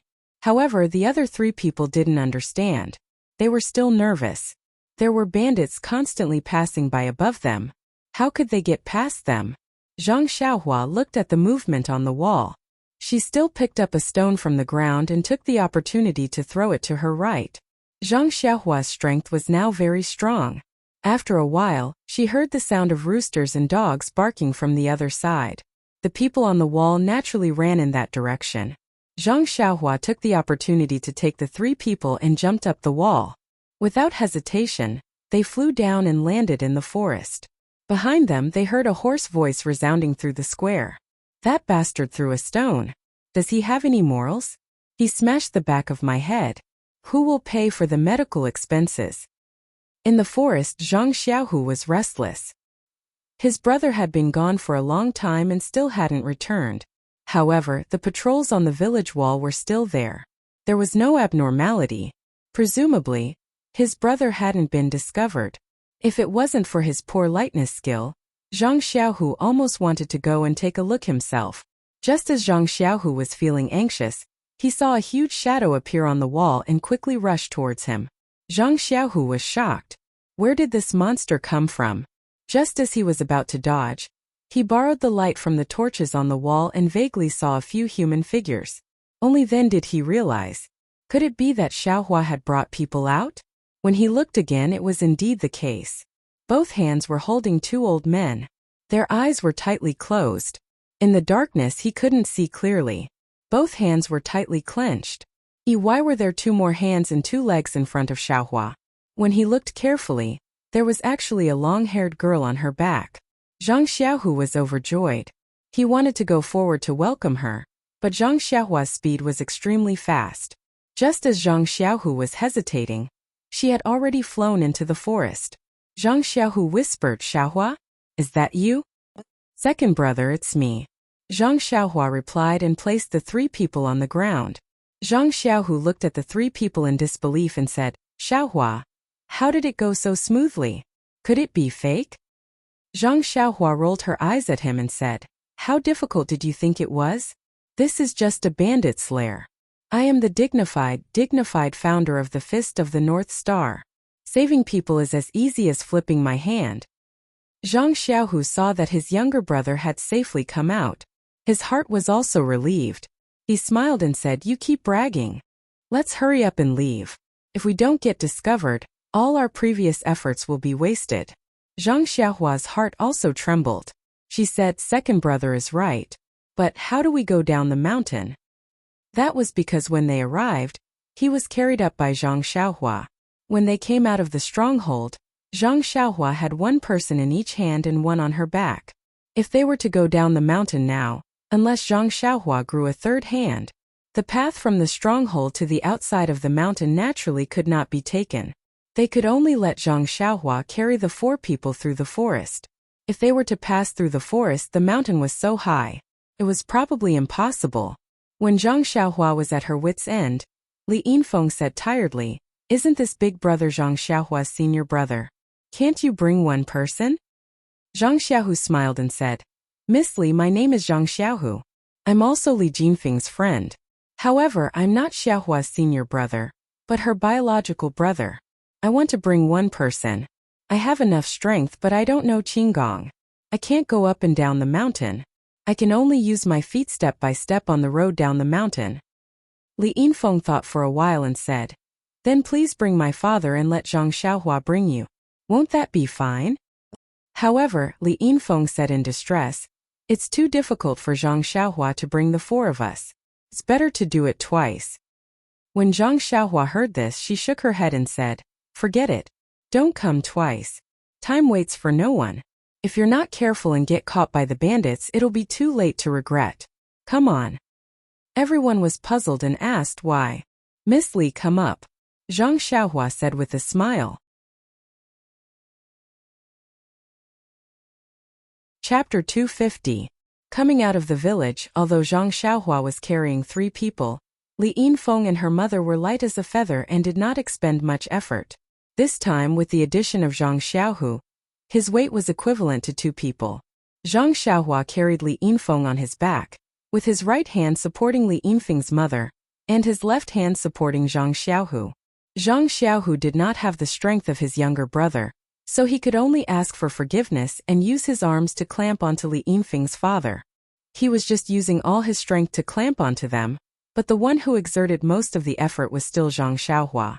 Carrying 4 living people while displaying his Qinggong, Zhang Xiaohua's strength was not afraid and did not feel strenuous.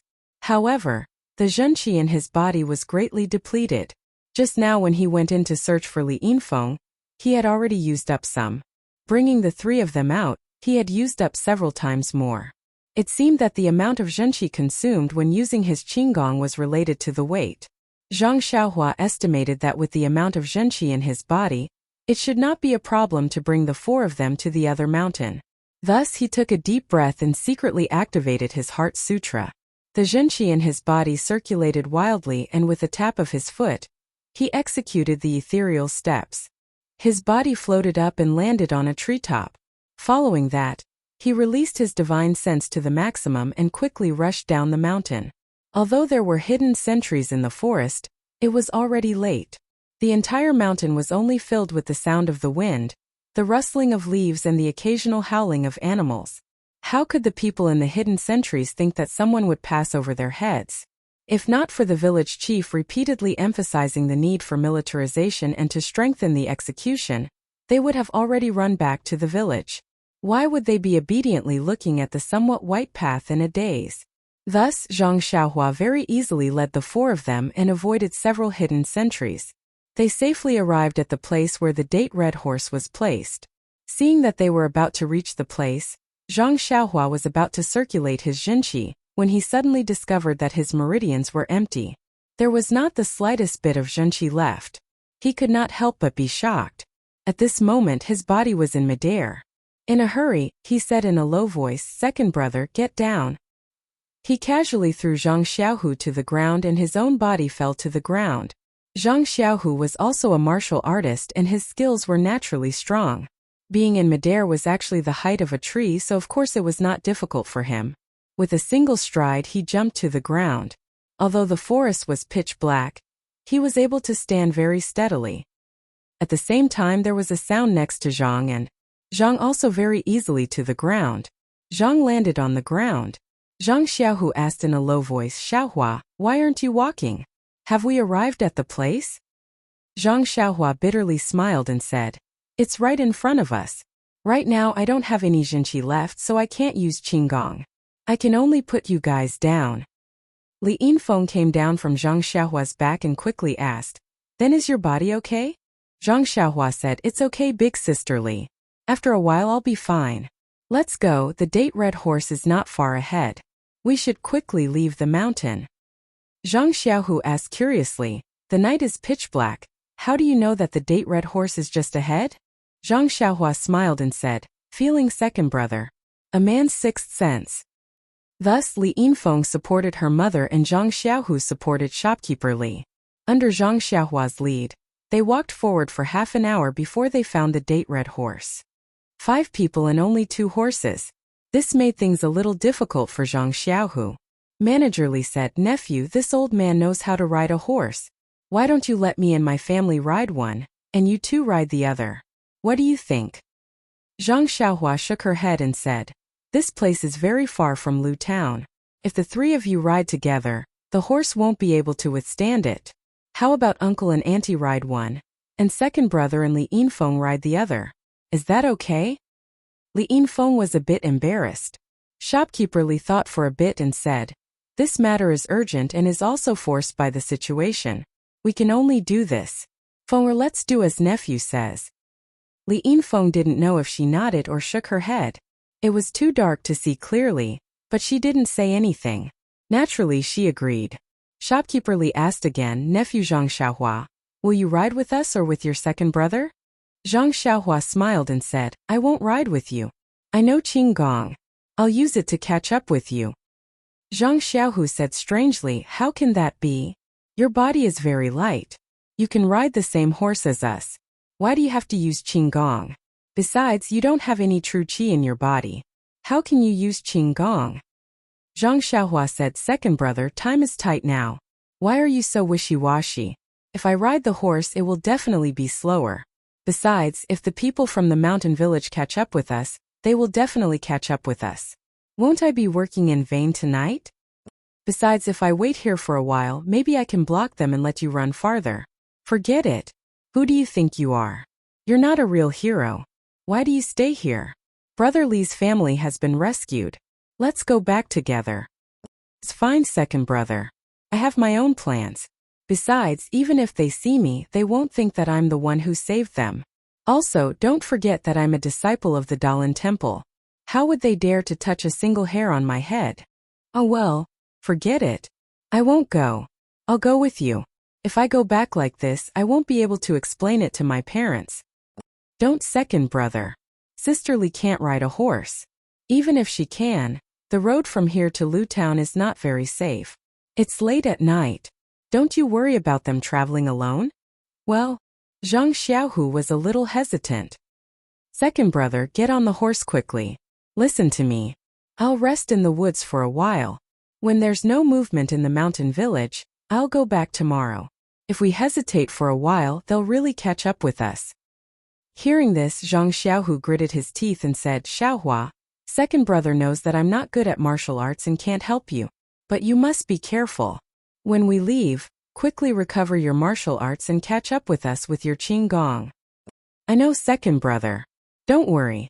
When has your brother ever suffered a loss? Didn't the little bald donkey from the Dalan Temple also fall into my hands? Haha, okay. I'll take them away. Catch up with them as soon as possible. After saying this, Zhang Xiaohu no longer hesitated and got on the horse. Li Yinfeng was also helped by Zhang Xiaohua to sit behind him. Then he helped shopkeeper Li and Li Yinfeng get on the horse. Li Yinfeng's mother, who had been silent all this time, said in a low voice, Xiaohua, you're a good child. Come back quickly. We'll wait for you in Lu Town. I know, auntie. I'll go back tomorrow. It won't be long. After he finished speaking, he gently patted the red date horse's butt. The two horses stomped on the ground and quietly galloped down the mountain. After running for a while, the two horses stopped at the same time. The people on the horses all looked back, but it was dark and they couldn't see anyone. Soon after, they heard the sound of horse hooves. Ta-ta. It gradually went farther and farther away. Slowly, the sound of horse hooves could not be heard. Zhang Xiaohua stood at the edge of the forest at the top of the mountain. She didn't wait for them to go far.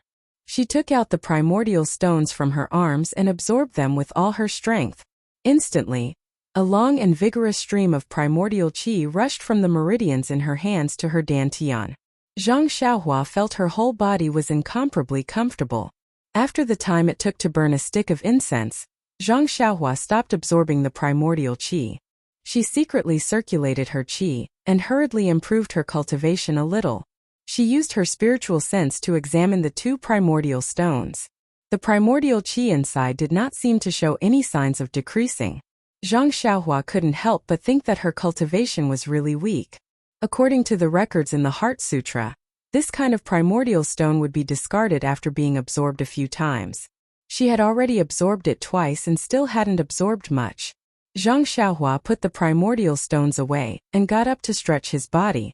Looking at the fire in the mountain stronghold in the distance, His pupils shrank slightly and flashed a trace of killing intent. He insisted on staying. On the one hand, it was to slightly resist the pursuers of the mountain stronghold and lead them to another direction. The most important thing was that the bandit named Brother Su had touched his bottom line. He had saved Li Yinfeng, which had already made it clear that he was a disciple of the Dalan Temple. This group of people even planned to take Li Yinfeng back to the mountain stronghold. They even robbed the Li family's property and burned their house. It was clear that they didn't treat bean buns as dry food. They didn't give face to him, a disciple of the Dalan Temple, and bullied him because he was young and a foreigner. The most hateful thing was that they wanted to go to the Guozhuang house, Balagu and Guanyin Temple to search for beautiful women. Thinking of the tragedy of the neighboring village being robbed by Shitsue Mountain, Zhang Xiaohua was furious. He didn't want such a tragedy to happen in his Guozhuang house again.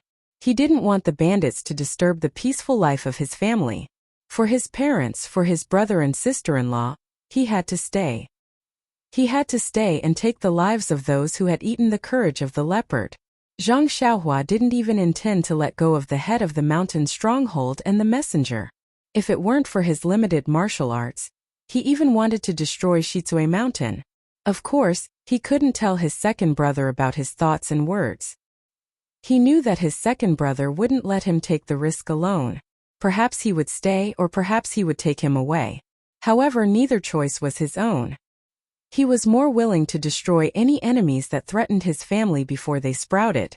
With that thought in mind, Zhang Xiaohua reached into his bosom and took out the small sword. The feeling of it being his own arm made him feel a sense of pride. He thought to himself, small sword, did you not taste enough blood last time? Today I'm going to make a fortune. Then, with a tap of his toes, his figure floated to the top of a high tree. His divine sense swept forward like an antenna. His figure didn't stay in the forest any longer. Like a wisp of smoke, he rushed to the stronghold of Shitsue Mountain. The hidden sentries in the woods were even more slack and almost fell asleep. Zhang Xiaohua came to the bottom of the stronghold wall again. At this time there were fewer people patrolling on the stronghold wall. Only a few people were wandering back and forth listlessly. Zhang Xiaohua found a chance and climbed up the stronghold wall. This time he didn't rush down but looked up and looked around. Suddenly he patted his forehead and laughed in his heart. Habitual thinking kills people.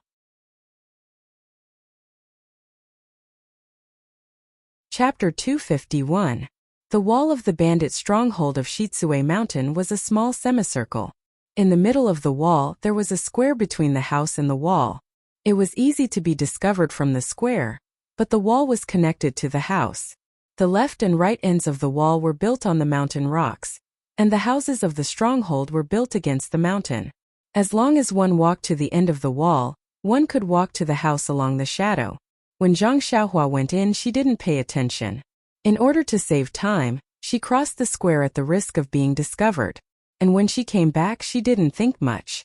She just went back from where she came from. She never thought that if she walked to the end of the wall, she wouldn't be discovered by the bandits at all. Thinking that she was almost discovered with 3 people just now, Zhang Xiaohua secretly reminded herself that she should pay more attention in the future and carefully observe the terrain. She should never make such mistakes again. After criticizing and self-criticizing, Zhang Xiaohua didn't intend to find a new route. Anyway, there were no people patrolling. Why should she take a detour? Her genuine qi was painstakingly absorbed from the primordial stone. There was no reason to waste it. Zhang Xiaohua turned over and got down. She still skimmed across the square. Under her divine awareness, she was not discovered by anyone. According to her memory just now, Zhang Xiaohua came to the place where the bandits' brother Su and others were drinking. When the banquet reached the climax, everyone was drunk.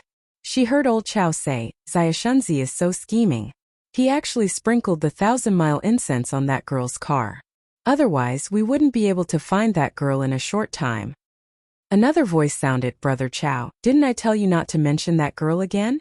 She's not ours anymore. It's useless to talk about her. It makes us feel itchy. Old Chow said, well, I won't say it. I haven't said it all night. Now I really can't stand it anymore. Alas, how could we be seen by the chieftain? It would be better if we left earlier. Presumably, that bullshit messenger is having fun now. A voice said, Old Chow, you're drunk. You'd better talk about something else. That's right, let's talk about Xiaoshunzi's cleverness. Tell me honestly, did you really find the Li family's lass with that 1,000-mile fragrance? Xiaoshunzi said, Brother Su guessed correctly. There are many people in Lu town, and the smells are mixed. The 1,000-mile fragrance is indeed useful in open areas, but when I'm there, how can I smell it?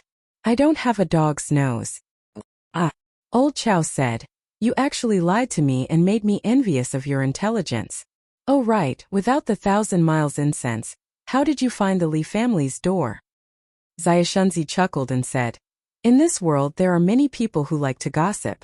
Everyone has a gossipy heart. I only sat in the tea house for a while and casually asked about interesting things in the city.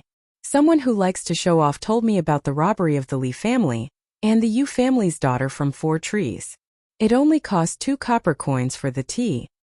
It's a pity that the Yu clan's young lady isn't here, and there's no one at home. Otherwise we would be able to do something big. Don't worry, they won't run away. We'll just go again another day. Okay brothers, let's drink and then we'll go together.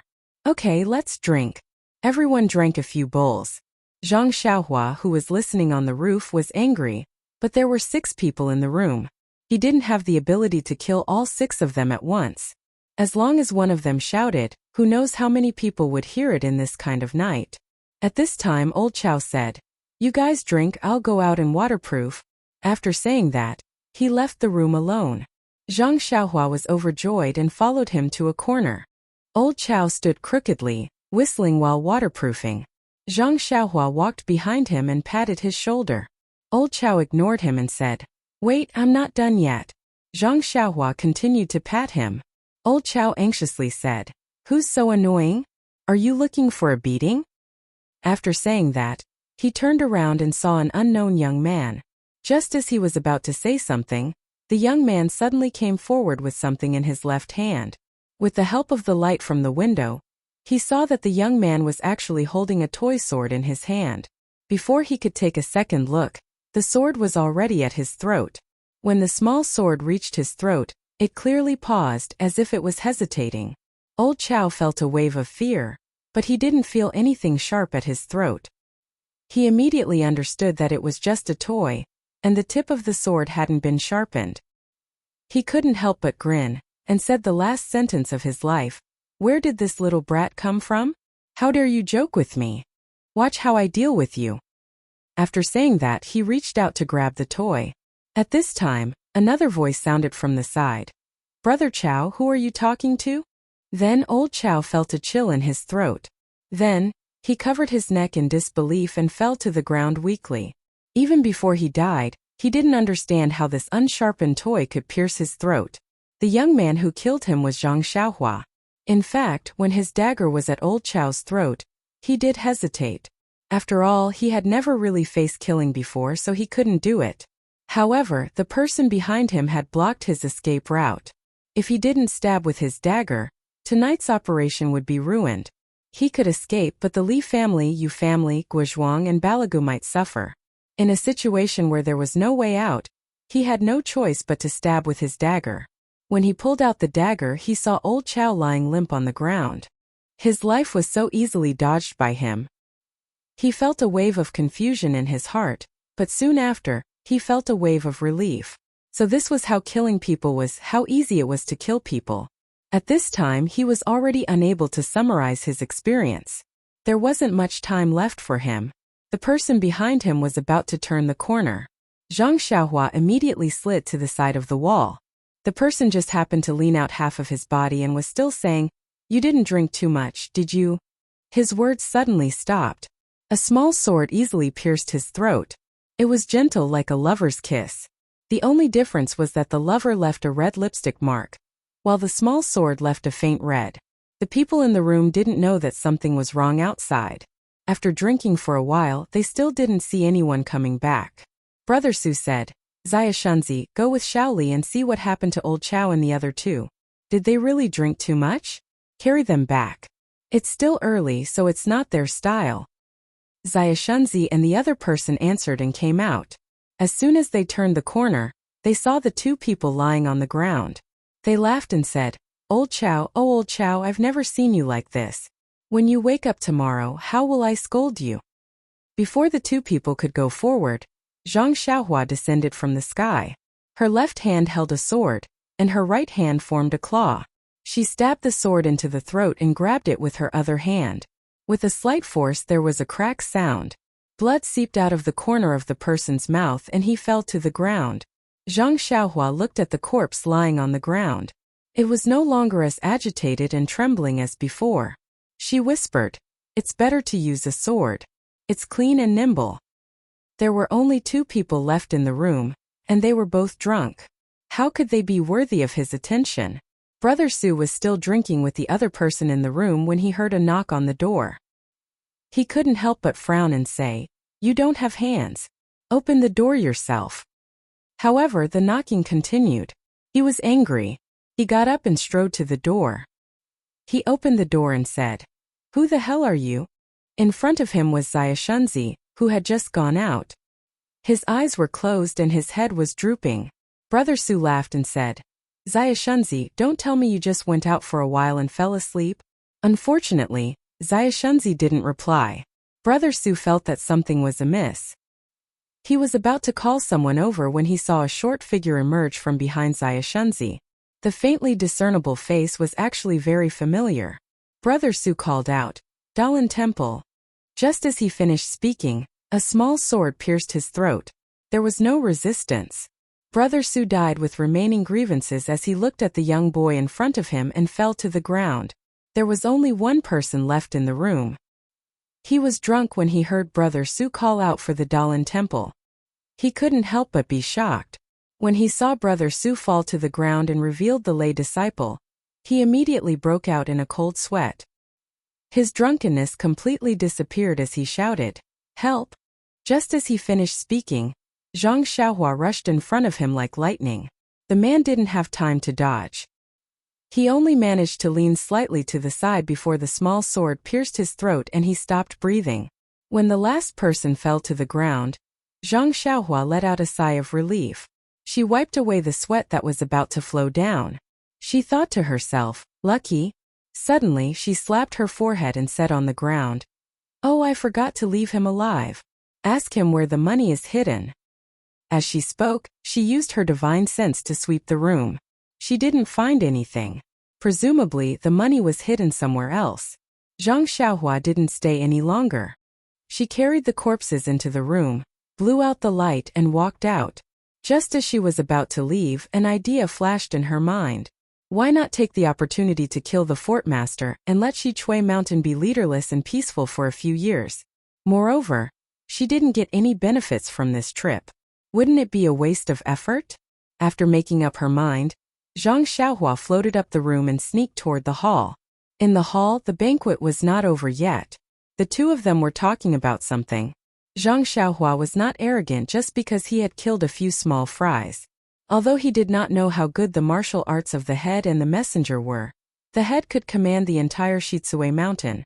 How could he control the situation if he did not have some martial arts? Presumably, he was no match for them. If he wanted to kill them, it was better to do it suddenly. And the emissary seemed to be from some divine sect. Such people dared to come out to represent a sect. Which one of them wasn't a master? Zhang Xiaohua didn't think that he could beat them. Thinking of this, Zhang Xiaohua floated to the back of the inner hall. She used her divine sense to sweep around, trying to find a good place to hide. But before her divine sense found a hiding place, she found that there seemed to be a fluctuation of primordial qi under the ground of the back hall. Please collect, please tip, thank you.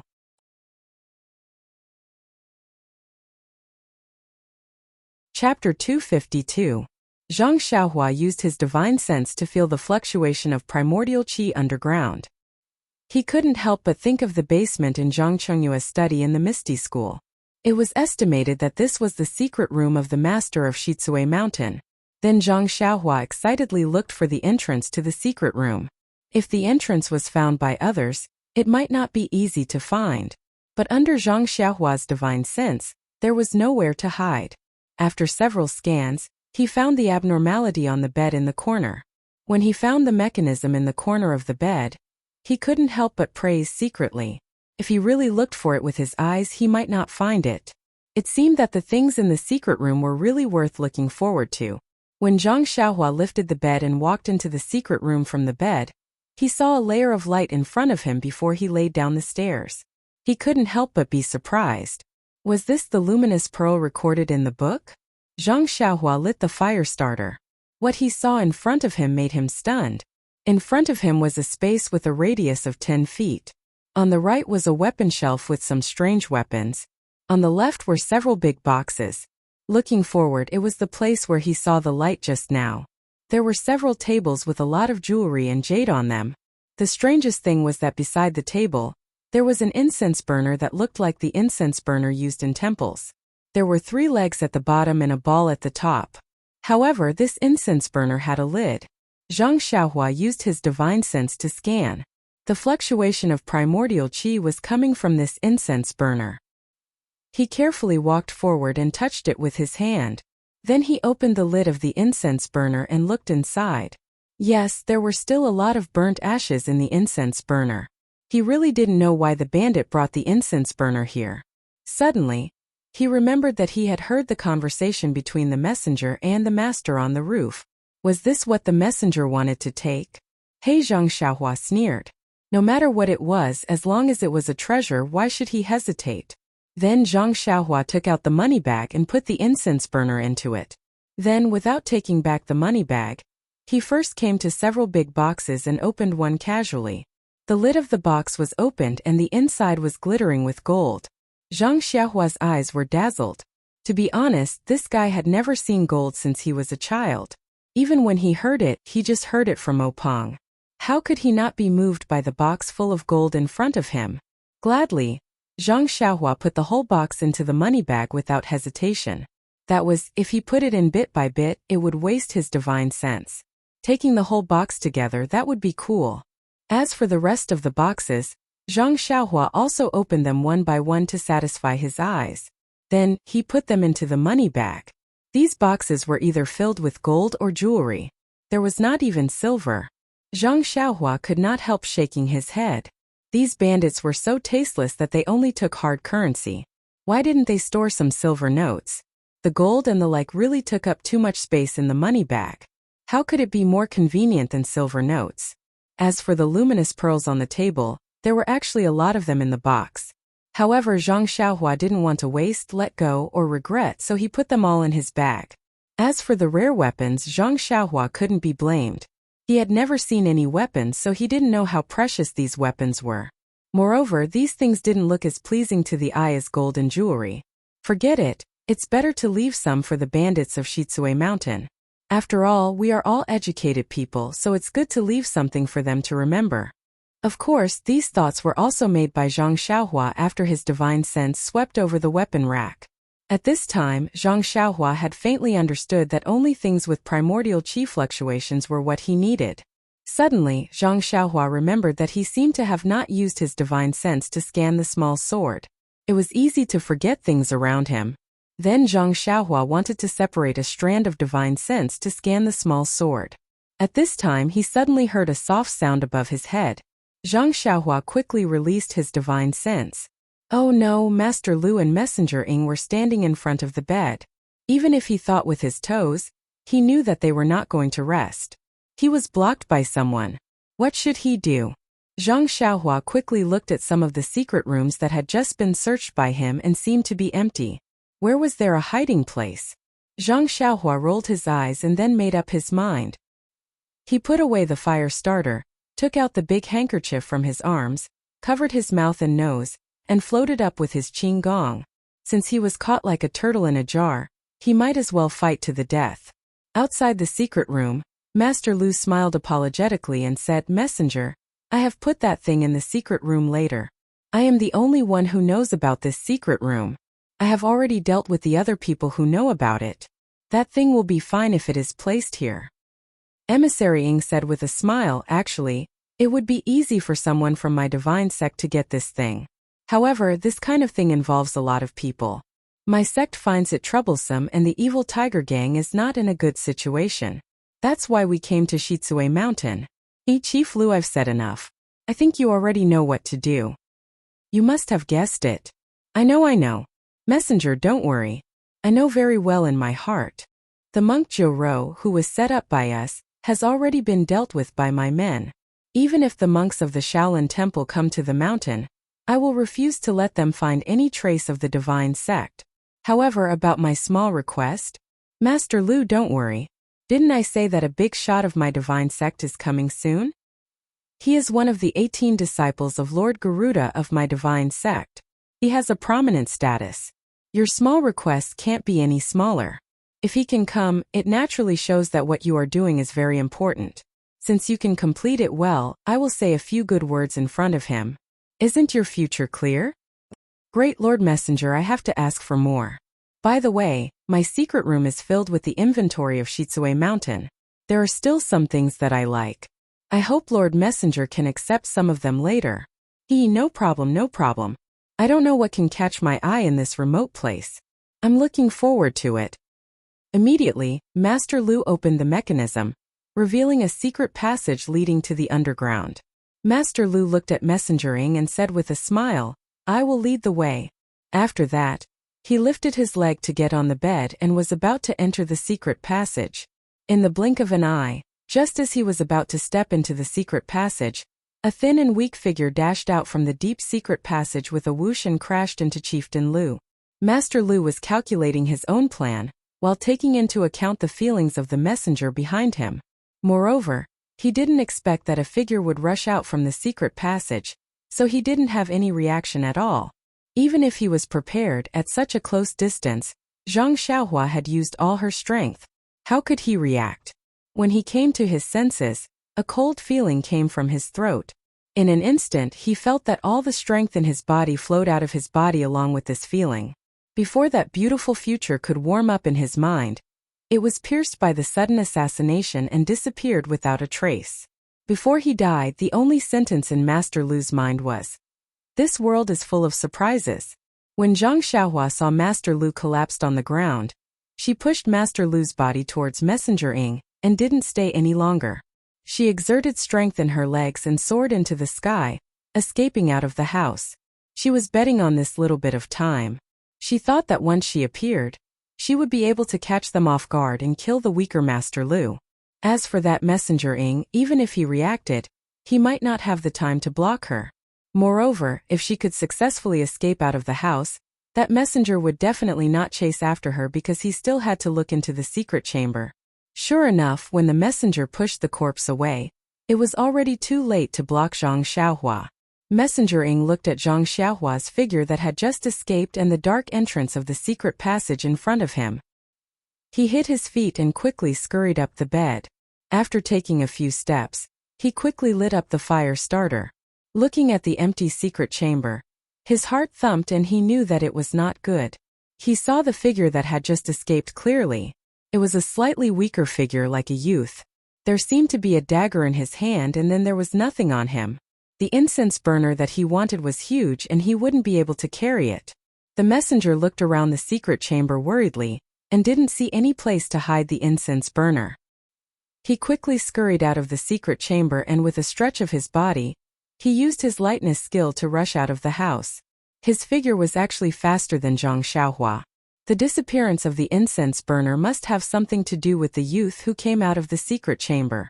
Even if he didn't take it, he must have some clues. The key was that if he didn't chase the youth back, he couldn't explain it to the cult. When he chased out of the house and looked from a high place, the youth had already run far away. But he didn't go in the direction of the fortress wall. Instead, he went to the back of the mountain. Could it be that he had reinforcements at the back of the mountain? The messenger gritted his teeth and chased closely. Even if there was an ambush, he had to bite the bullet. At this moment, how could he care so much? The back of the mountain of Shichui Mountain was also a lush forest. But the mountain was too steep and there was no mountain road leading down. So the bandits had always ignored it. Zhang Xiaohua ran to the edge of the cliff in a short time. When he looked back, Messenger Ing had already chased out of the house and was coming in his direction. Zhang Xiaohua sighed and touched the money bag in his arms. The ancient said, "Birds die for food. People die for wealth." They didn't deceive him. Then, He took out a vitality stone from his arms and held it in his right hand. He lowered his head to look at the mountain. With a chuckle, he flew down and landed on the top of a big pine tree by the mountain. The top of the tree sank down and then bounced up. Zhang Xiaohua's body jumped up and flew to another place. Please collect, please tip, thank you.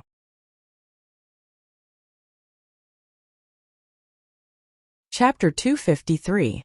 Since she couldn't escape the fate of being chased, it was better to face it calmly and make the best preparation. Anyway, her second brother and the people of the Li family had gone far away. The people who robbed the Li family in Lu Town and the head of fort were killed by her. Messengering probably didn't have time or thought to find Li Yinfeng again. Zhang Xiaohua had a sense of heroism. In order not to exhaust the true qi in her body, Zhang Xiaohua had already prepared for a protracted battle. While absorbing the primordial qi from the primordial stone to replenish the true qi in her body, she used her lightness skill and Misty School's lightness skill to move freely in the forest. Although Messenger Ying's lightness skill was faster than Zhang Xiaohua's, Zhang Xiaohua was really cunning. In the beginning, her lightness skill was a little obscure and she was almost caught by him several times. But as time went by, her lightness skill became smoother and her speed increased a lot. She was almost on par with Messengering. Messengering was angry. Wasn't he making fun of him? How could he practice lightness skill in front of him? However, he was not worried. Although the young man's lightness skill was good, he was limited after all. Even if he started practicing internal strength when he was in his mother's womb, he might not be as powerful as him. When he ran out of strength, wouldn't it be easy to catch him? The two people, one chasing and one running, gradually went far away from Shitsue Mountain. The distance between them was always kept at 10 feet. It couldn't be widened or shortened. When they were in a stalemate, brilliant fireworks were shot from the direction of Shitsue Mountain. Zhang Xiaohua was shocked. It was still far away from the New Year's celebration. Who was crazy to set off fireworks so early? Messengering was overjoyed. He also took out something from his arms and threw it into the air. Immediately it flew high and then exploded with a bang. It was also a firework which was very similar to the previous one. Even if Zhang Xiaohua didn't know much, she knew that the backup of the messenger had come. Sure enough, there was a clear howl from Shitsue Mountain. Before the howl had died down, it had already come to Zhang Xiaohua and the others. In an instant they felt that it was much closer. Zhang Xiaohua was shocked. What a speed! It seemed that her life would be in danger today. With that thought in mind, Zhang Xiaohua took a deep breath and kept the primordial stones in his arms. The true energy in his body began to circulate wildly, and his true energy flickered continuously. His body immediately sped up and in an instant, he managed to pull away from Envoy Ying and quickly escaped into the depths of the valley. Upon seeing this, Envoy Ying did not dare to be negligent. He let out a long whistle from his mouth and did not dare to slow down. The true energy in his body flowed freely to his legs. If he did not show off now, when would he? The martial arts of the people from the divine sect were very high. When the whistling stopped, they were already halfway through the chase. When Zhang Xiaohua took the time to look back under the moonlight, a faint black dot had already appeared in his field of vision. Zhang Xiaohua did not dare to be the slightest bit negligent. He turned his body and fled to another place where the trees were denser. In fact, she still underestimated the martial arts of that person. As early as she appeared in that person's vision, she had already been locked on by that person's internal strength. As long as Zhang Xiaohua's lightness skill was much higher than that person's, it was almost impossible to escape that person's tracking. Whether it was a dense forest or a plain, it was the same. Not long after Zhang Xiaohua changed direction, she came to a dense forest. The person behind her had already passed Envoy Ying and directly caught up with her. Zhang Xiaohua landed on the crown of a big tree. She wanted to look around to see if there was any place to hide or escape. Suddenly, she felt that her vision turned black, and she immediately lost consciousness. Wasn't it midnight now? When Zhang Xiaohua landed on the tree, the person from the divine sect had already caught up to her within 100 feet. When he was about to use his internal strength to chase after her again, he saw Zhang Xiaohua fall straight from the crown of the tree. This change came so suddenly that the person didn't dare to move forward for a while. He waited for a long time before he and Envoy Ying separated into two directions to watch. Under the fallen leaves and accumulated grass under the big tree, Zhang Xiaohua was sleeping soundly. The person frowned and watched for a while. Then he waved his hand to Envoy Ying. Envoy Ying hurried forward and stretched out his hand to grab Zhang Xiaohua's arm. He lifted her up and easily carried Zhang Xiaohua in his hand. Envoy Ying couldn't help but exclaim. The person asked curiously, "Ying Fei, what's wrong?" "Lord Qin, this boy is very light." "Oh? Is he too thin?" "Yes, he's thin, but he's too light." "Yes." Lord Qin didn't comment. Then the two people used their qinggong and returned to Xichui Mountain. Zhang Xiaohua opened her eyes. In front of her was a road that was rapidly retreating. She suddenly realized her situation. She immediately closed her eyes again and released her divine sense. It was a bright and sunny morning. The two people from the divine sect were riding their horses and galloping in the same direction.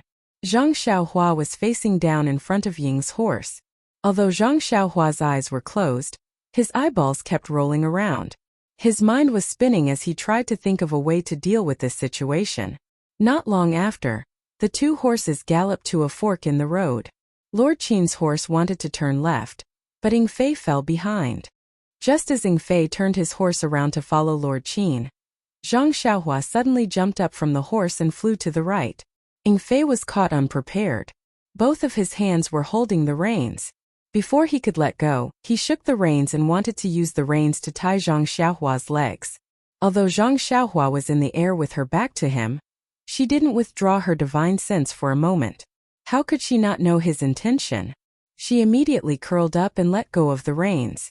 Then she landed on the ground. Without looking at the direction, she tiptoed and ran to the wilderness by the roadside. Before she ran a few steps, she heard a laugh behind her. "Haha, I knew you were awake, but I didn't know you had such ability to escape from Ying Fei." Zhang Xiaohua didn't look back, but her divine sense swept behind her. A young man with a square face and a very kind appearance was chasing her casually. Zhang Xiaohua frowned. Was this the person who chased her last night? In a few breaths, the young man had caught up with her. Zhang Xiaohua suddenly changed her direction and turned to the other side. The young man didn't panic and also turned to catch up with her. Zhang Xiaohua then changed her direction several times and suddenly accelerated. She used all the tricks she could think of, but she didn't pull away from the young man at all. So Zhang Xiaohua suddenly stopped. She stopped very contrary to common sense. She turned around and said, "Big brother." But the young man with gray hair in front of her was rushing towards her. For a moment, she didn't know whether to call him big brother or uncle. The man with gray hair was chasing closely from behind. He didn't expect Zhang Xiaohua to suddenly stop. And she stopped so suddenly as if she didn't run at all. He couldn't stop in time and was running towards Zhang Xiaohua. How could Zhang Xiaohua let him hit her? She didn't care whether he was big brother or uncle. She first moved to the side. The man with gray hair's qinggong was even better. He also took a breath and his body floated up. He just swept past the place where Zhang Xiaohua was standing and then stopped. Looking at the man with gray hair turning around, Zhang Xiaohua smiled and said, "Big brother, why are you chasing me?" The man with gray hair didn't speak. He stared at Zhang Xiaohua for a long time and asked, "Do you want to know? Then tell me first, why are you going to Xichui Mountain?" Zhang Xiaohua rolled her eyes and said righteously, "I'm going to enforce justice on behalf of heaven. The bandits of Xichui Mountain are running amok, killing people and setting fires. They are full of evil. As a disciple of the Dalan Temple, of course I have to be merciful and send them to Buddha's paradise." "You? A disciple of the Dalan Temple?" The man with gray hair's serious face suddenly became very funny, as if he saw the funniest thing in the world. He couldn't help but laugh and said, "You actually said in front of me that you are a disciple of the Dalan Temple? Do you know who I am?" Zhang Xiaohua secretly said in her heart, "This is bad. Li Gui has met Li Kui. This time I'm exposed. Could it be that this guy is the real disciple?" Zhang Xiaohua hurriedly cupped her hands and said, "Could it be that this big brother is also a disciple of the Dalan Temple? Hey, a group of baldies from the Dalan Temple, are they worthy of being my master?" The man with gray hair had a face of disdain. "Then big brother is? Tell me who your master is first." "Master? Didn't I tell big brother already? I am from the Dalan Temple. Who is your big brother?" Call me Lord. Also, you are definitely not from the Dalan temple. It is useless to say this in front of me. Big brother, oh Lord, this one does not have a master. This one is self-taught. Self-taught? Hee, your movement technique has the shadow of the ethereal steps, but it is not exactly the same. Could it be that you are related to the Misty School? The man with gray hair was somewhat suspicious. Misty School? Zhang Xiaohua rolled her eyes and said with a smile, you guessed right. I am the direct disciple of the Misty School's leader O Peng. If you don't want to offend the Misty School, quickly let me go. Ha ha. The man seemed to have heard something funny. He laughed and said, your movement technique is only 30% similar to the ethereal steps. You actually dare to boast that you are a disciple of the Misty School. Not to mention that you are definitely not a disciple of the Misty School. Even if you were a disciple of the Misty School, if I took you, they would not dare to say a word. Oh no, where did this big brother come from? Right, divine sect, what kind of sect is this divine sect? Poor Zhang Xiaohua only knew about the Misty School, the Dalan Temple, and the evil tiger gang. The other sects were a blur to her eyes. Naturally, she did not know what this divine sect was. Seeing that Zhang Xiaohua did not speak, the man asked again, I don't care which sect you are from. I just want to know why you went to Xichui Mountain. You killed their chief and 6 small fries. What is the reason? Zhang Xiaohua quickly waved her hand and said, Big brother, you misunderstood. I only killed the chief. The others were not killed by me.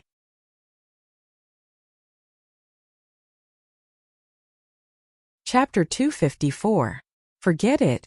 The gray-haired man's personality seemed to be very kind as he retorted, although my subordinates did not see you kill those 6 bandits, but from the wounds on their throats, I could easily see that you killed them with the small sword in your bosom. Hearing this, Zhang Xiaohua could not help but touch his bosom. Luckily, the small sword and money pouch were still there. The 4 small primeval stones were also still there.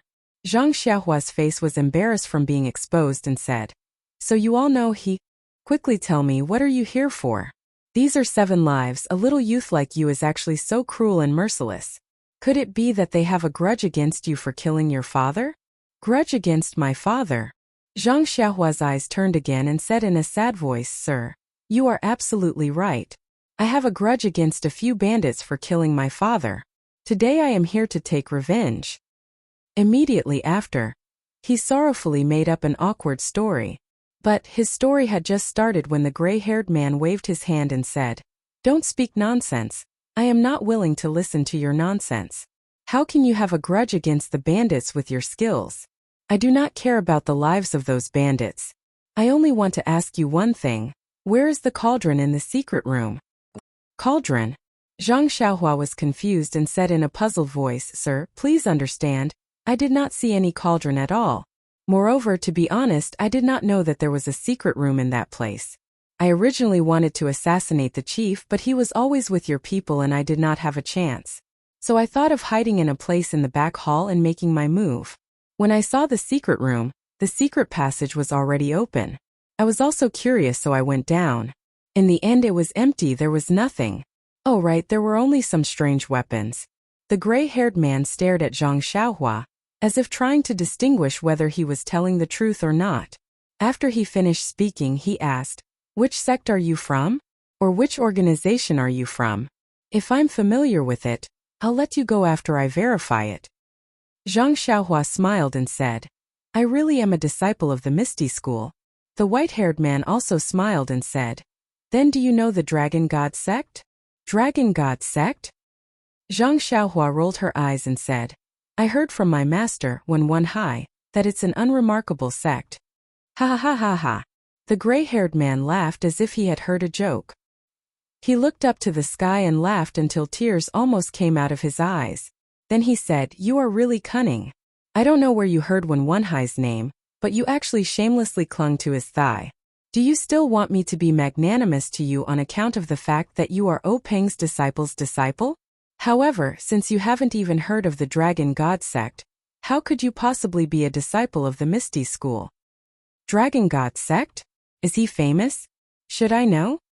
Zhang Xiaohua had a series of question marks. She secretly muttered in her heart, Isn't second brother just a disciple of the Misty School? I've never heard him mention the name of the dragon god sect. Zhang Xiaohua helplessly spread out her hands and said, since sir doesn't believe me, then I'll just take it that I'm self-taught. Self-taught?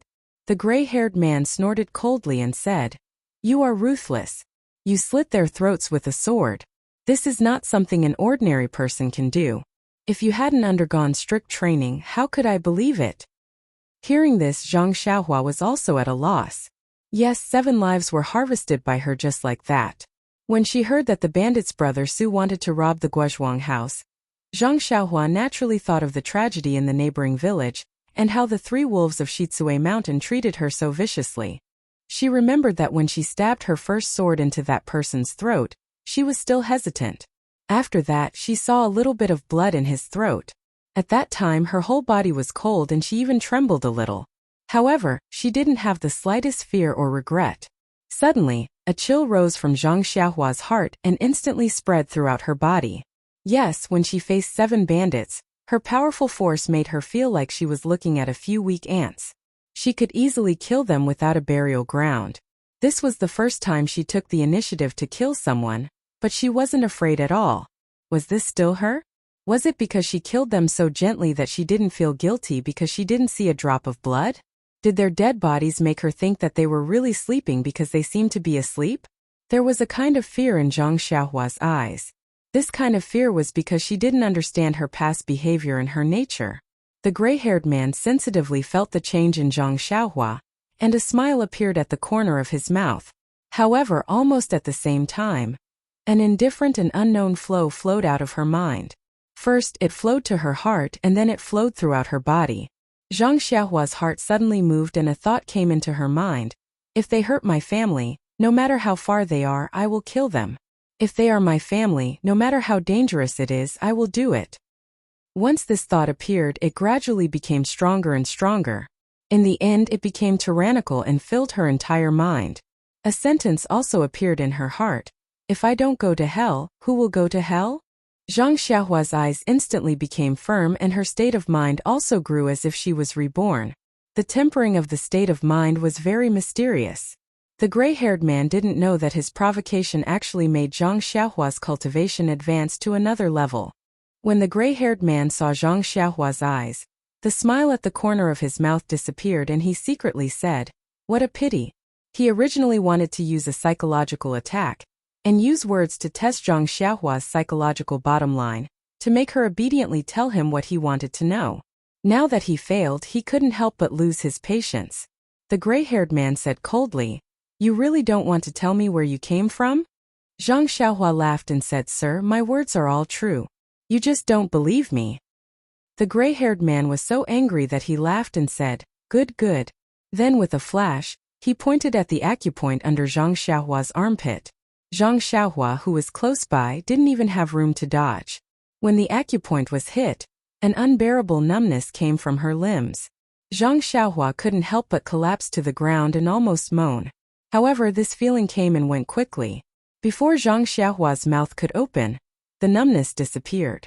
Zhang Xiaohua stood up softly and asked, what are you doing? When the gray-haired man saw this, he was also surprised. If an ordinary person was hit like this, they would have already cried out and lay on the ground. This youth actually only felt a little pain. At this time, the gray-haired man no longer had the warmth from before. He sneered and said, since you don't want to cooperate, then don't blame me for being vicious. Divine Sex 81 Methods. Let me let you have a taste of the soul-searching hand. After saying that, he pointed again. At this time, Zhang Xiaohua was already prepared. Seeing the finger coming, she quickly dodged and wanted to use ethereal steps to dodge. But no matter how she dodged, the finger followed her like a shadow, getting closer and closer. It was impossible to dodge. Was this the difference between a martial arts master and himself? Zhang Xiaohua asked herself. This gentle finger seemed to be gentler than the previous one. Unfortunately, this finger contained 40% of the gray-haired man's inner strength. Even if Zhang Xiaohua practiced the immortal path cultivation method, under such a huge difference, it was still difficult for her to escape. Her body that had been tested by the 2 little monks in the Dalan temple seemed to have been struck by lightning. An indescribable pain came from her 4 limbs. Her whole body's strength was instantly sucked out. That pain passed through her whole body and drilled straight into her brain. Like a spiritual awl, it fiercely pierced into Zhang Xiaohua's brain. Zhang Xiaohua lay weakly on the ground, her whole body twitching. Large beads of sweat dripped from her head. She couldn't help but moan softly. It was indeed the soul-searching hand. The pain only passed after half an incense's time. Zhang Xiaohua lay on the ground as if she had collapsed. She was too lazy to even move a finger. That pain was very strange. It was so painful that she almost fainted. But even if she wanted to faint, she couldn't. Her heart was abnormally clear. The gray-haired man was still as warm as before. He smiled and asked, "This little hero, now can you tell me where the cauldron is?" Zhang Xiaohua said softly and weakly, Sir, this one has indeed never seen the cauldron. How do you want me to tell you?" The gray-haired man's eyes flashed coldly. He raised his leg and was about to attack again. But he tilted his head and looked at the time. He smiled and said, "He trying to be brave? It's okay. There's plenty of time to let you know. The divine sect has many techniques. I'll let you taste them one by one. I'd like to see how long you can last." After he finished speaking, he stretched out his 5 fingers and grabbed Zhang Xiaohua's acupuncture point. His strength penetrated through her bones. Zhang Xiaohua's body immediately stiffened. She couldn't move at all. She was caught in his hand. At the same time, the gray-haired man was also surprised. Was this young man really a disciple of the Dalan Temple? Did he grow up eating vegetables? On the side of the road, Ying Fei was obediently pulling 2 horses. When he saw Sir Qin return, he smiled and said, "Sir Qin is still the best. No matter how cunning this guy is, he's still not your opponent." Sir Qin frowned and said, "Ying Fei, are you praising me or scolding me?" Ying Fei quickly explained respectfully, "How would I dare? Sir is an elite of the divine sect. I can only admire and respect you. How would I dare to have any other thoughts? But the information about the cauldron..." Sir Qin looked at the dispirited Zhang Xiaohua in his hand and said, "I don't know which sect this guy is from. Oh right, I haven't even asked for his name." Zhang Xiaohua opened her mouth. How could she say anything? Sir Qin's internal energy was very strong. This time Zhang Xiaohua couldn't even speak. Sir Qin didn't seem to want to ask for his name. He continued, "This guy's mouth is very tight. I can't see where his martial arts come from. If it was something else, it would be fine. If I can't find it, I can just kill him. But this cauldron is something that the sect leader wants. You have to give the sect leader an explanation. Please vote for me. Thank you."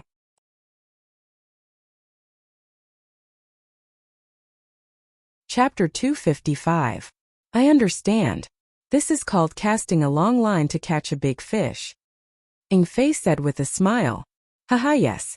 Since we have already caught him, we might as well take him with us. If we beat the small one, how can the big one not come out? There are many powerful techniques in our sect. If we use one every day, I don't believe that we can't make him talk. Lord Qin said fiercely. Although Zhang Xiaohua could not move his body, he could still hear. He had already released his spiritual sense.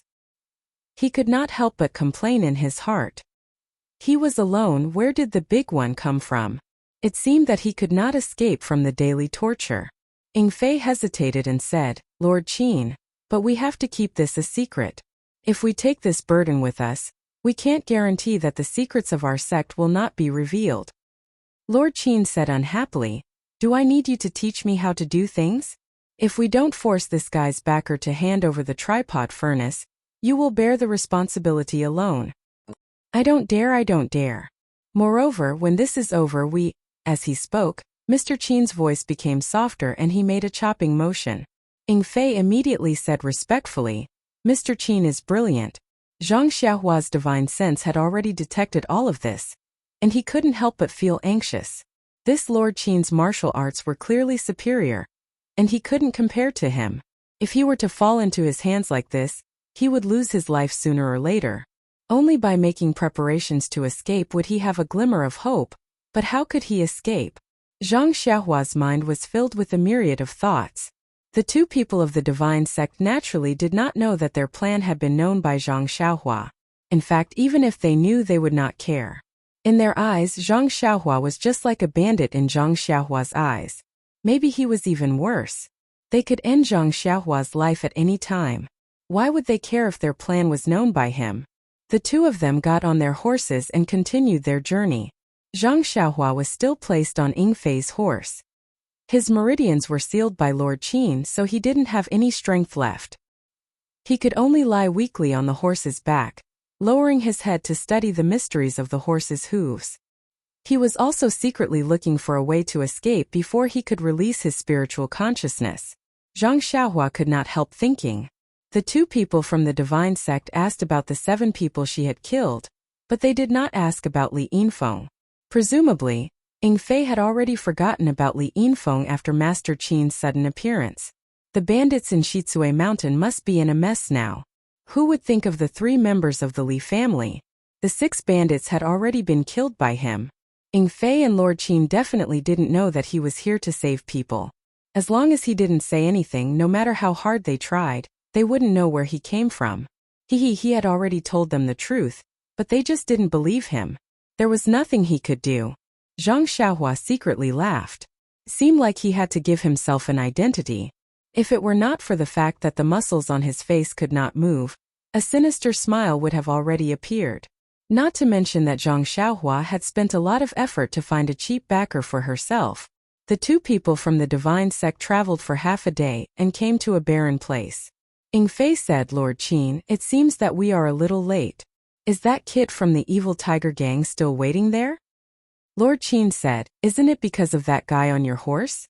However, although that kid Situ of the evil tiger gang is a cautious person, if it was a normal person, he would have left long ago. Fortunately, this place is far from the evil tiger gang.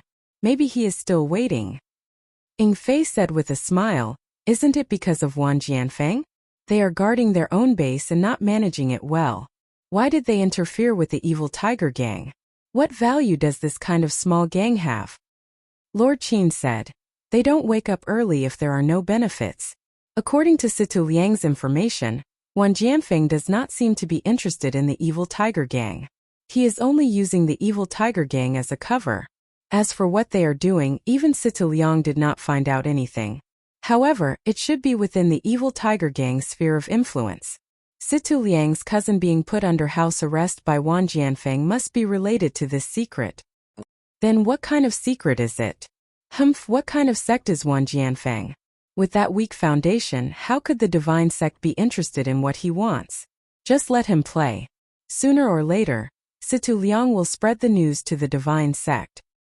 Lord is wise. If it wasn't for Wang Jianfeng, the meeting with Situ Liang would not have been arranged so far away. That might not be the case. There is nothing to fear from Wang Jianfeng, but according to our information, Wang Jianfeng, Yanming Villa, Tan family and the Misty School have been doing a lot of shady business in the past few years. Moreover, their 4 sects have been developing very quickly, and their strength has increased by quite a bit. Especially the Misty School, they have actually swallowed the Luo Shui gang. They are like a tiger that has grown wings. Moreover, the number and quality of their elite disciples have increased by several times. The Misty School is a large sect, so if they are given a chance, they will inevitably become an obstacle to the divine sect. So, we cannot be careless about anything related to the Misty School. This little one understands. However, these 4 sects don't seem to be very harmonious. Moreover, even if our divine sect doesn't care, the Dalan Temple, Fragrance Cult and the Righteous Alliance might not be at ease with the threat of the Misty School. You're right. The people of the Righteous Alliance are always scheming against each other. They are all hypocritical and cannot form a united force. Otherwise, where would our divine sect find a place to stand in this world? Lord is wise. It is because our divine sect's 8 division heavenly dragons support each other, and are as close as brothers that the divine sect is able to prosper. That's right. This is all thanks to sect leaders' wise leadership. Long live the divine sect. Unify the Jianghu. The 2 of them did not hide their conversation from Zhang Xiaohua. They must have already decided Zhang Xiaohua's fate. Zhang Xiaohua was also sweating profusely. The more secrets she knew, the harder it would be to keep her life.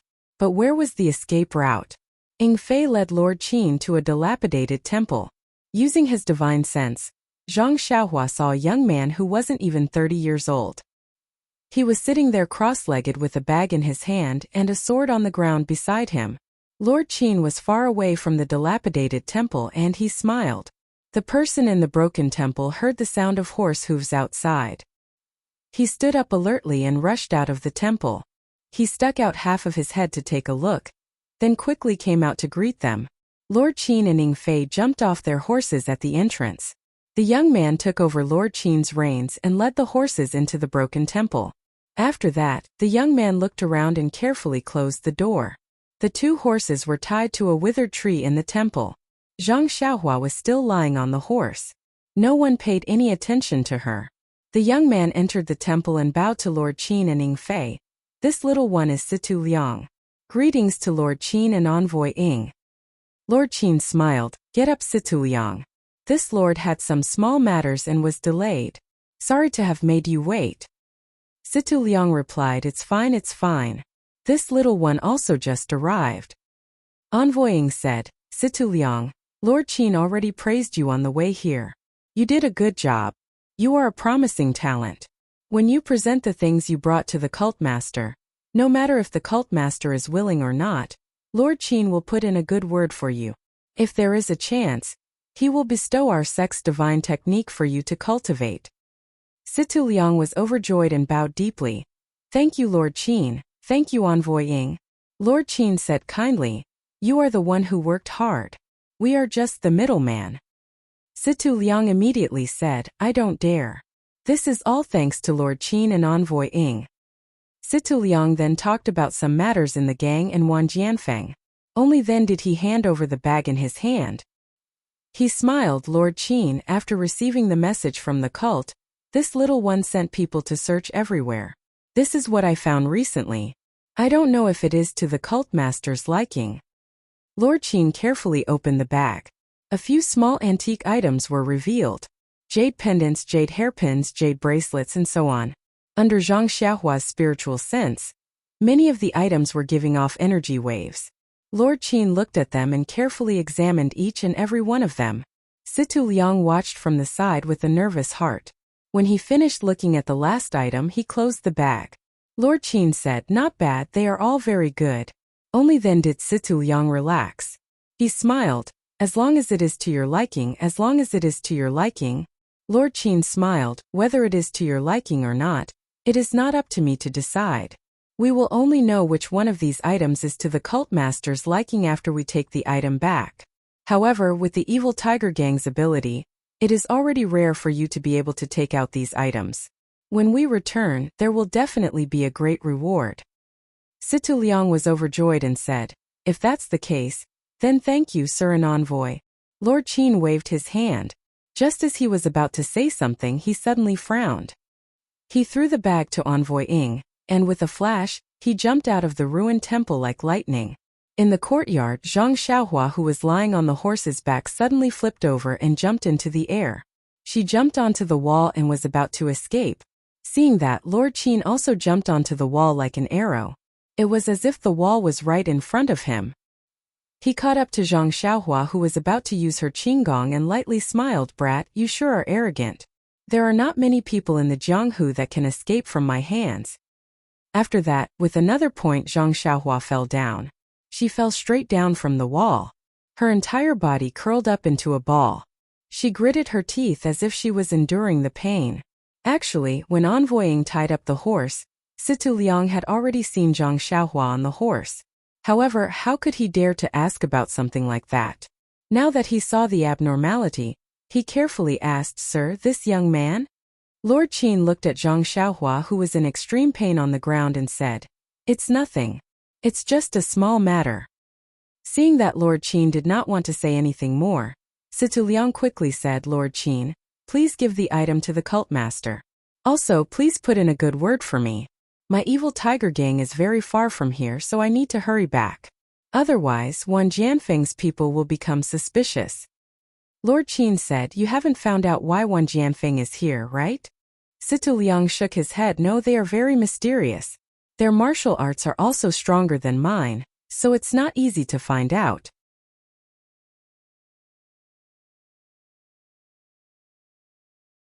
Chapter 256. Lord Qin comforted him. With your martial arts, you have already done very well. Of course I know that. However, since Wan Jianfeng's goal is so mysterious, he must have a big background. You still have to be careful. If there are any movements, report to me as soon as possible. Situ Liang nodded, then said goodbye. After Situ Liang left, Lord Qin fiddled with those things a few times, then casually threw them to Ying Fei. Ying Fei caught them without a care and said with a smile, "This evil tiger gang is just a small sect the size of a thumb. I wonder why the sect values them so much? What kind of good things could Situ Liang get for Lord Qin to come all the way here?" Lord Qin frowned. The sect leader naturally has his reasons for making us value the evil tiger gang. The reason is not something we can guess. Just do your job properly. However, if it wasn't for that cauldron, I wouldn't have to work so hard. After saying that, he looked at Zhang Xiaohua, who had calmed down a bit, and said, "The secret room in Xichui Mountain has been cleaned out. If there weren't a dozen people, who would believe it? However, we only caught a young man and we still don't know if he is really related to the cauldron. What a headache." Lord Qin is wise. Just as Lord Qin said, even if this guy didn't take the cauldron, he is still related to the cauldron. It's better to cast a long line to catch a big fish. However, this guy is cunning. If we don't succeed, he will run away. Why don't I cripple his martial arts and make him follow us obediently? Hearing that, Lord Qin frowned even more. He said unhappily, Ying Fei, what do you want me to say about you? Nothing good comes out of a dog's mouth? You have been my subordinate for a long time. Why haven't you improved at all? You should look at things from a leader's point of view. Only then can you develop the qualities of a leader. Why don't you think about it? If I could cripple his martial arts, would I still be waiting for you to speak? Ying Fei saw that his words were wrong and said in a panic, "Lord Qin, please enlighten me. I really don't understand." Lord Qin said, "Think about it simply. This young man is not even my opponent. I crippled his martial arts just because I was afraid he would run away. If this spread to Jianghu, what face would I have left? As a superior, one must be able to toy with people in the palm of one's hand. No matter how they twist and turn, they will not be able to escape. This is the best way to show off one's methods.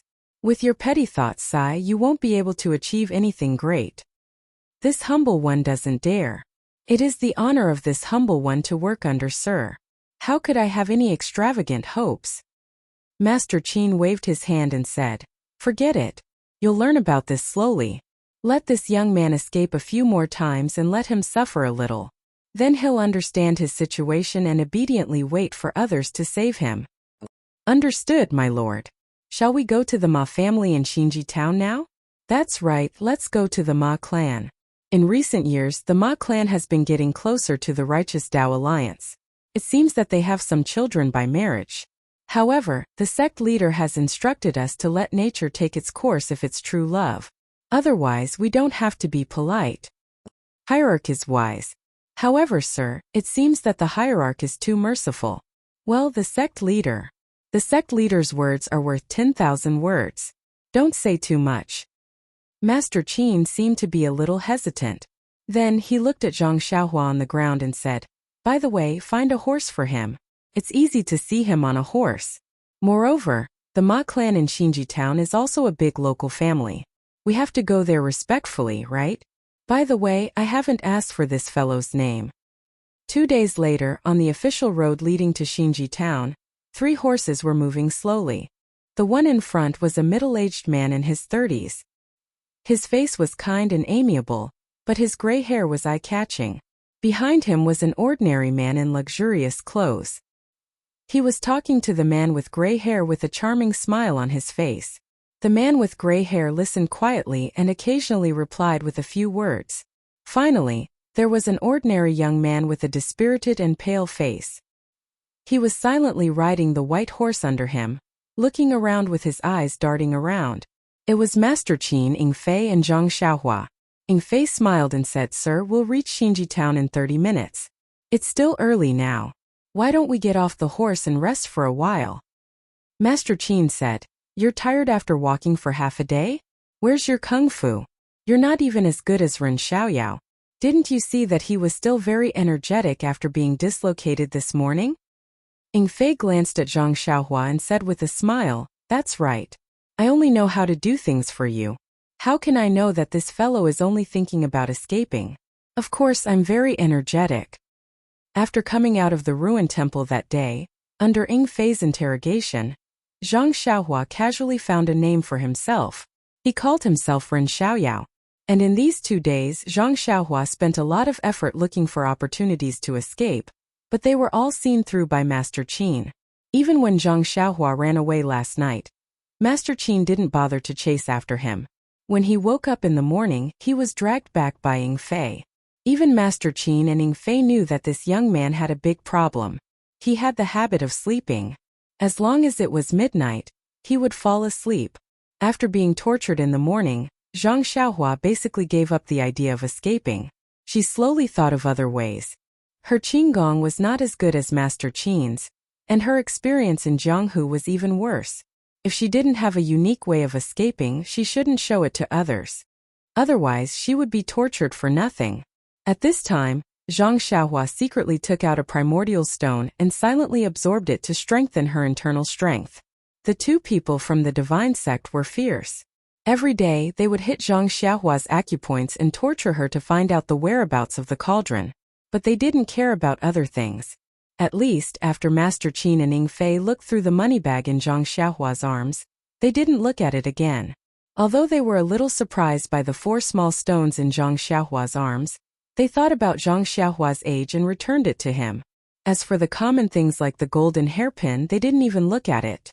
Seeing a big tea shed on the side of the road, many people came in and out to drink tea. Master Qin thought for a while and said, "Let's go to the tea shed in front and drink some tea. We can also listen to the interesting things in Xinji town." This place was very close to the town. Many people were willing to rest for a while to refresh themselves before entering the town. Therefore, the shed was not small and there were many people. The 3 of them got off the horses. No one came to greet them. Master Qin threw the reins to Ying Fei. Ying Fei looked at Zhang Xiaohua and casually threw the 2 horses to him. He said, "Tie the horses up and keep watch outside. Don't think about running away. You can't run away in front of Master Qin. If you run away this time, I'll ask Master Qin to break your legs." Zhang Xiaohua took the reins. He didn't need to release his spiritual consciousness to feel Master Qin's attention on him. He smiled bitterly. Not only was he going to be a prisoner, but he also had to be a servant. He led the 3 horses to the side and tied them up, allowing them to graze freely. He took out a primeval stone from his bosom and held one in each hand, using his heart technique to absorb it. Zhang Xiaohua had even decided that from tonight onwards, he would not run away. He would absorb the primeval qi from the primeval stones. Anyway, when he was asleep, he seemed to be able to use his heart technique. Master Qin looked at Zhang Xiaohua. Seeing him standing there obediently without any abnormalities, Master Qin knew that he had suffered a lot and didn't try to run away again. Therefore, he didn't pay too much attention to him. When they entered the tea shed, there were no empty tables. Ying Fei looked around and quickly walked to a table in the corner. He gave each person some money and asked them to leave. Master Qin sat down. Ying Fei took out a white cloth from his pocket and carefully wiped the teacups and teapot. Then he took out a paper bag and poured out some tea leaves. He asked someone to pour some water to brew it. Originally, the tea house was bustling with activity, but Lord Qin's actions immediately silenced everyone, and even their voices quieted down. Master Qin came to the tea shed to gather information. When he saw this scene, he couldn't help but glare at Ying Fei. Then he picked up the teacup and looked carefully. Only then did he relax and take a sip. Ying Fei couldn't help but feel wronged. "Master, I didn't do this on purpose. If it was tea from the tea shed, would you drink it? Even if I didn't use my own tea set, you still wouldn't like it." The people in the tea shed began to whisper. However, Master Qin's internal energy was very strong. How could he not hear these words? Many people were talking about them. Seemed like they were saying, "Look at these 2 people. They are obviously rich people. How did they come to our Xinji town? Of course, they are here to attend Old Man Ma's 68th birthday. Yes, that's right. Ever since Old Man Ma's eldest granddaughter married Qiu Shi Dao of the Heavenly Dao Alliance, The Ma family status has become more and more prominent. Even the government has to be polite to them. Yes, I think this person in front of us is the young master of that family. Oh, looking at his age, maybe he is the old master. He encountered some Jianghu situation and came to Old Man Ma to seek justice. Bah, you're right. I think he is Old Man Ma's nephew. He is here to celebrate Old Man Ma's birthday. Nowadays, the world is full of singing and dancing. How can there be any injustice? All kinds of words were incessant. Master Qin frowned. What were they talking about? He was one generation lower than them. These Jianghu rumors were really true. Ying Fei saw Master Qin frown and wanted to stand up. Master Qin quickly waved his hand to stop him. They were already sitting here. If he didn't let them speak, how could they ask for information? At this time at the table next to them, 3 people looked at each other. One of them stood up and walked over. He bowed and said, I am Kong Rang of Chimay Mountain. May I ask if you are also here to celebrate Old Man Ma's birthday? Ying Fei was about to speak when Master Qin said, Yes, I am. May I ask what you are here for? Kong Rang turned around and looked at the other 3 people. He said awkwardly, The 3 of us are also here to celebrate Old Man Ma's birthday. However, when we arrived here we encountered a big problem. I wonder if you can help us.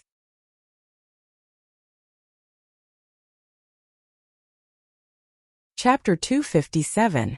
Zhang Xiaohua was guarding the horses by himself, but he released his spiritual sense to observe the movements in the tea shed.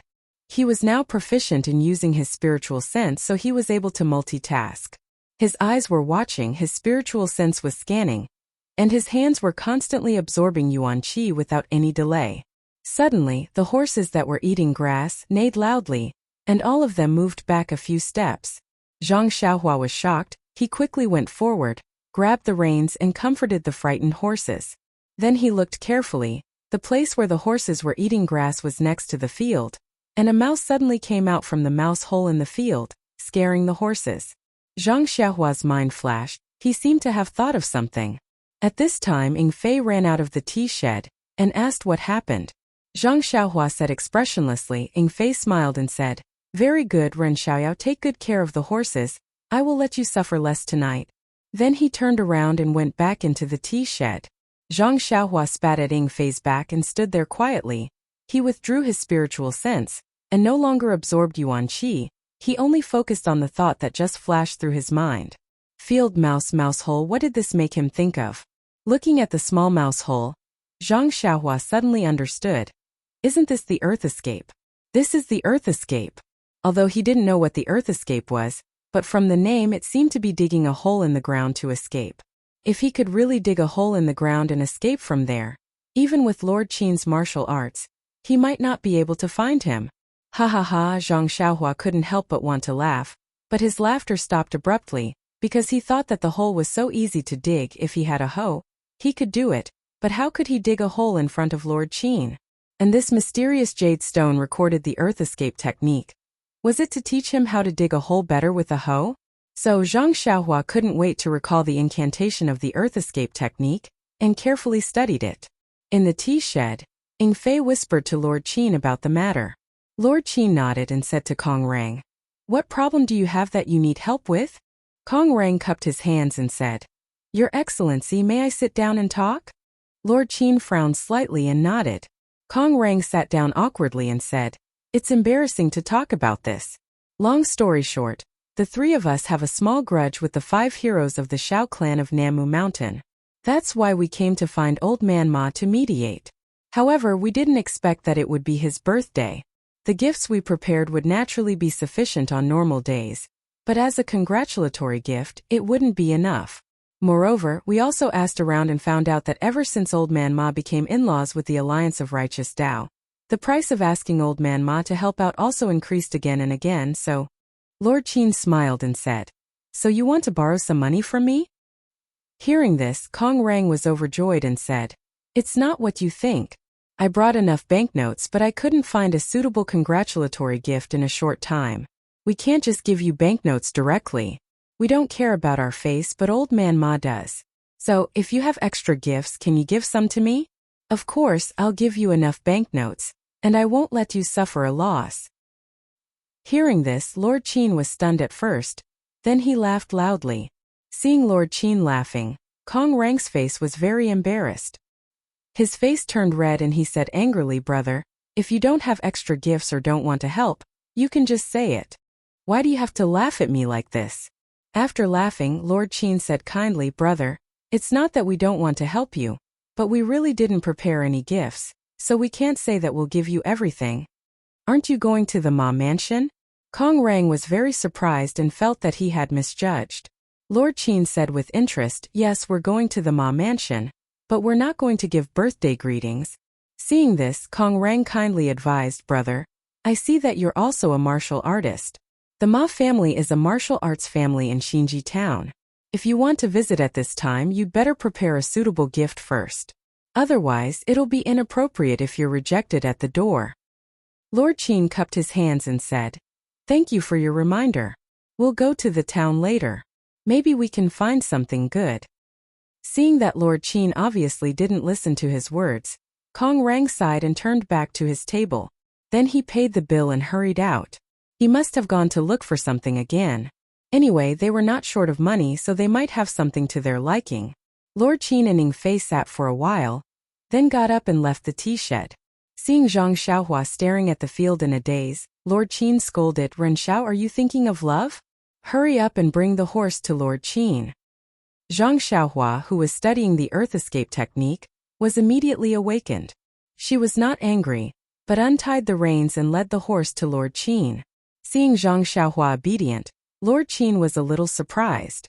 He looked at Zhang Xiaohua from head to toe and didn't seem to recognize her. Why was she so different from the person who wanted to run away 2 days ago? After getting on the horse, Zhang Xiaohua was still a little dazed. She followed behind them with empty eyes. Lord Qin couldn't help but wonder, did she become mentally retarded after being searched by the soul-searching hand? There was no such note in the ancient books of the sect. Not to mention Lord Qin's confusion, Ning Fei led the way. The three of them walked slowly along the pipeline into Xinji town. Ning Fei seemed to know the location of the Ma mansion. He didn't ask anyone and just urged the horse forward. After passing a few streets, they heard the sound of gongs and drums in the distance. There was also the sound of opera singing. It should be the liveliness of the Ma mansion. While they were walking, they heard a few shouts behind them, "Get out of the way! Get out of the way!" The road Zhang Xiaohua and the other two were walking on was the main road to the Ma mansion. The Ma mansion had already made it very spacious. It was more than enough for 4 horses to walk side by side. Moreover, the 3 of them were not walking in the center, so there was no need for them to get out of the way. However, from afar 8 tall red horses galloped from behind. They shouted as they galloped. Even the horsewhips in their hands were mercilessly hitting the people who were a little late to get out of the way. Zhang Xiaohua was daydreaming and thinking about the ancient words. She didn't hear the shouts behind her. Lord Qin and Ning Fei were originally arrogant people. How could they pay attention to them at this moment? Therefore, all the people and horses on the street were sensible enough to hide on both sides of the street. This made the 3 people and 3 horses who were not blocking the road suddenly appear. The one sitting on the red horse was a handsome young man in his 20s with red lips and white teeth. He looked very arrogant. He used the horsewhip smoothly and hit people from time to time. At this moment, he saw that the 3 horses in front of him didn't give way to him. Although they didn't block the road, he was still angry. When he caught up to Zhang Xiaohua's side, he looked at her from the corner of his eyes. She was wearing very ordinary clothes and looked very haggard. Moreover, she looked dull. He thought that she must be a lowly servant. How could such a person not give way to him? The handsome young man was furious. He raised the horsewhip in his hand high and slapped it towards Zhang Xiaohua's face. If it was a normal time, Zhang Xiaohua would naturally be able to dodge it. However, she was in the middle of comprehending something, and didn't pay attention to what was happening around her. Just as the horsewhip was about to hit her face, a shadow appeared from the side. With a paw sound, the horsewhip that was lashing towards Zhang Xiaohua was entangled by another horsewhip. When the handsome young man looked over, he saw that it was the gray-haired Lord Qin in front of Zhang Xiaohua's horse. In Lord Qin's eyes, Zhang Xiaohua was his prisoner. It was natural for him to torture her and punish her however he wanted. However, This handsome young man actually raised his horsewhip without saying anything. Naturally, he didn't put Lord Qin in his eyes. Even if you want to beat a dog, you still have to look at its master, let alone a person. Lord Qin got angry just thinking about it. He casually wrapped the horsewhip around the handsome young man's horsewhip. Then with a little force, the handsome young man felt a huge force pass through his arm. His hand went numb and the horsewhip in his hand was taken away. Lord Qin then shook his wrist and the horsewhip was thrown far away into a smelly ditch by the side of the road. Seeing this, the handsome young man was furious. He pulled out a sword from his waist and was about to rush forward. The rider behind him was an old man. He hurried forward and grabbed the handsome young man's hand. He said in a low voice, "Young master, this is already in front of Old Man Ma's mansion. Looking at the direction these three people are going, they are probably here to celebrate Old Man Ma's birthday. If you act in such a hurry, I'm afraid you will offend Old Man Ma's guests." The handsome young man said angrily, "But they didn't make way first. They even took my horsewhip away." The old man said, "Even so, remember this person's face first. It won't be too late to make trouble for him after the birthday celebration. If we act now, it will be hard to avoid the suspicion of slapping Old Man Ma's face. People will say that we are not sensible." Hearing this, the handsome young man nodded.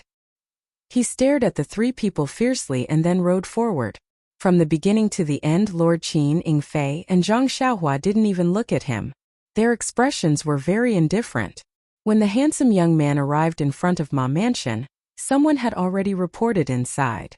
A white-haired, purple-red face, hale and hearty old man personally came out to greet him. It was Old Man Ma Marulong. When the handsome young man saw the old man, he hurriedly got down from his horse and bowed. "Grandson-in-law greets Grandpa. I wish Grandpa long life and great fortune."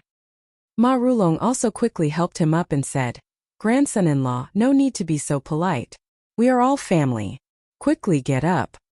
The handsome young man took the opportunity to get up and said with a smile, "I haven't seen Grandpa for a long time. Your body is even stronger. You are really old but strong." These words were a bit unreasonable, but Ma Rulong didn't get angry. He smiled and said, "It's all because of the good things your master gave me. It made my body much healthier." The handsome young man said again, "This time, Grandpa's birthday celebration. Master asked grandson-in-law to bring a lot of good things. Come, housekeeper, give the gift list to Grandpa." The old man behind him hurriedly went forward. There was a big red gift list on the ground. Ma Rulong opened it and looked. His expression changed slightly. He then passed it to the master of ceremonies at the door. Under the handsome young man's slightly proud gaze, the master of ceremonies loudly read, "The Righteous Alliance's Choshi congratulates Grandpa on his great birthday. He presents."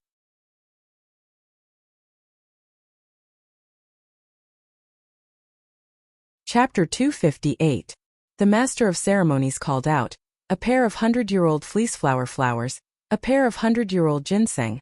Although there weren't many things, no gold, silver, jewels, jade or antiques, but the celestial path had been destroyed for 10,000 years, the qi of heaven and earth was thin, even the quality of medicinal herbs had declined. Normally it was rare to see things that were decades old, but this guy actually raised his hand and brought out 100-year-old medicinal herbs, and they were even mature. How could it not shock everyone?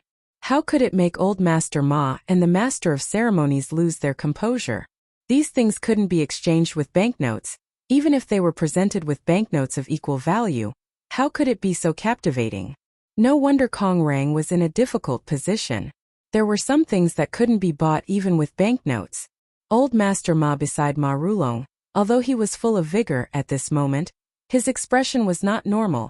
Everyone thought that the old man was overjoyed, but he himself had unspeakable bitterness. His own status in Jianghu, his heart was like a mirror. How could he be worthy of the Righteous Alliance's generosity? The reason why they offered such generous gifts, of course they hoped that he would return the favor, but how should he decide? How could he choose with just a generous gift? Qiu Shidao took out a folding fan out of nowhere, gently waving it, proudly listening to the master of ceremonies' slightly trembling shout, quite like an elegant young master in the chaotic world. Actually, Qiu Shidao was indeed worthy of being the fourth son, not to mention that he was handsome and elegant, Just the fact that he could marry old Master Ma's direct granddaughter, and be able to become the disciple of the Righteous Alliance's ninth deputy chief, Chong Exan, no one dared to say anything. Unfortunately, while Qiu Shidao enjoyed bathing in the admiring, jealous, and surprised gazes of the crowd, he keenly sensed that something was different in a certain direction. In the distance, Mr. Qin's disdainful gaze, Ying Fei's ridiculing gaze, and Zhang Xiaohua's soulless expression, who was sitting on an inferior horse with a blank expression, seemed to have nothing to do with Qiu Shidao. All of these were like sharp thorns that pierced into his proud heart. However, Qiu Shidao still remembered his status, and the master of ceremonies was also very far away. He couldn't vent his anger on him for no reason, so with a schwa sound, he closed his folding fan and prepared to walk inside. Speaking of which, this action was quite disrespectful. Your big grandfather was still standing, giving you face and listening to your gift list, yet you wanted to move first. What kind of person was Ma Rulong? He immediately said, "My dear grandson-in-law, are you tired? Why don't you go in and rest for a while? When the banquet starts, I'll call you out to meet the guests."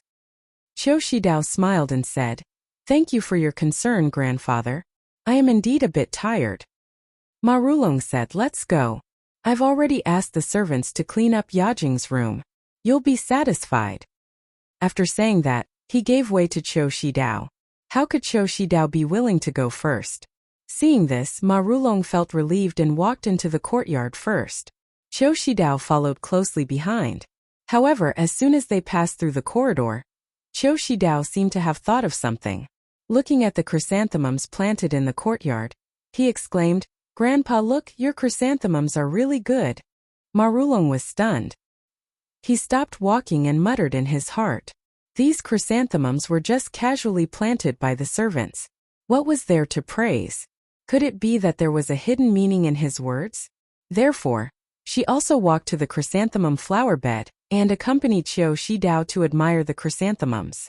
As they admired the chrysanthemums, they also tried to sound him out, not knowing what Qiu Shidao meant. Qiu Shidao's ears were listening outside. His eyes also occasionally glanced outside the door. He only casually responded to Ma Rulong's probing, causing Ma Rulong to be confused. There were many people who came to the Ma Manor to celebrate the birthday. It was not an exaggeration to say that there was an endless stream of horses and carriages. Moreover, everyone brought many gifts. The master of ceremonies had to sing a little more, and it took a lot of time. When Ying Fei brought Lord Qin to the manor, Qiu Shidao was already waiting impatiently inside. According to Ying Fei's thoughts, with his lord and his family's status, there was no need for them to line up here. If they directly rushed into the Ma Manor, then wouldn't Ma Rulong bow and welcome them? However, Lord Qin knew that the current situation was not the same as before. The gifts from the Righteous Alliance said a lot. He was still willing to hide at the side and watch and listen. Sometimes it was very interesting to go incognito. However, he did not think about it. With a head full of white hair, he would be eye-catching wherever he went. How could he hide from the Ma family's eyes? Moreover, the master of ceremonies looked at the luxuriously dressed but ordinary-looking person in front of him and was very surprised. He asked again, "Hero, are you sure you are here to celebrate the birthday?" "Yes, I am sure, and I am sure. You did not send an invitation, nor did you prepare a gift." You see, Lord Qin's dream of going incognito was immediately shattered. Let's not talk about your white hair or your ostentatious behavior. At the very least, you should prepare a meager gift. Let's just say that you don't have any banknotes. You're relying on your admiration of old Master Ma's reputation to come and pay your respects. At the very least, you should have a name card. Coming to pay your respects empty-handed. Let's not talk about your status. Anyone would label you as an idiot or freeloader. In fact, it wasn't that Ying Fei or Lord Qin didn't have experience in Jianghu and didn't know the ways of the world. It was just that with their reputation, wherever they went, they would be respected and flattered. This Ma mansion couldn't even flatter them. How could they give up their pride and give a congratulatory gift to the servant in their eyes? If Zhang Xiaohua did not concentrate on comprehending the earth evasion technique, she would naturally remind him. Coming empty-handed was also a laughingstock in the countryside. As for the name card, Ying Fei as the messenger of the heavenly sect, this identity was a supreme name card. Why would he prepare one? However, the master of the ceremony had seen a lot of the world. Moreover, the Ma family had told him in advance that there were many heroes in the wilderness. There were some who were unconventional and some who were independent. He did not know what kind of background everyone had. The purpose of the birthday celebration was to have a lively atmosphere. Anyway, the Ma family did not lack food and wine, so there was no harm in eating and drinking for free. Therefore, the master of the ceremony smiled and asked, "Old Master Ma is the most forthright. He is very willing to make friends with a nameless hero like you. However, please tell me your name so that I can record your name in this grand occasion. It is possible that your name will go down in history in the future." Ing Fei almost spat out. He looked back at Lord Qin and said, "Okay, just because you said that I will go down in history, I will let you know that the lord behind me is Qin Shuriwei Lord Qin. My name is Ing Fei." The master of the ceremony said, "I know. If the one riding behind is a servant of your family, then you don't have to tell me your name." In fact, the master of the ceremony was also puzzled. If it was a servant, then it would be natural for him to come before Ing Fei. However, if it was not a servant, then this young man's clothes were not as good as the other two and the horse he was riding was also inferior. Therefore he asked. Ing Fei thought for a while and said, "This young man is not a servant. He just came with us to see the world. His name is Ren Xiaoya." The master of the ceremony smiled and said, "I know Lord Ing." Then he shouted, "Qin Shuriwei, Ing Fei, Ren Xiaoyao. These three heroes are here to congratulate Old Master Ma on his birthday." As soon as the master of the ceremony finished, a shadow shot out of the courtyard. Before the person arrived, his voice was heard, "Haha, so you are here to take advantage of me. You still have the face to tell me your name. Qin Shuriwei, Ing Fei, and what Ren Xiaoyao? How come I have never heard of these names in Jianghu? You still call yourself a hero. You don't deserve any honor." When everyone looked over, they saw that it was young Master Qiu Shidao who had already entered the courtyard. Qiu Shidao's arrival was sudden and his voice was loud. Everyone turned to look at him. Even Zhang Xiaohua stopped and looked at him in confusion. Qiu Shidao walked forward and said to Lord Qin with a sneer, "This brother with extraordinary skills, is your name Qin Shuriwei? Your name is not bad, but it is not famous. Where is Brother Qin going to make a living? If you are not happy, you can come to the Righteous Alliance. I am not talented, but I can find a good job for Brother Qin. At least, the next time Brother Qin goes to a senior's place to congratulate them, you can't go there for nothing. You will lose face, right?" Qin Shuriwei was being pointed at and lectured. His face was even warmer. He only smiled and did not speak. It was rare for him to have self-restraint. Zhang Xiaohua beside him did not think so. From what she knew these 2 days, Qin Shuriwei usually had an amiable appearance. If he frowned or was angry, it meant that it was normal. However, the more he smiled and the warmer he was, it meant that it was not good.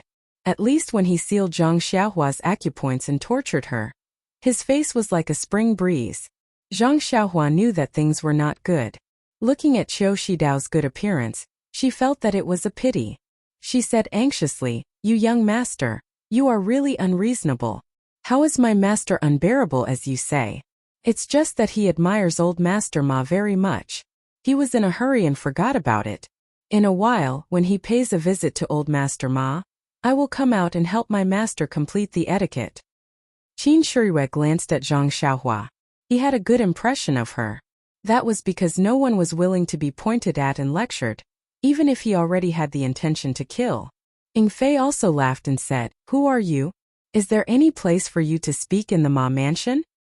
Qiu Shidao was greatly amused. He said, "I knew you are ignorant and inexperienced. Let me tell you, Xiao Yi is the husband of Ma Laoyizi's eldest granddaughter. Tell me, do you think I have the right to speak in this Ma mansion?" Ing Fei said again, "Although Old Master Ma is old, there are many uncles in the Ma mansion. There is no place for you to speak." Qiu Shidao smiled and said, "The people of Jianghu are in charge of Jianghu matters. My teacher is one of the 9 alliance leaders of the Righteous Alliance, Nan Fengyun. You tell me, do I have the right to speak in the Ma mansion?"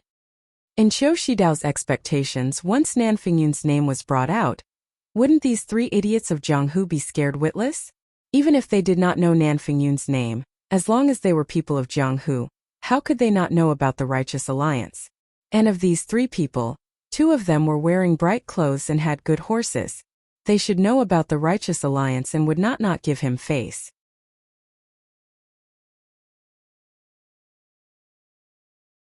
Chapter 259. Sure enough, Ing Fei was as unbearable as he imagined. He was immediately shocked and shouted, "Nan Fengyun? You are Nan Fengyun's disciple? Sorry for the disrespect." When Qiu Shidao heard this, a smile appeared on his face. He opened the fan in his hand and waved it. He thought to himself, "Now you know how powerful I am. Quickly apologize to me. Seeing that you are here to celebrate Old Man Ma's birthday, I will give you some face. And if you give Old Man Ma a gift later and I don't get a share, I will teach you a lesson." However, Ing Fei's tone changed and he shouted, "But, young master, I remember that the leader of the Righteous Alliance is called Zhang San. How come there are suddenly 9 leaders? And this Nan Fengyun seems to be the weakest of the 8 vice leaders." Qiu Shidao's face turned red. What Ing Fei said was right. What he said just now was also right. Normally, no one would refute him. Giving him face and not spending a single copper coin, who wouldn't be happy? However, Ing Fei's explanation immediately caused Qiu Shidao's face to fall to the ground. However, he could not refute it.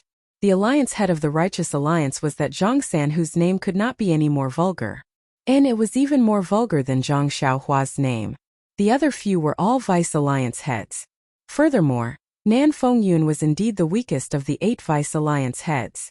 However, even though the weakest was in the Righteous Alliance in Jianghu, he was still an incredible figure.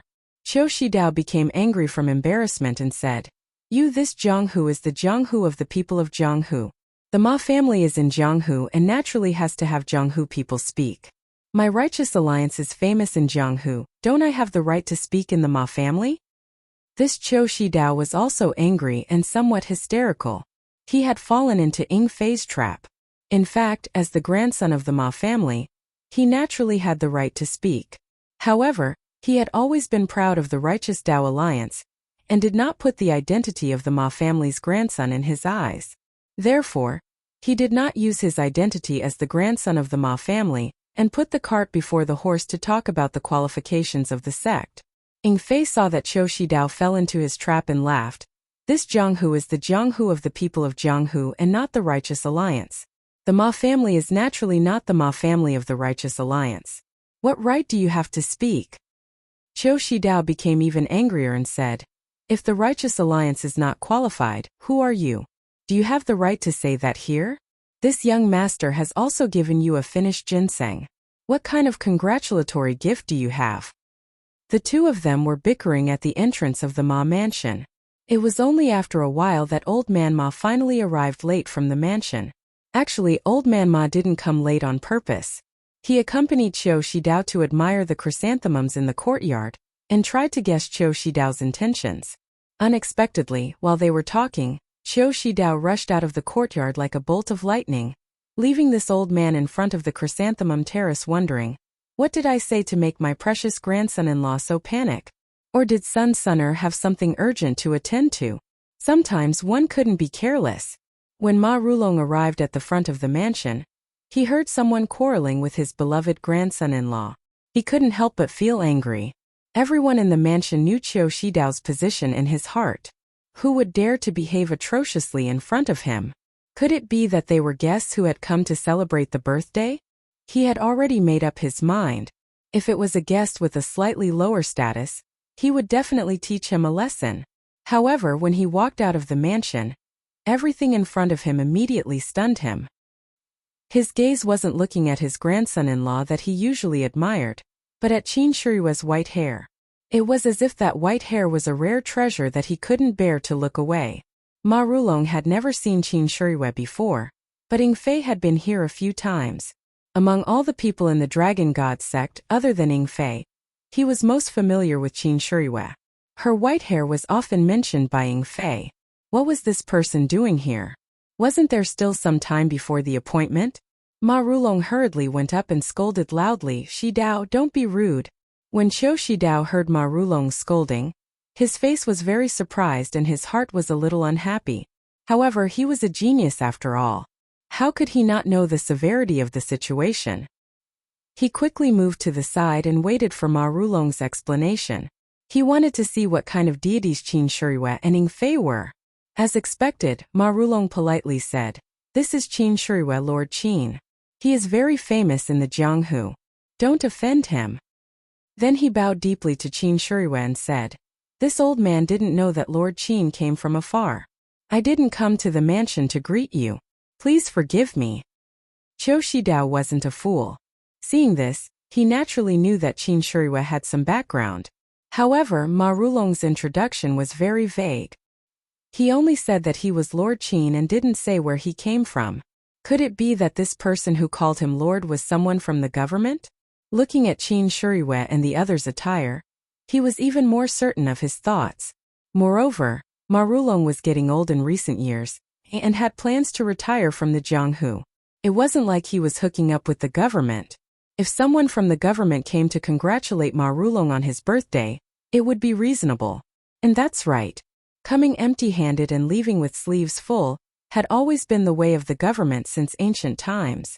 Thinking of this, Qiu Shidao couldn't help but look down on them. He was one of the direct disciples of the Righteous Alliance.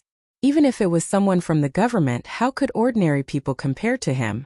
Moreover, with Ma Rulong's status, how could he make friends with someone from the government? Thus, Qiu Shidao couldn't help but take a step forward. He cupped his hands and said, "I don't know which Lord Brother Qin is working for. If you know each other, please explain. Since we know each other, the matter of stealing the whip just now can be discussed." When Ma Rulong heard this, he knew that Qiu Shidao had misunderstood. Qin Shuriwei's background couldn't be revealed in front of everyone. Qiu Shidao, this child, was usually very clever. Why did he have to make things difficult for himself today? However, Qiu Shidao was not only his grandson-in-law, but also represented the Righteous Alliance. If they were in the mansion, he could naturally reprimand him. However, in public he had to leave some face. He quickly pulled Qiu Shidao's sleeve and said, "Shidao, why don't you listen to your grandfather? Don't be rude. Quickly apologize to Lord Qin." He deliberately pointed out grandfather in his words to let Qiu Shidao understand his other identity. However, perhaps Qiu Shidao was blinded by lard. Or perhaps his thoughts had turned into a dead end. He only had one thought in his mind.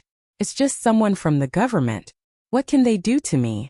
He smiled and said to Ma Rulong, grandson-in-law, "When I was in the Righteous Dao Alliance, I often encountered such people who only know how to take advantage of others. If I give them the convenience this time, they will come again and again in the future. It's better to teach them a lesson the first time and extinguish their future thoughts. Moreover, grandfather, don't worry. The Righteous Alliance also has some acquaintances in the government. Their status is very high. There's no need to be afraid of such people." Moreover, he just dodged grandson-in-law's whip. "We have to talk to their superiors and let them know that the Horse Lord has 3 eyes." Ma Rulong was helpless. Aren't you helping out with good intentions? Even if someone from the government came, the county magistrate was not as good as the person in charge. Your connections are far away in the court. Why would you care about this small Shinji town? With this man's temperament, stealing your whip is a small matter. Even if he wants to take your life, it would be as easy as turning his hand. However, he just couldn't say Qin Shuriwei's identity. Why do you think this is? Since he couldn't say it out loud, why not just whisper it to Qiu Shidao? Why do you have to be so difficult? In fact, with Ma Rulong's status in the Jianghu, he still couldn't enter the eyes of the Righteous Alliance. The reason why they paid so much attention to Ma Rulong was because Ma Rulong had some relationship with the Dragon God sect. The Righteous Alliance wanted to pull Ma Rulong to their side and obtain information from the Dragon God sect. Qiu Shidao also came this time for the matter of the Dragon God sect. However, he didn't expect Qin Shuriwei to come to the Ma mansion in advance. This caused the two factions to clash. Although Ma Rulong was biased towards the Righteous Alliance, he still didn't want to cause trouble with the Dragon God sect. At least, he didn't want to do so before he was prepared. If he told Qiu Shidao in front of Qin Shuriwei, no matter if he said it out loud or in a whisper, it would clearly tell Qin Shuriwei that he, Ma Rulong, was in cahoots with the Righteous Alliance. And if he didn't say it out loud, his relationship with the Righteous Alliance could be explained as his granddaughter and the Righteous Alliance's direct disciple being connected by heart. This was the will of the heavens. He didn't have much relationship with the Righteous Alliance. His relationship with Qiu Shidao was just a private family relationship. It had nothing to do with his sect.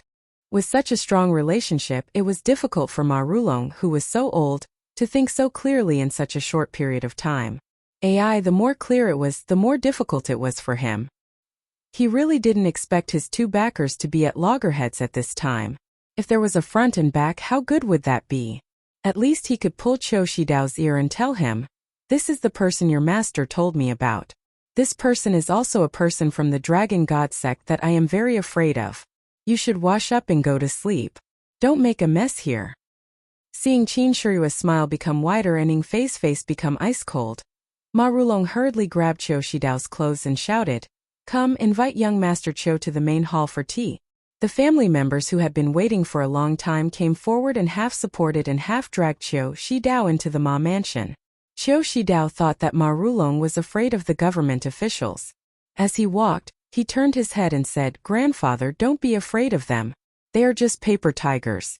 Later I will introduce you to a few important people from the government. They will definitely be able to support you." Ma Rulong bitterly smiled and pretended that he didn't hear anything. He went forward and bowed deeply. "Please forgive me, Lord Qin and Lord Ing. This child has been spoiled and doesn't know the immensity of heaven and earth. This old man apologizes to the two of you on his behalf." Ing Fei turned his head and looked at Qin Shiyue. He saw that Qin Shiyue's expression was normal. She only smiled and said, "Old man Ma, you are very lucky to have found a grandson-in-law from the Righteous Alliance. In the future, you will be able to provide for your old age." These words had a double meaning, which made Ma Rulong's heart jump.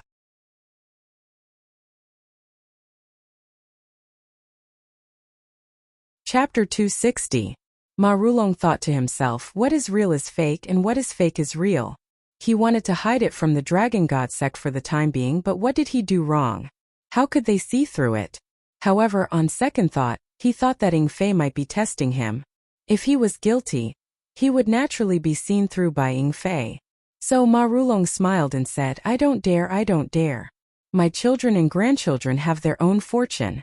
I am old and can't care so much. I just hope that I can safely go through the last part of my life. How can I have too much extravagant hope? Ing Fei said again, we came in a hurry and didn't know that today is your birthday. Sorry for our rudeness. Otherwise, there wouldn't be such a commotion. Ma Rulong quickly waved his hand and said, Lord Ing, you are too polite. You and Lord Qin are my honored guests. Since you can come, it is my honor. There is no need to talk about gifts. Please come in and drink some tea to wash away the dust. Later, you can also drink a cup of my turbid wine. Then, he personally invited the two into the mansion. Ing Fei didn't dare to make a decision.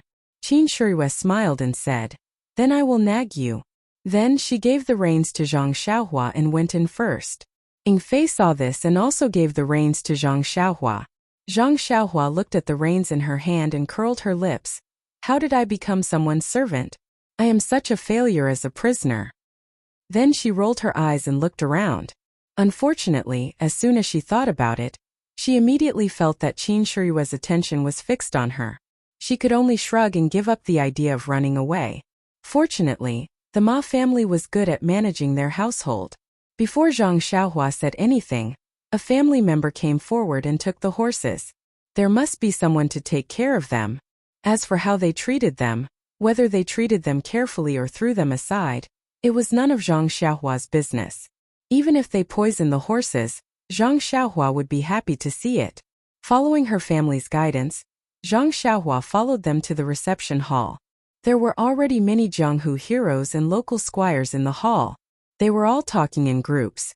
When Zhang Xiaohua looked around, she didn't see Qin Shiyue's gray hair. She couldn't help but feel happy.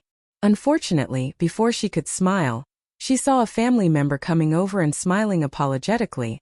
Is this little brother surnamed Ran? Zhang Xiaohua was stunned.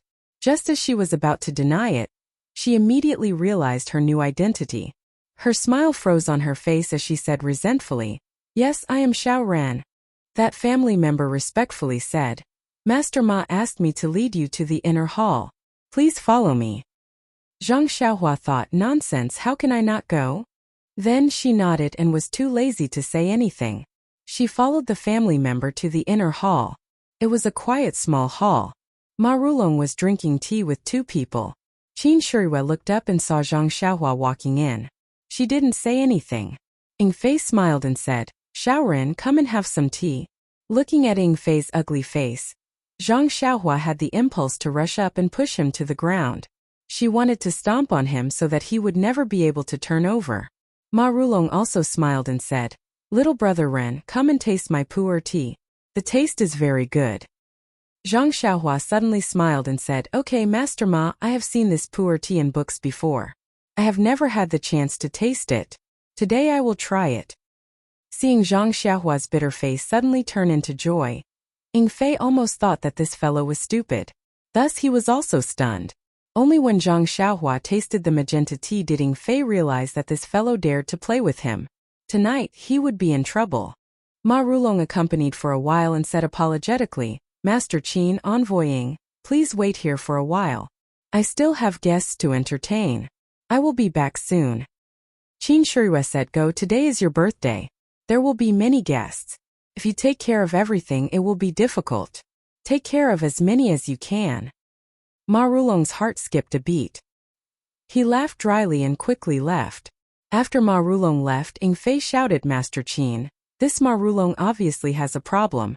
He can't be explained clearly to the Righteous Alliance. What do you think we should do? Qin Shirui smiled and said, The emperor is not anxious, but the eunuch is anxious.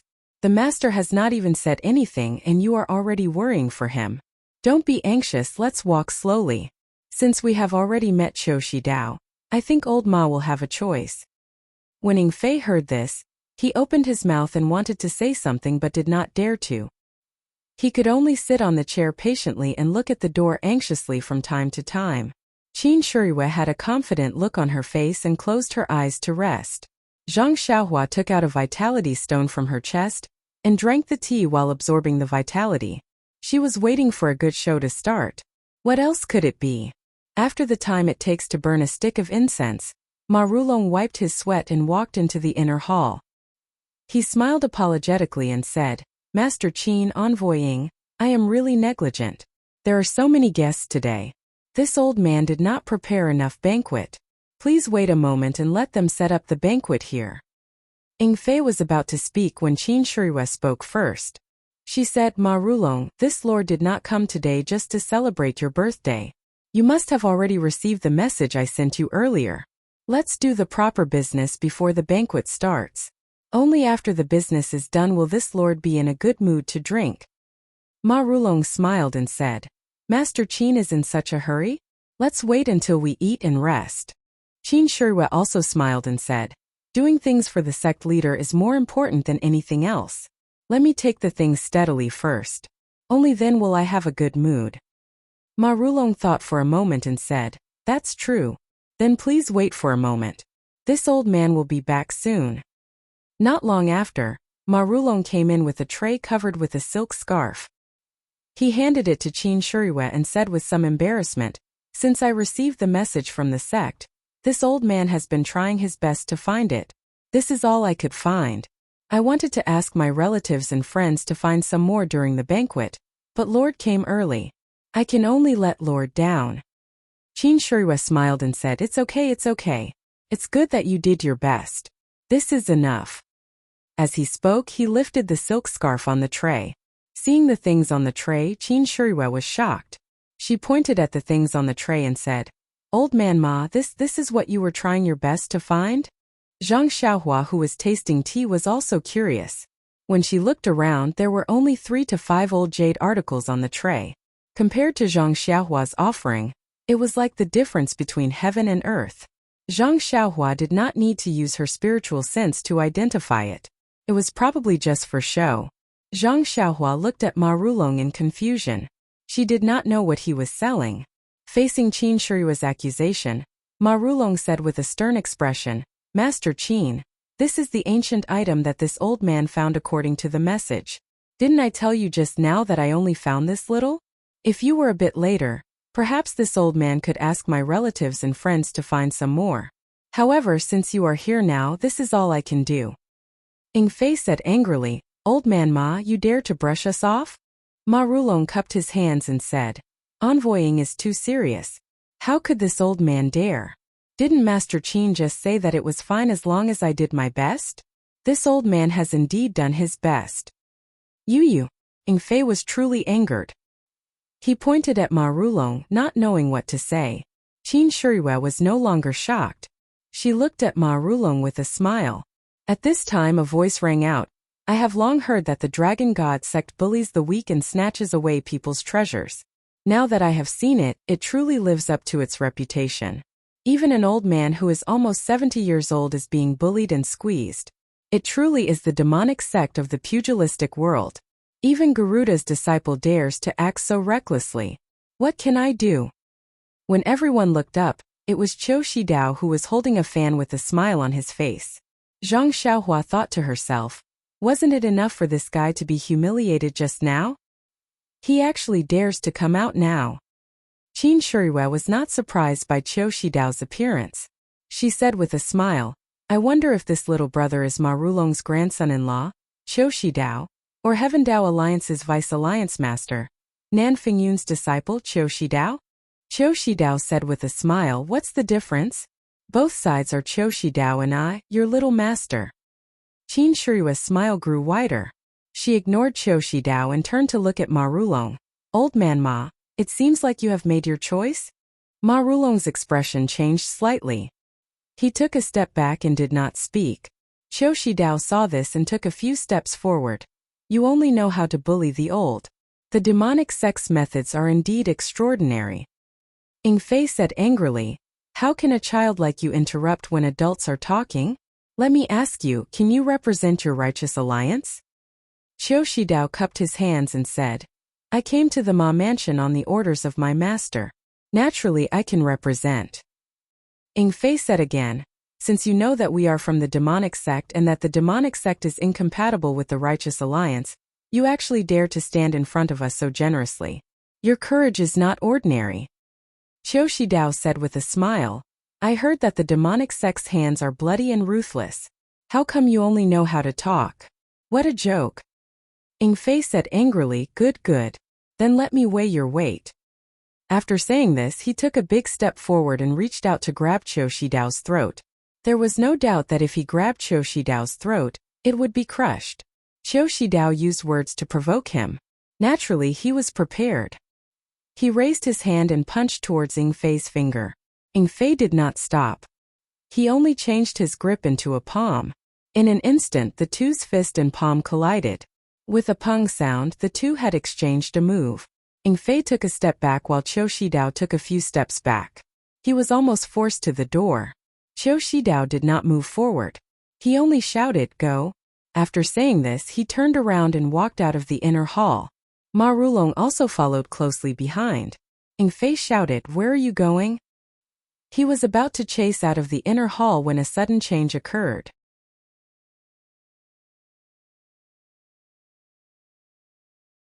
Chapter 261. Kacha.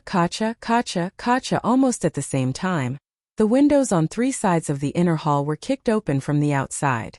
Three short and fat figures fell to the ground like meteors and landed around the hall.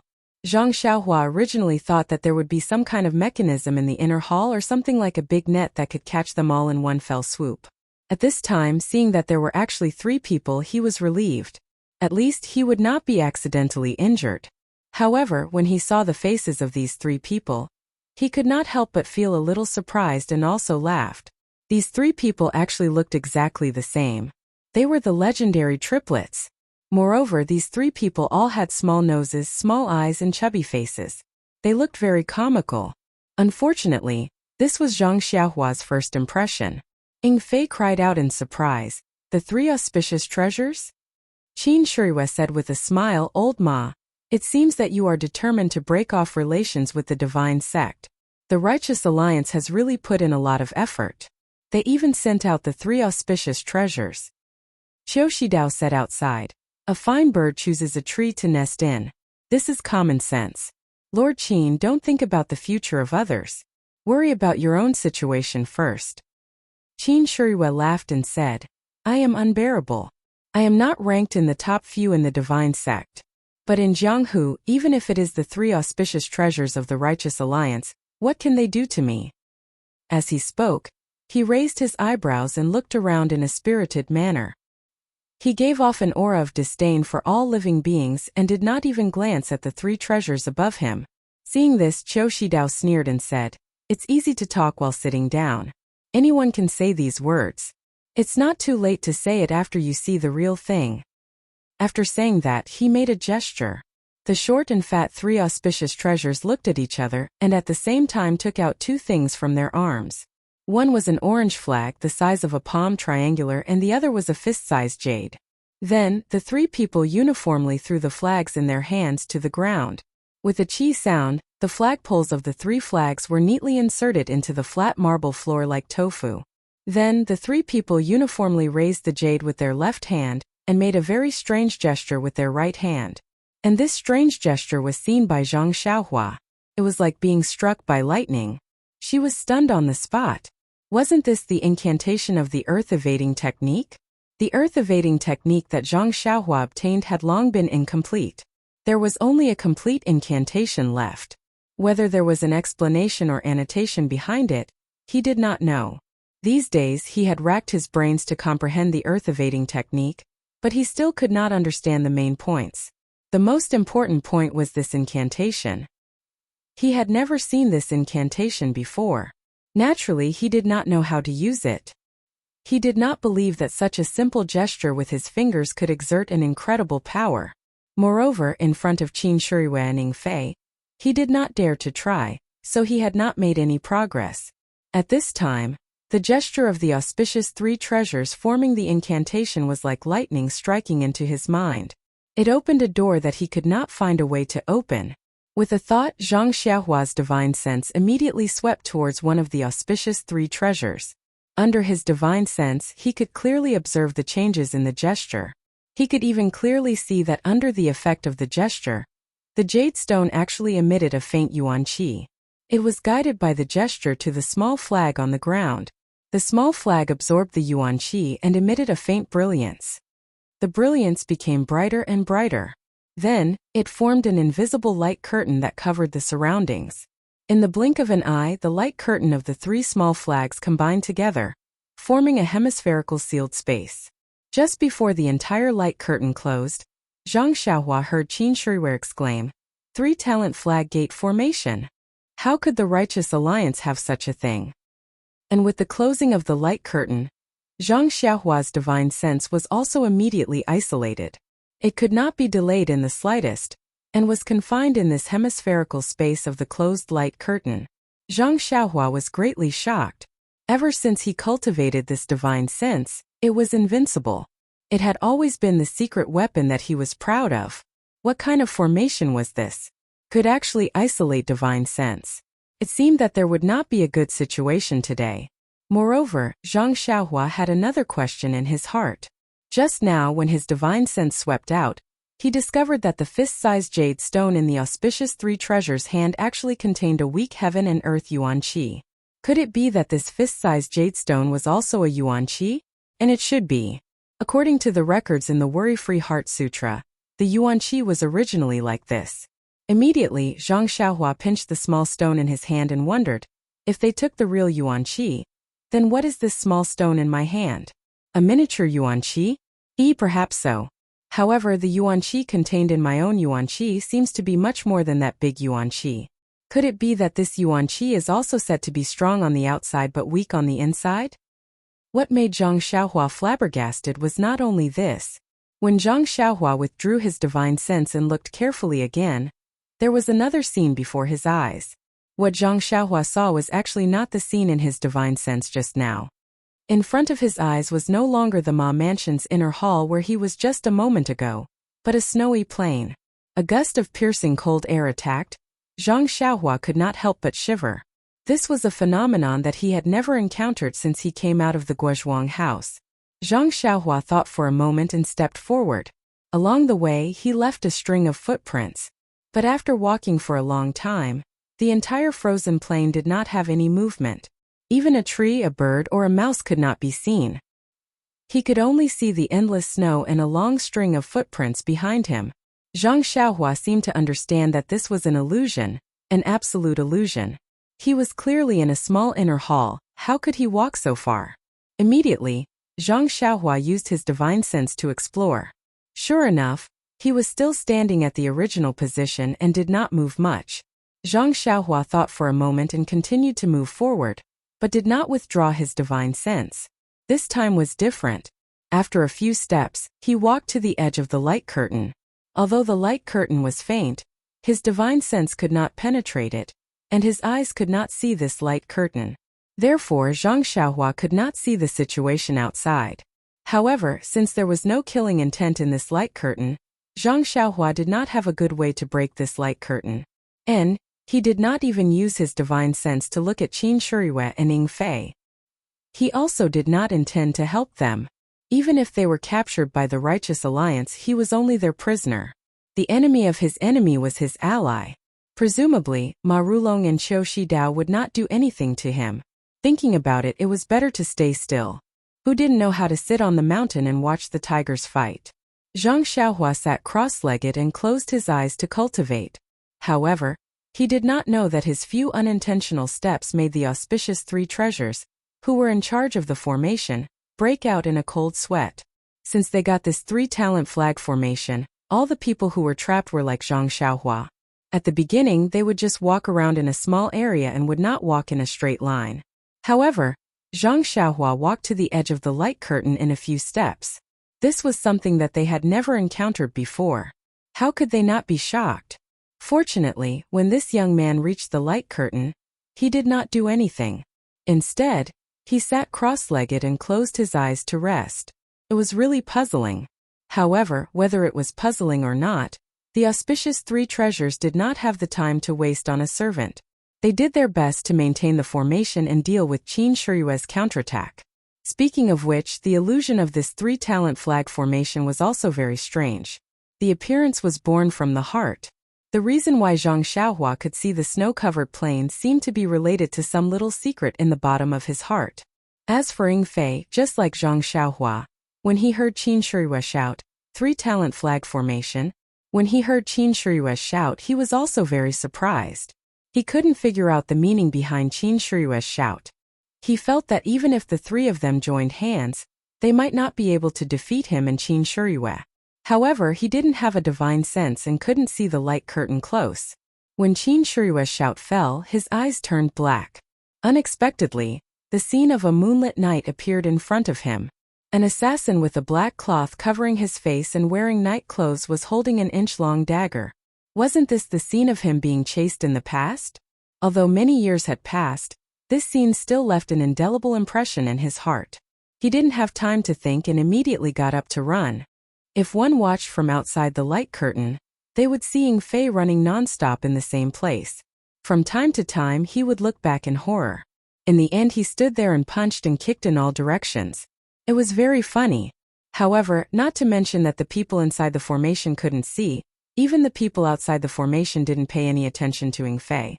The auspicious three treasures, Ma Rulong and Qiu Shidao, were all looking at Qin Shiyue in the formation. What Qin Shiyue saw was different from the two of them. At this moment, he felt that he was in a vast mountain forest. A few tiger roars came from not far away, causing him to frown. This scene was too familiar. It was the place where he encountered danger when he was young. He knew that not long after, a huge tiger would descend from the sky and take him away. Then, his adoptive father would kill the tiger and save him. However, presumably, his adoptive father wouldn't appear in this mountain forest and he would be taken away by the tiger. Sure enough, after a tiger roar and a gust of wind, a white tiger with slanted eyes appeared. Seeing Qin Shiyue, the tiger pounced on him. At this moment, Qin Shiyue didn't panic.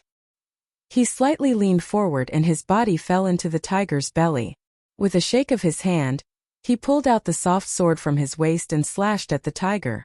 The tiger let out a miserable howl that shook the mountain. Its stomach was filled with internal organs and blood. Qin Shiyue held the soft sword in his hand and vigilantly observed his surroundings. He secretly pondered, This three-talent flag gate formation was something he learned from his master by chance. He only listened to it as a story. If it weren't for the 3 orange flags being too eye-catching, how could he find this from his dusty memories? Therefore, Qin Shirihue held the soft sword and walked forward while thinking about how to break this flag gate formation.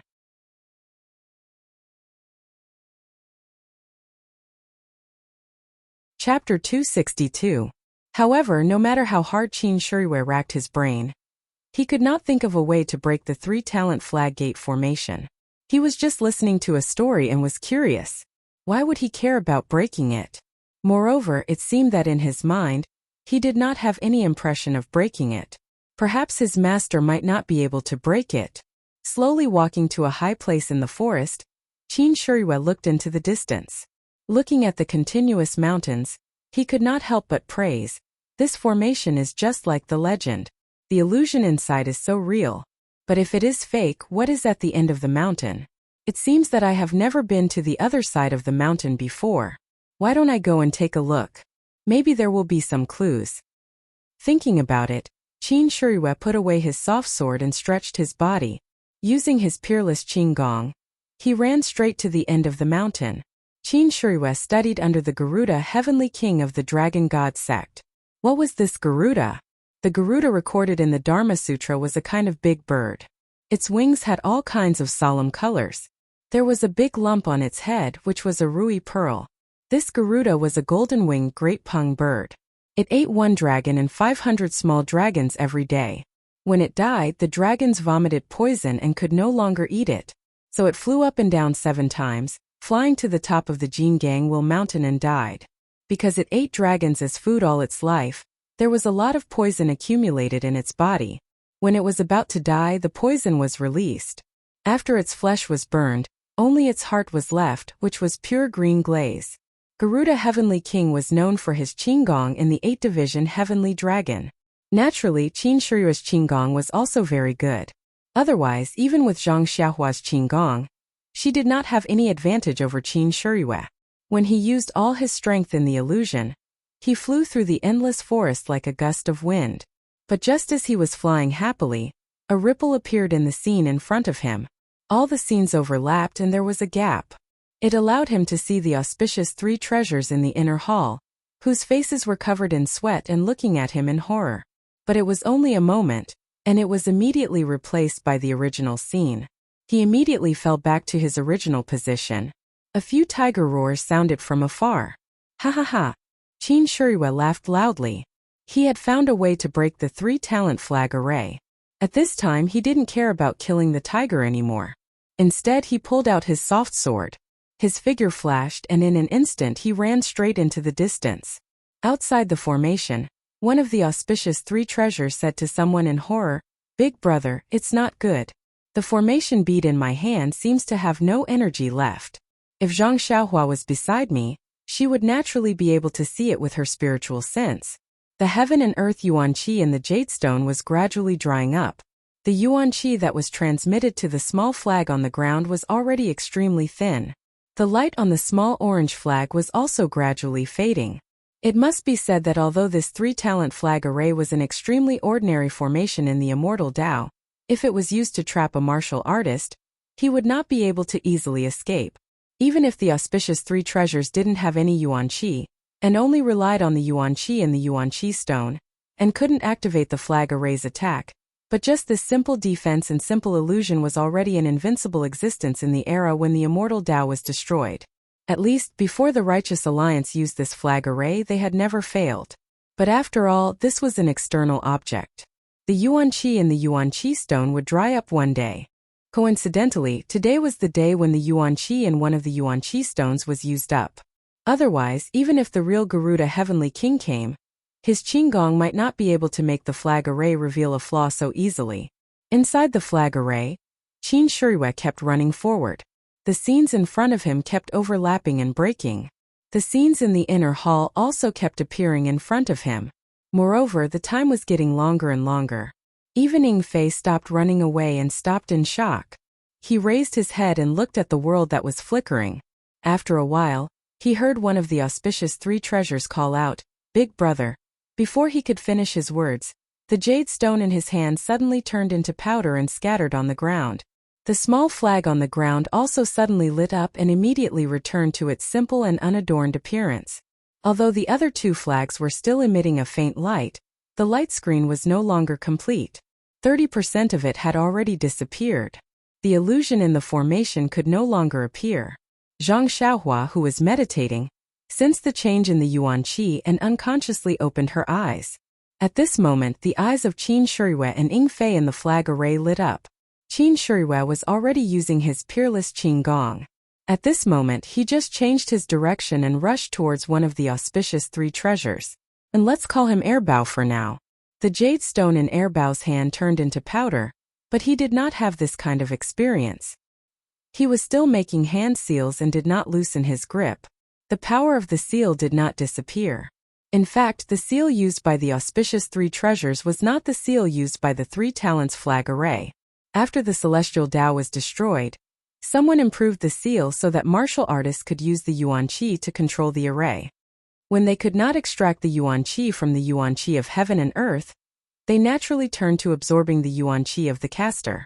How could Airbao's body have the vital qi formed by the yuan qi of heaven and earth? With such a forceful extraction, in an instant, his meridians were severely damaged. It was as if his vital qi had backfired, and a stream of blood flowed out from his 7 orifices. At this moment, Qin Shuriyue and his soft sword were already in front of him. Poor Airbao. His limbs were weak and he could not move at all. Right in front of Zhang Xiaohua, Qin Shuriyue waved his soft sword, and Airbao's funny head flew up into the sky. Blood splattered on the ground, and Airbao's short and fat body fell to the ground with a thud, and his blood splattered 3 feet away. Such a bloody scene scared Zhang Xiaohua so much that she closed her eyes. Although Zhang Xiaohua was already an experienced killer, he was very gentle when it came to killing people. He killed them all with one strike, and there was only a little red on the throat. It was also the first time he saw such a violent killer. However, immediately, he opened his eyes and walked out of the circle of light. He looked at the headless corpse from afar and sighed. It's so good to be alive. When the other two saw Qin Shuriyue kill their brother, they could not help but be terrified. They stopped the spell and threw the jade stone on the ground. They stretched out their hands and drew their swords from their waists. With a shout, they rushed forward. Although the auspicious three treasures without the flag gate formation were powerful, they were not what Qin Shuriyue and Ying Fei were afraid of. The two of them each found one and instantly fought with each other. Originally, the auspicious three treasures were quite famous in the Jianghu. Their martial arts were not much worse than Qin Shuriyue's. At least they were better than Ying Fei. Ying Fei originally braced himself to fight, but after this fight, Ying Fei was happy. He did not know how many treasures the person in front of him had, but his inner strength was almost the same as his. The strength of the sword was also not very strong. Although Ying Fei did not understand, at least his life was saved. As long as he delayed this treasure, he could naturally escape after Qin Shuriyue killed that treasure. Poor auspicious three treasures. The martial arts of the three of them were not much worse than Qin Shuriyue's. When the three of them joined forces, they were stronger than Qin Shuriyue, Ying Fei and Zhang Xiaohua. However, they were afraid that something would happen to their brother. Since they could kill the enemy without any effort, why should they kill each other? Therefore, they took out their trump card and used the most powerful formation to trap them to death. However, this formation, which had been tested every time, was at the point of exhaustion.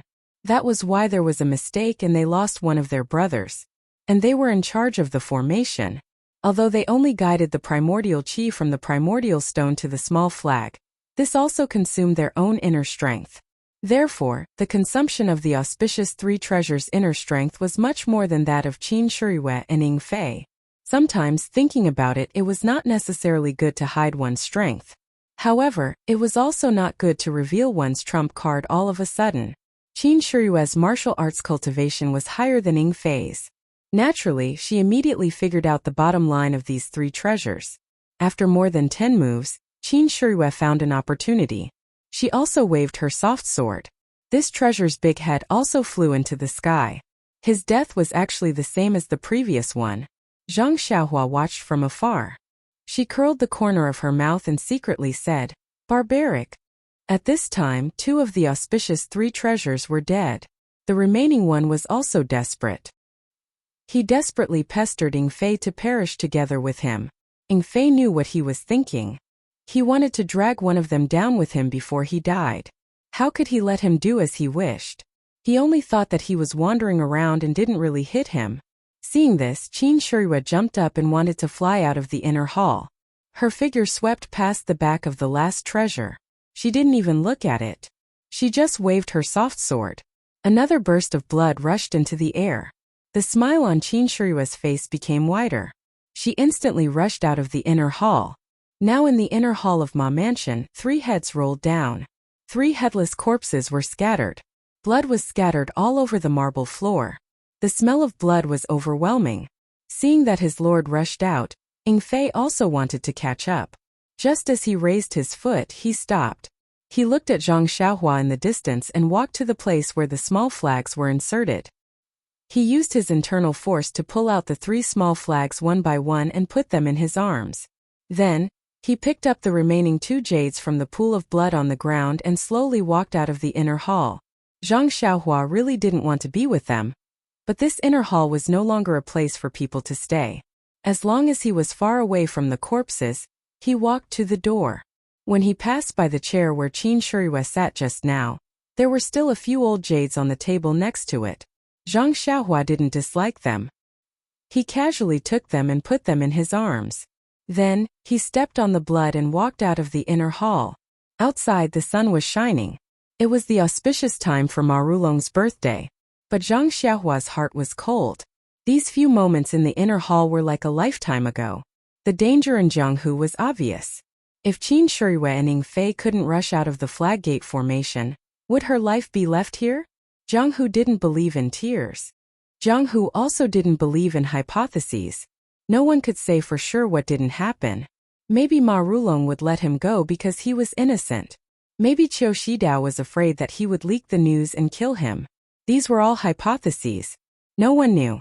However, when Zhang Xiaohua stepped into the hall, she knew what cruelty was. You're tuning in to the Li Mei Sword of Destiny YouTube channel. We're so grateful for your support, and don't forget to subscribe to join us on this incredible journey through captivating stories. Your generosity through donations truly makes a world of difference, as it's the primary source of revenue that allows me to expand and enhance this channel for you. Thank you from the bottom of my heart for being a part of this adventure.